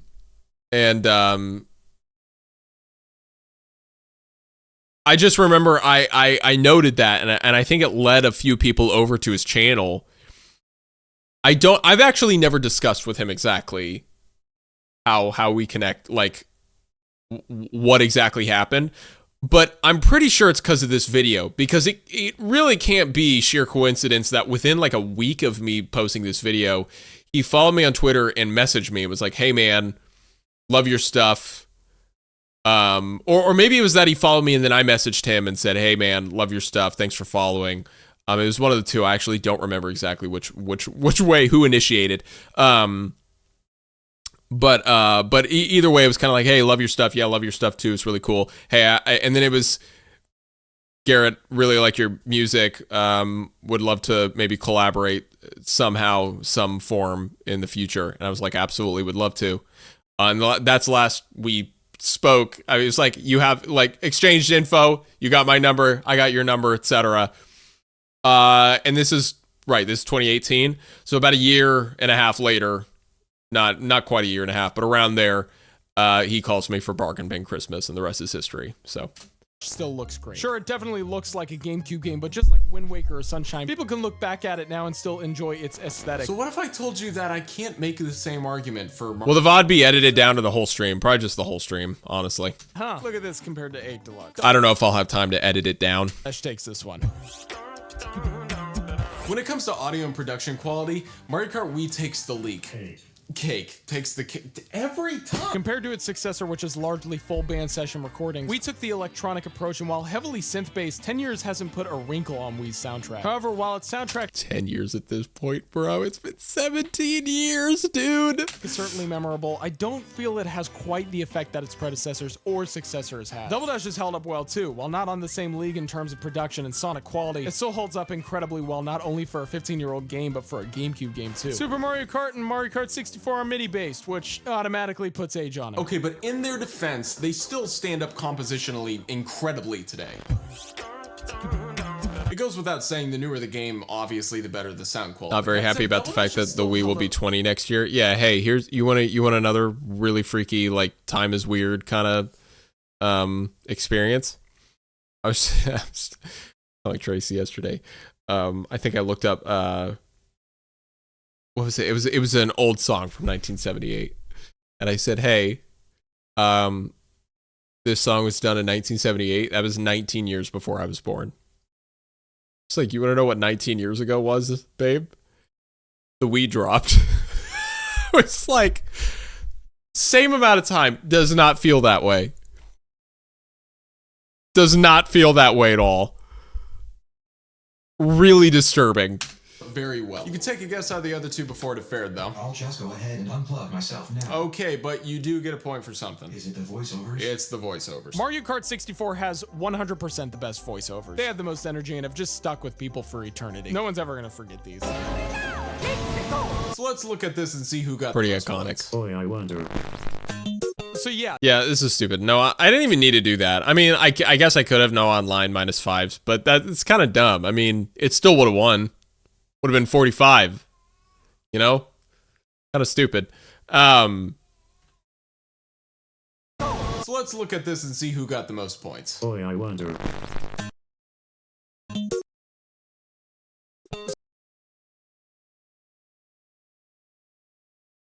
Yeah. Yeah, the graphics of Mario Kart Wii are kind of doo-doo poo-poo. Doo-doo poo-poo pee-pee. Pee-pee poo-poo pee-pee.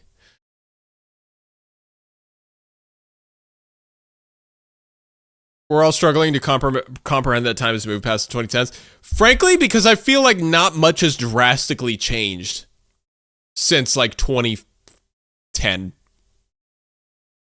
Like, real talk. Like, a little bit has. It's interesting watching back certain things. It's like, oh, like commercials, as an example. Even the quality of TV, looking back, I'm like, oh, the quality of, like, cameras in the TV have improved in the last 15 years. Okay. But generally speaking, things have not changed dramatically, I don't think. I don't know. It's weird. So yeah, despite Mario Kart Wii being the most recent installment in this comparison, I strongly believe Double Dash has held up better and has aged the best of any Mario Kart to date. I hereby decree that Mario Kart Double Dash for the Nintendo GameCube wins the Will Smith Award.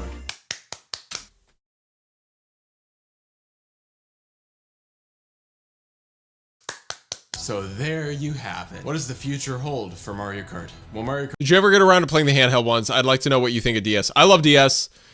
I played DS back when it came out. I just didn't play. I didn't own it, so like I didn't play it that much. 7 I played all the way through. I played that one brand new too because my brother got Mario Kart for his 3DS. And I played it all the way through. I don't like 7 as much. I don't really like 7. Yeah. Kart 8 stand the test of time like these games have? Will you stop asking generic questions? This video gave me malware. This video is sponsored by Displate. Displate is a portal gathering tons of amazing artists. Hot wife again. Here with so many gorgeous posters to choose from. The posters are super high quality, thin metal plates, and easily mount on the wall using magnets. So you can easily adjust how the poster sits without committing yourself to a poor choice like Kim Kardashian marrying Chris Humphries. What? Huh? I didn't say that. You can get any Displate 20% off by entering the Topical jokes, baby. Just click the link in the description. I'm also back to live streaming on Twitch. Having fun hanging with chat and playing games on Monday, Wednesday, and Friday evenings. Never know though, I could be live right now. Here's some of the hot garbage. Here's some fun stuff that's already gone down. That thing won't move. Oh, classic moment. Somebody Yep. eat this. Never been. I don't think I've ever been that angry at a game. Do you know that water's wet? What? Man, this goes back. This is crazy. Which is better, Pepsi or Coke? Coke, dude. I'm voting. Coke. Pepsi's trash, bro. Okay, here we go. This is... Born in Roma. I'm not going to say it's the worst RTTTA. I would say in terms of, like, because I was just better at doing them at this point. But this is very much the filler on the record. This is the filler track on the album. The most wonderful time. And the reason is because I was trying to I was like, I've got to get something out. It's been so long. And I was like, well, it's, you know, topical to put this out at this time since it's, you know, Christmas time. So I dropped it.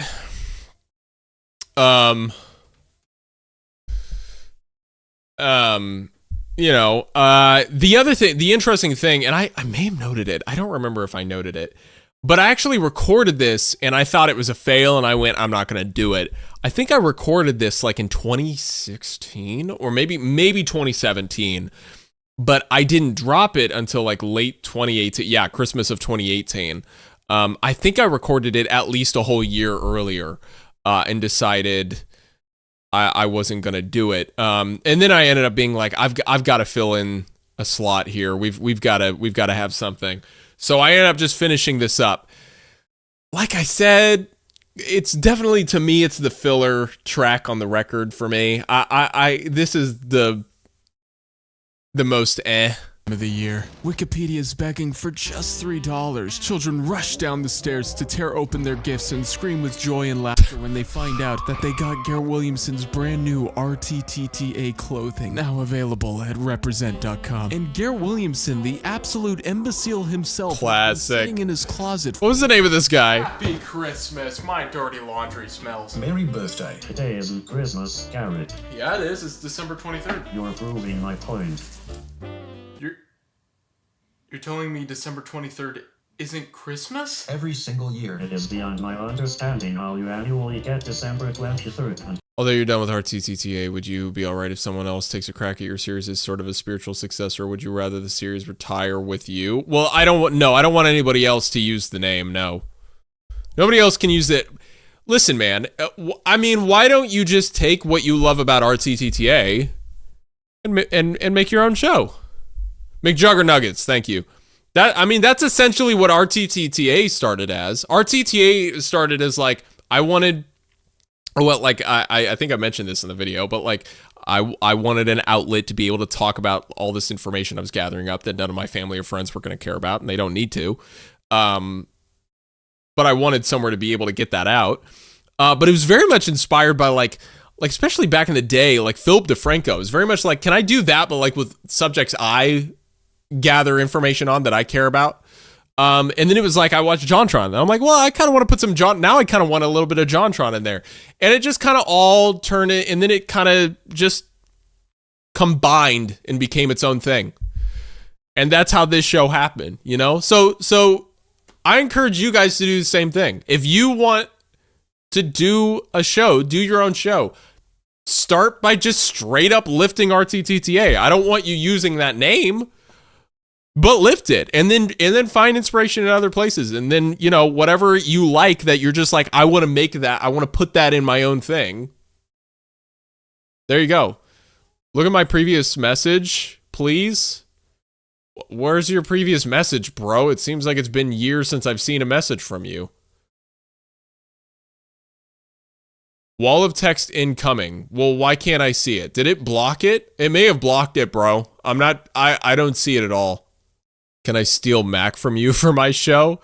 I would say that's again, Mac was me kind of, that was sort of lifting from the bird from JonTron. It's my own twist on it. That's what you guys got to do. That's what you got to do. Jacques, yes. December 20. I just wanted to say you kind of completely ignited my love for the concept of streaming. If you don't remember, I'm the did you know the water's wet guy. And when I saw it in the Mario Kart video, it genuinely changed my worldview. Saying a stupid thing I did made permanent in the catalog of a YouTuber I love watching made me stay up all night thinking about it. No kidding, really? That's fun. Genuinely, from the core of my being, thanks so much for being you and making all the things you made. You changed my life forever, and I believe you'll continue to change the lives of others with your stuff. So please never stop being awesome and making cool stuff. Hey, Spoozerman, thank you so much for the kind words. Thank you so much. I'm so glad that I have this stuff, this really, really silly, corny stuff that I've done, has actually made an impact on people. That really means so much. So thank you once again for the kind words. Thank you for always tuning into the streams. I see your name around here a lot. Thank you so much. It really means a lot. Thank you for watching. Yeah, huge shout outs to Spoodzer, man. Really appreciate it. Thank you. Frankly, don't want to just make my own series like yours because it's not what I would do, but I would have wondered if you would have endorsed someone finishing what you started to an extent. Not really, no. I think this show starts and ends with me. I would say that much, yeah. I think if you want to take what I've done, I think it's perfectly fine if people want to take this and be inspired to make their own show, even if it's just straight up, you know, at the beginning, just basically lifting RTTTA and they find their own thing as they go. I'm totally all for that. I think that's great. But no, RTTTA starts and ends with me. So, can I have your house to use as a set for a new successor to your show? Absolutely, yeah. Just come over here every Tuesday. We'll... 1 point. Your stupid Mario screws up a lot of things. Yeah, I'll definitely listen to the one whose company set fire to every decent opportunity. Wait. Oh my gosh. Mario's made this mistake? Oh no. Oh no. Oh no. Super Mario World, the TV show. Remember this? I don't know how Bob Hoskins feels about it, but it's a thing. So just like the entire existence of this show, Mario screws it up. Actually, he tries fixing a problem by throwing in Christmas Day in the middle of July. Yeah, I really wasn't that off, Mac. December 23rd. How the heck do you always think it's on December? So without further ado, let's watch The Night Before Cave Christmas. Hey, this Yoshi's barbecue mammoth whip. So it turns out that a stupid blonde caveman boy, whatever he is, has been exceedingly naughty and his attitude has encouraged the other cave people to act badly as well. It's like Uktar started an epidemic. We've got to do something. Breaking news, mentally handicapped blonde kid begins epidemic and plagues billions of devolved human beings with a disease known as radical buttholism. My corn. We'll call it Cave Christmas. And kids get lots of treats. Ooh, eat treats. I can see clearly now the rain is... Well, they did it. They broke Yoshi. Those tree faces look like they've seen things, man. They know what you've been up to, Yoshi. Want to tell us what's going on, buddy? See, bully? They're cutting a Christmas tree. I want one, King Dad. You know, pretty much every voice in this show I'm glad is gone, except for one. This one. I want one, King Dad. Yeah, Bowser Jr. really just should have that voice. I want one, King Kind of agree. Dad. Remember, Yoshi, Santa Claus only brings presents to good children. Yeah, Yoshi, the only reason to be nice and mannerly is so a fat guy gives you some gifts. This story's moral is on point. I wonder why today's society is in the toilet. Touch my body, put me on the floor, let me around, play with some more. So Bowser and his kid are... Oh, one of the best. Stupid Play with some more body, put me on. So this, I don't even remember who covers this. It's called "Touch My Body." It's a Mariah Carey song. Gets covered by The floor, let me around, play with some more. So Bowser and his kid are... Work of art. This is decide Santa is a stupid idea, and Bowser has... It's Mariah Carey. That's a cover, obviously. This is but 100 Bits. This TV show may have been not good, but at least it created something better. YouTube poop. True. True. Thanks for the 100 bits, Pacific. Right before being thrown in the dumpster where this show belongs. And then this dumb kid tries to steal the best toy from the bag just to end up hiding from Bowser inside the bag that Bowser then steals and takes with him. So, what do you think? Don't try wearing it in Brooklyn. Why were you referring to Roy as Bowser Jr.? I don't know, because he seemed like Bowser Jr. to me. Yeah, that was really funny, Luigi. Punk rock music is gold. It's Sonic Adventure 2. So then they realize Bowser took the toys and then Peach just casually picks up one of Bowser's scales. Yeah. Why, that contemptible corpuscle? This is low, even for... Yo, thank you for rushing into my house while it was engulfed in flames to save me and buying me a new Ferrari F40. Absolutely happy I could help. Glad I could be there for you. Yeah, guys, I saved Sammy M. Absolutely just crushed it, honestly. I come in and clutch again. No, wait, hold on, hang on. By this time, we would have already had... Honestly, if I was nicer, I would have gotten him like, you know, like a Honda or something, but I thought a Ferrari would be pretty cool. 4 mainline Mario games released where Bowser has already trapped Toads in bricks, kidnapped the princess numerous times, and trapped dinosaurs in eggs, and you're saying this is low even for Koopa? Toys and material things really are that important to you, aren't they, Mario? More Sonic Adventure music. I see your heart behind things. I see what you really think. You don't understand the meaning of Christmas. If you want to know what Christmas is truly like, then you need to go put on some Vince Guaraldi. Uh-huh. Just sit there. You tell him, Garrett. Yeah, you tell him. And just kind of process everything going on in that head. Let him cook, let him cook. So they decide to go and get the toys back because what else are you gonna do with this story? I mean, this is some Mario show we're talking about. This totally doesn't remind me of a generic alien movie. My Koopalings will be so happy when they see all the wonderful presents I stole for them. You? What are you doing in my bag of toys, cave creep? Your bag? These my toys, Koopa Doo. Someone please feed him to... Dino food. Thank you! See, Bowser's actually the only reasonable person here. Really, he's the good guy of this whole entire episode. You know, you could just... You know, you could just cut it. Have a Merry Kate Christmas, Bone Brain. You got sharp teeth, you know, or scissors. I'm not just... You just cut it! He's gonna be dino dessert if we don't save him.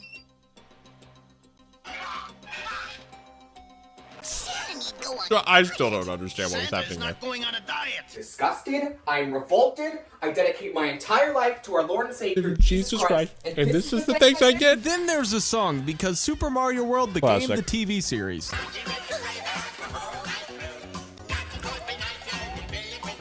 Yes, we're almost there! Come on, buddy! Come on! We were this close to a good episode. Me sorry, Ukta not been good. Not been good? Ukta been bad. Good lord, Yoshi's almost as painfully honest as Norm Macdonald. Called the Lonely Island. Yeah, Who you will know be what I on the call big... him? What do you call him? I call him Sandberg and the other couple of fellas. I love how he didn't know what to do with that. Wings? Hold on, little buddy. Rest in peace, Norm Macdonald. The devolved blonde back to his house. Mario leaves him a gift once he gets to sleep in a record-breaking half a second, and then the blonde leaves Mario a gift, and then that's it. That's the end. They just ended like that? So was this episode or show... One of the greatest. No. It's pretty brainless material that was just used as a cash grab, but it only Incredible. felt right for Christmas to be looking at a golden turd that has been left in the deepest of vaults of Nintendo's. Nintendo, I love you and I'm sorry and I really meant nothing by this, and also please hire me, I would greatly appreciate that. Hi, follow me on Twitch. No, seriously, for the love of my phone bill. I'm usually streaming Monday, Wednesday, and Friday evenings around 7 p.m. Central Time, but it changes. If you want to see some of the abuse that I've gone through, check this out. Also, be sure to check out represent.com/Garrett-Williamson. Tons of really cool new clothing you can get there. We're still adding stuff, so some of it may be limited time. You may want to check it out now. Did you also know I have a cool kids club? It's called Patreon. Actually, really cool if you watch my stuff in the first place, so you're good. However, if you join my Patreon, you can see your name here, or you can hear your name sung like this.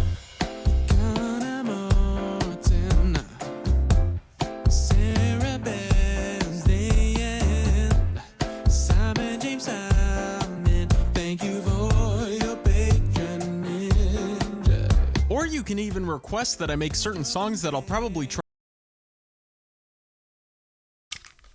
All right. Last one, gents. Last one, Kingdom Garshins. Whose upload schedule is worse, Garrett or JonTron's? Please, man, Garrett's. The uploads. Definitely Garrett's. Well, it's been a fun 8 minutes. See you 2027, Garrett. Can you please spell my name right? Garrett fell off. True, I'll sure see did. you all in a year. Garrett once had an upload schedule. Oh my gosh, 2 T's. 2 T's in my name. Congratulations, Garrett. I'm releasing a video. I look forward to the next 8 months. Hold on. This is the longest I've gone in a long time, guys. You need to think of a new comment to post. Time to wait another year for the next RTTTA. Here's how I'm solving that problem, because I sure as crap can't be frequent on YouTube anymore. I'm streaming on Twitch on Monday, Wednesday, and Fridays. That means you can catch me live and talk to me 3 times a week. Something that has been unheard of from me since 2012. There it is. No, serious. There it is. On Fridays, I do online multiplayer with subs and patrons. So There's that clip that was being referred to. Referred to? Nice. Then have at it, but don't say I didn't tell you there's a solution to that. Come join Kingdom Guards today. Hashtag sub to Kart! You should also note I'll probably start uploading stream highlights here and there, because those streams are gold mines. Why haven't you joined yet? Okay, on to the episode. Hey, Garrett, what would you say the best dredging/trawling tools for collecting macrofaunal prideblids would be? What? Wow. This goes back to GC Games.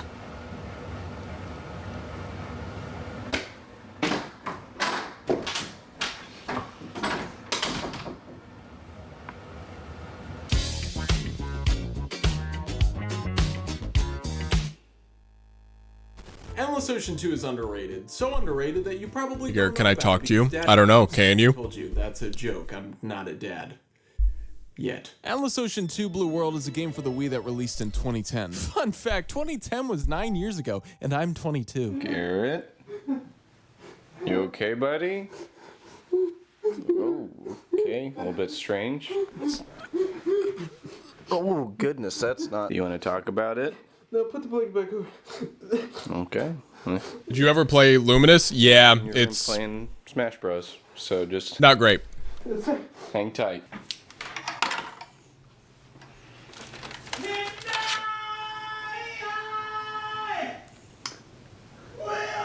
My JonTron moment here. Contrary to popular belief, this game is a sequel.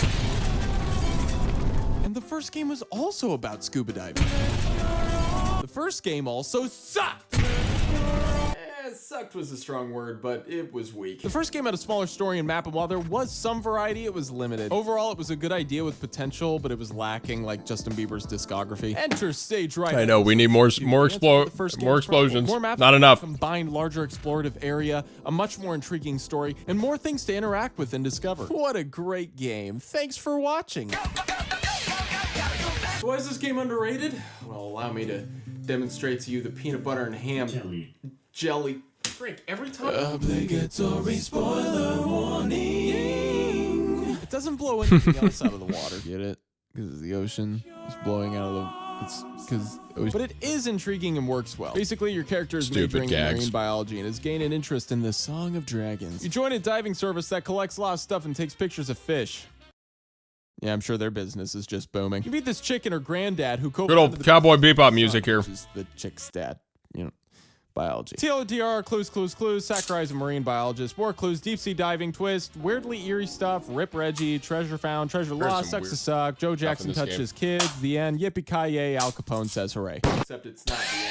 After you finish the story, you can actually reopen the spot with the treasure you got closed out of if you can get 1 million it's money, which can be acquired by doing photography, salvaging, and touring gigs. Now, a lot of this is grinding, which isn't the best thing ever, but it does give it some nice replayability. I mean, look how much time I've put in this game. I mean, clearly I hated it. Like, picked it up once, decided it wasn't for me. While the story isn't really groundbreaking, Always with fading and let your arms unfold us. Throwaway generic story for the sake of diving in the water and looking at fish. It was actually cohesive, well explained, and not a complete fustercluck like the entire Kingdom Hearts series. Nobody's here. Ooh, who's nobody? Well, you know, nobody. Well, I know just about everybody, but I don't know a nobody. No, there's nobody here. But we're here. Does that make us nobody? That could not have been more of an apple. Jack is and oranges banging. Yeah, comparison. I loved that jacket. It finally wore down. Okay, Garrett, so the gameplay is diving in water and looking at fish. What an incredibly underrated game. I'm so proud of you for continuing to make RTTTA. Shockingly, this game revolves around scuba diving. However, it's not simply just going into the water, looking at fish, and calling it a day. You can hunt for treasure. You can This game fish, still you can looks save great. the fish. You can actually surface and explore the land. Sometimes you can create your own private reef. You can have an aquarium. You can buy useless gear from a cowgirl that apparently lives out in the middle of the Pacific. Not the faces, but And they constantly reward you for exploring. Fully discovering a whole map allows you to be a tour yeah, this is guide. here we go. This is Tour guiding Pilot gets Wings you pen money. up Money right buys here. you stuff to make your private reef better and attract more fish. Different scuba diving gear, which swears it makes a difference, but not really, but it's cool to wear. Freaking haircuts. Dope stuff to put on your own private island. Oh yeah, the private island. This is 9 Ball Island. It's about the greatest tropical paradise since Wave Race 64. How dare you compare that to my baby? It's the hub of the game. This is where you develop photos you took, take up treasure hunting, touring, The water dog Starbucks play games iced with coffee. marine pets, and yeah, you can buy stuff for the island and just chill out. Some of the objects even have a legitimate use. That's how you know. Side quests. And sometimes I'm totally. That's how you know I'm a real one. That's how you know I'm a legit. You I'm can't exactly legit. get lost in this island. It's about as small as Richard Hammond, but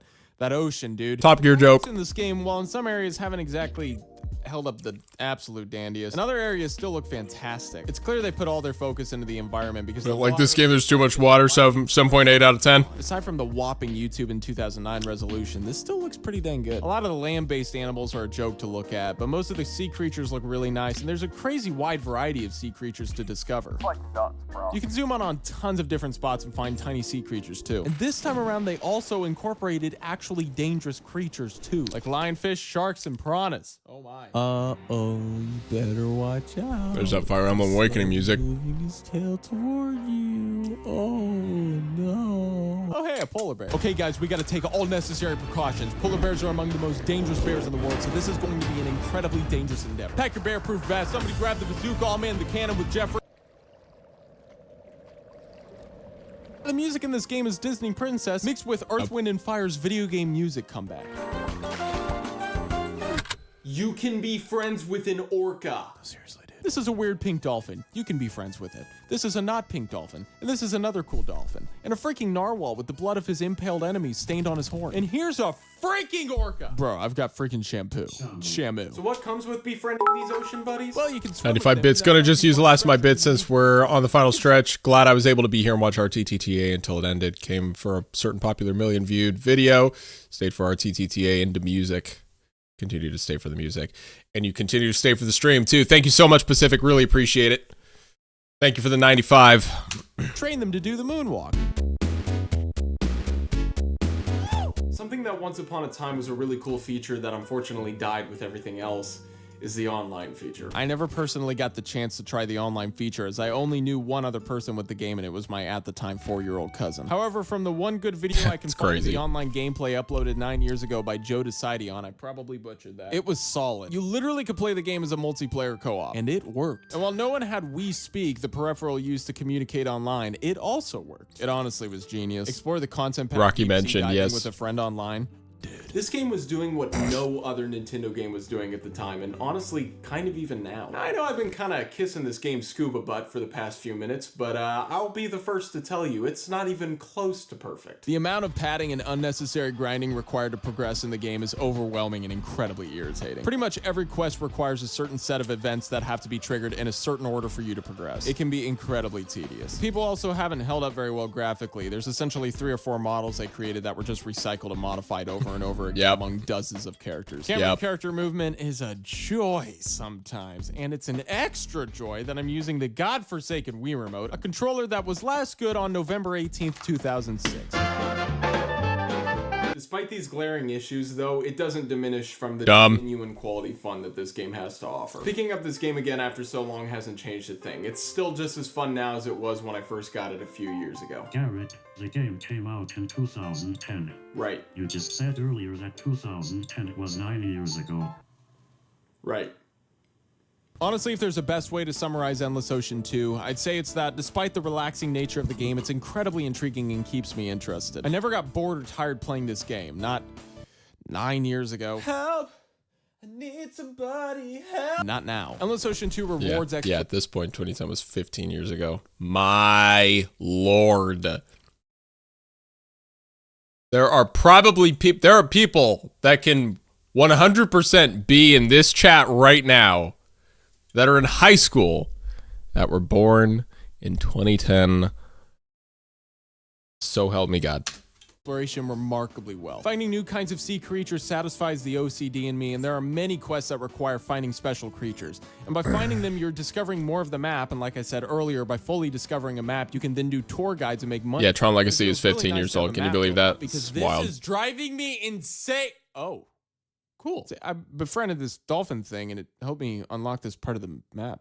See, it all comes full circle. But finding fish are only the beginning. With all the treasure to be found, friends to be made, sharks to avoid getting slapped by, secret areas to discover, Professor Sakurai to talk to, a custom private reef and aquarium, dogs to pet. You can't even do in Breath of the Wild, which makes Endless Ocean 2 far superior. I mean, it's obvious. You just look at them. Pimping up your private island, side quests. Yeah, I think you get the picture. This game is loaded with content. It's a great game. Humor me for a second. I'd like to make the most nuclear take of 2019. Most underrated Wii game? Xenoblade, Okami, Endless Ocean 2. Garrett! Wow! Okay, I figured it out, Mac. Did we let him in? No comment. It's been in front of me the entire time. I was on Amazon, and there were these goggles, and they massage your eyelids at like 42 degrees Celsius. It's even more than that. Even more than massaging your eyes, they dredge and they trawl. Wow. And I was just thinking about, we were trying to find a way to dredge and trawl for microfaunal priapulids, right? What would you say the best dredging / trawling tools for collecting macrofaunal priapulids would be? And you know what rhymes with priapulids is eyelids. So if we have these goggles and they're dredging and trawling our eyes, then that means...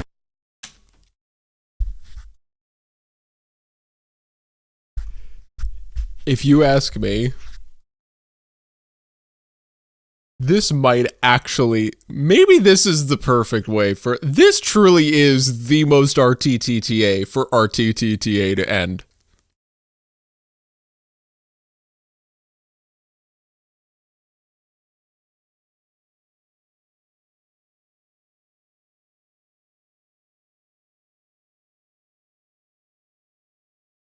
That might be, upon revisiting, I feel a little, I'm gonna be honest, I feel a little less bad. I find that to be a very great way to end this series. You can get your name on this list or even sung in a song I make from scratch each month by joining my Patreon.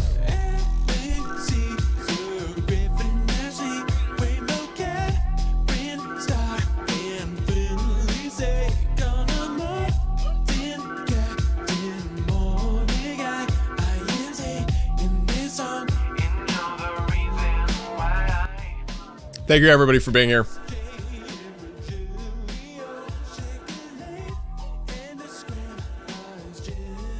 Thank you all for tuning in.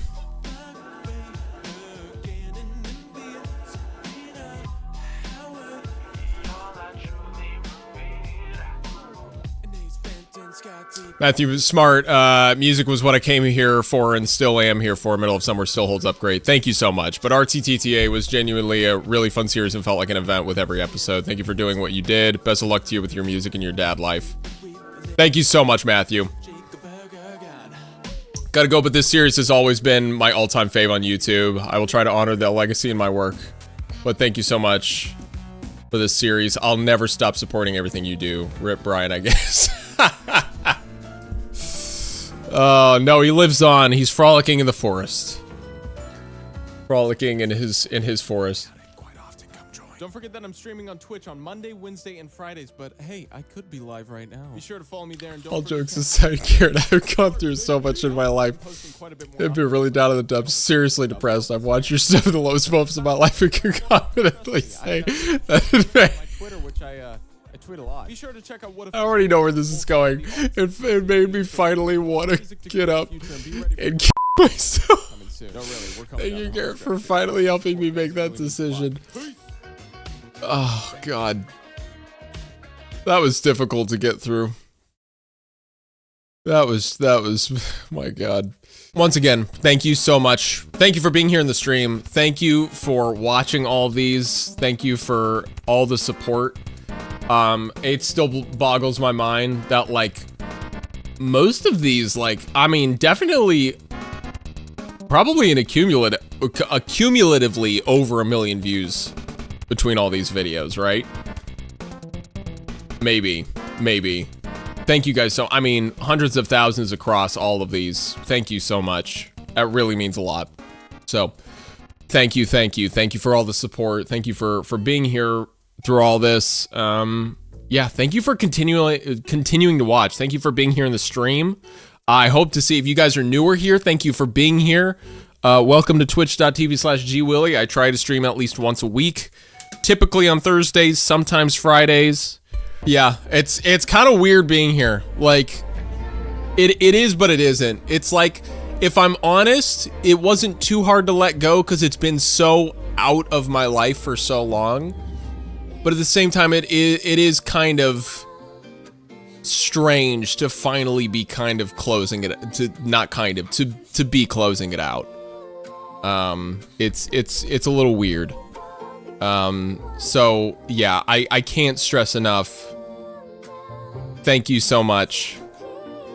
Thank you so much for being here, for watching. Yeah, I know I keep saying it, but yeah, huge thanks. And yeah, I hope to see you guys around.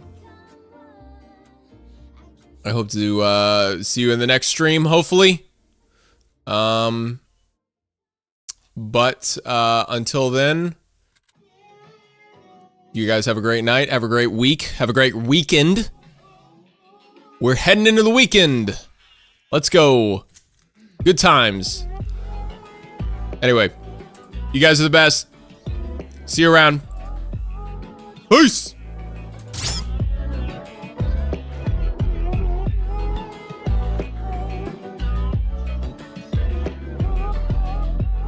So you're not going to let me say goodbye? Okay, well, here's your chance. Bye. That's it? Yup. You've got nothing else. No. It was a horrible run. Hey man, I heard you were ending the show, so I brought my Force fam to wish you the best of luck! Brian, that's sweet of you. Wait, are those actual horses? Wait! Oh my God!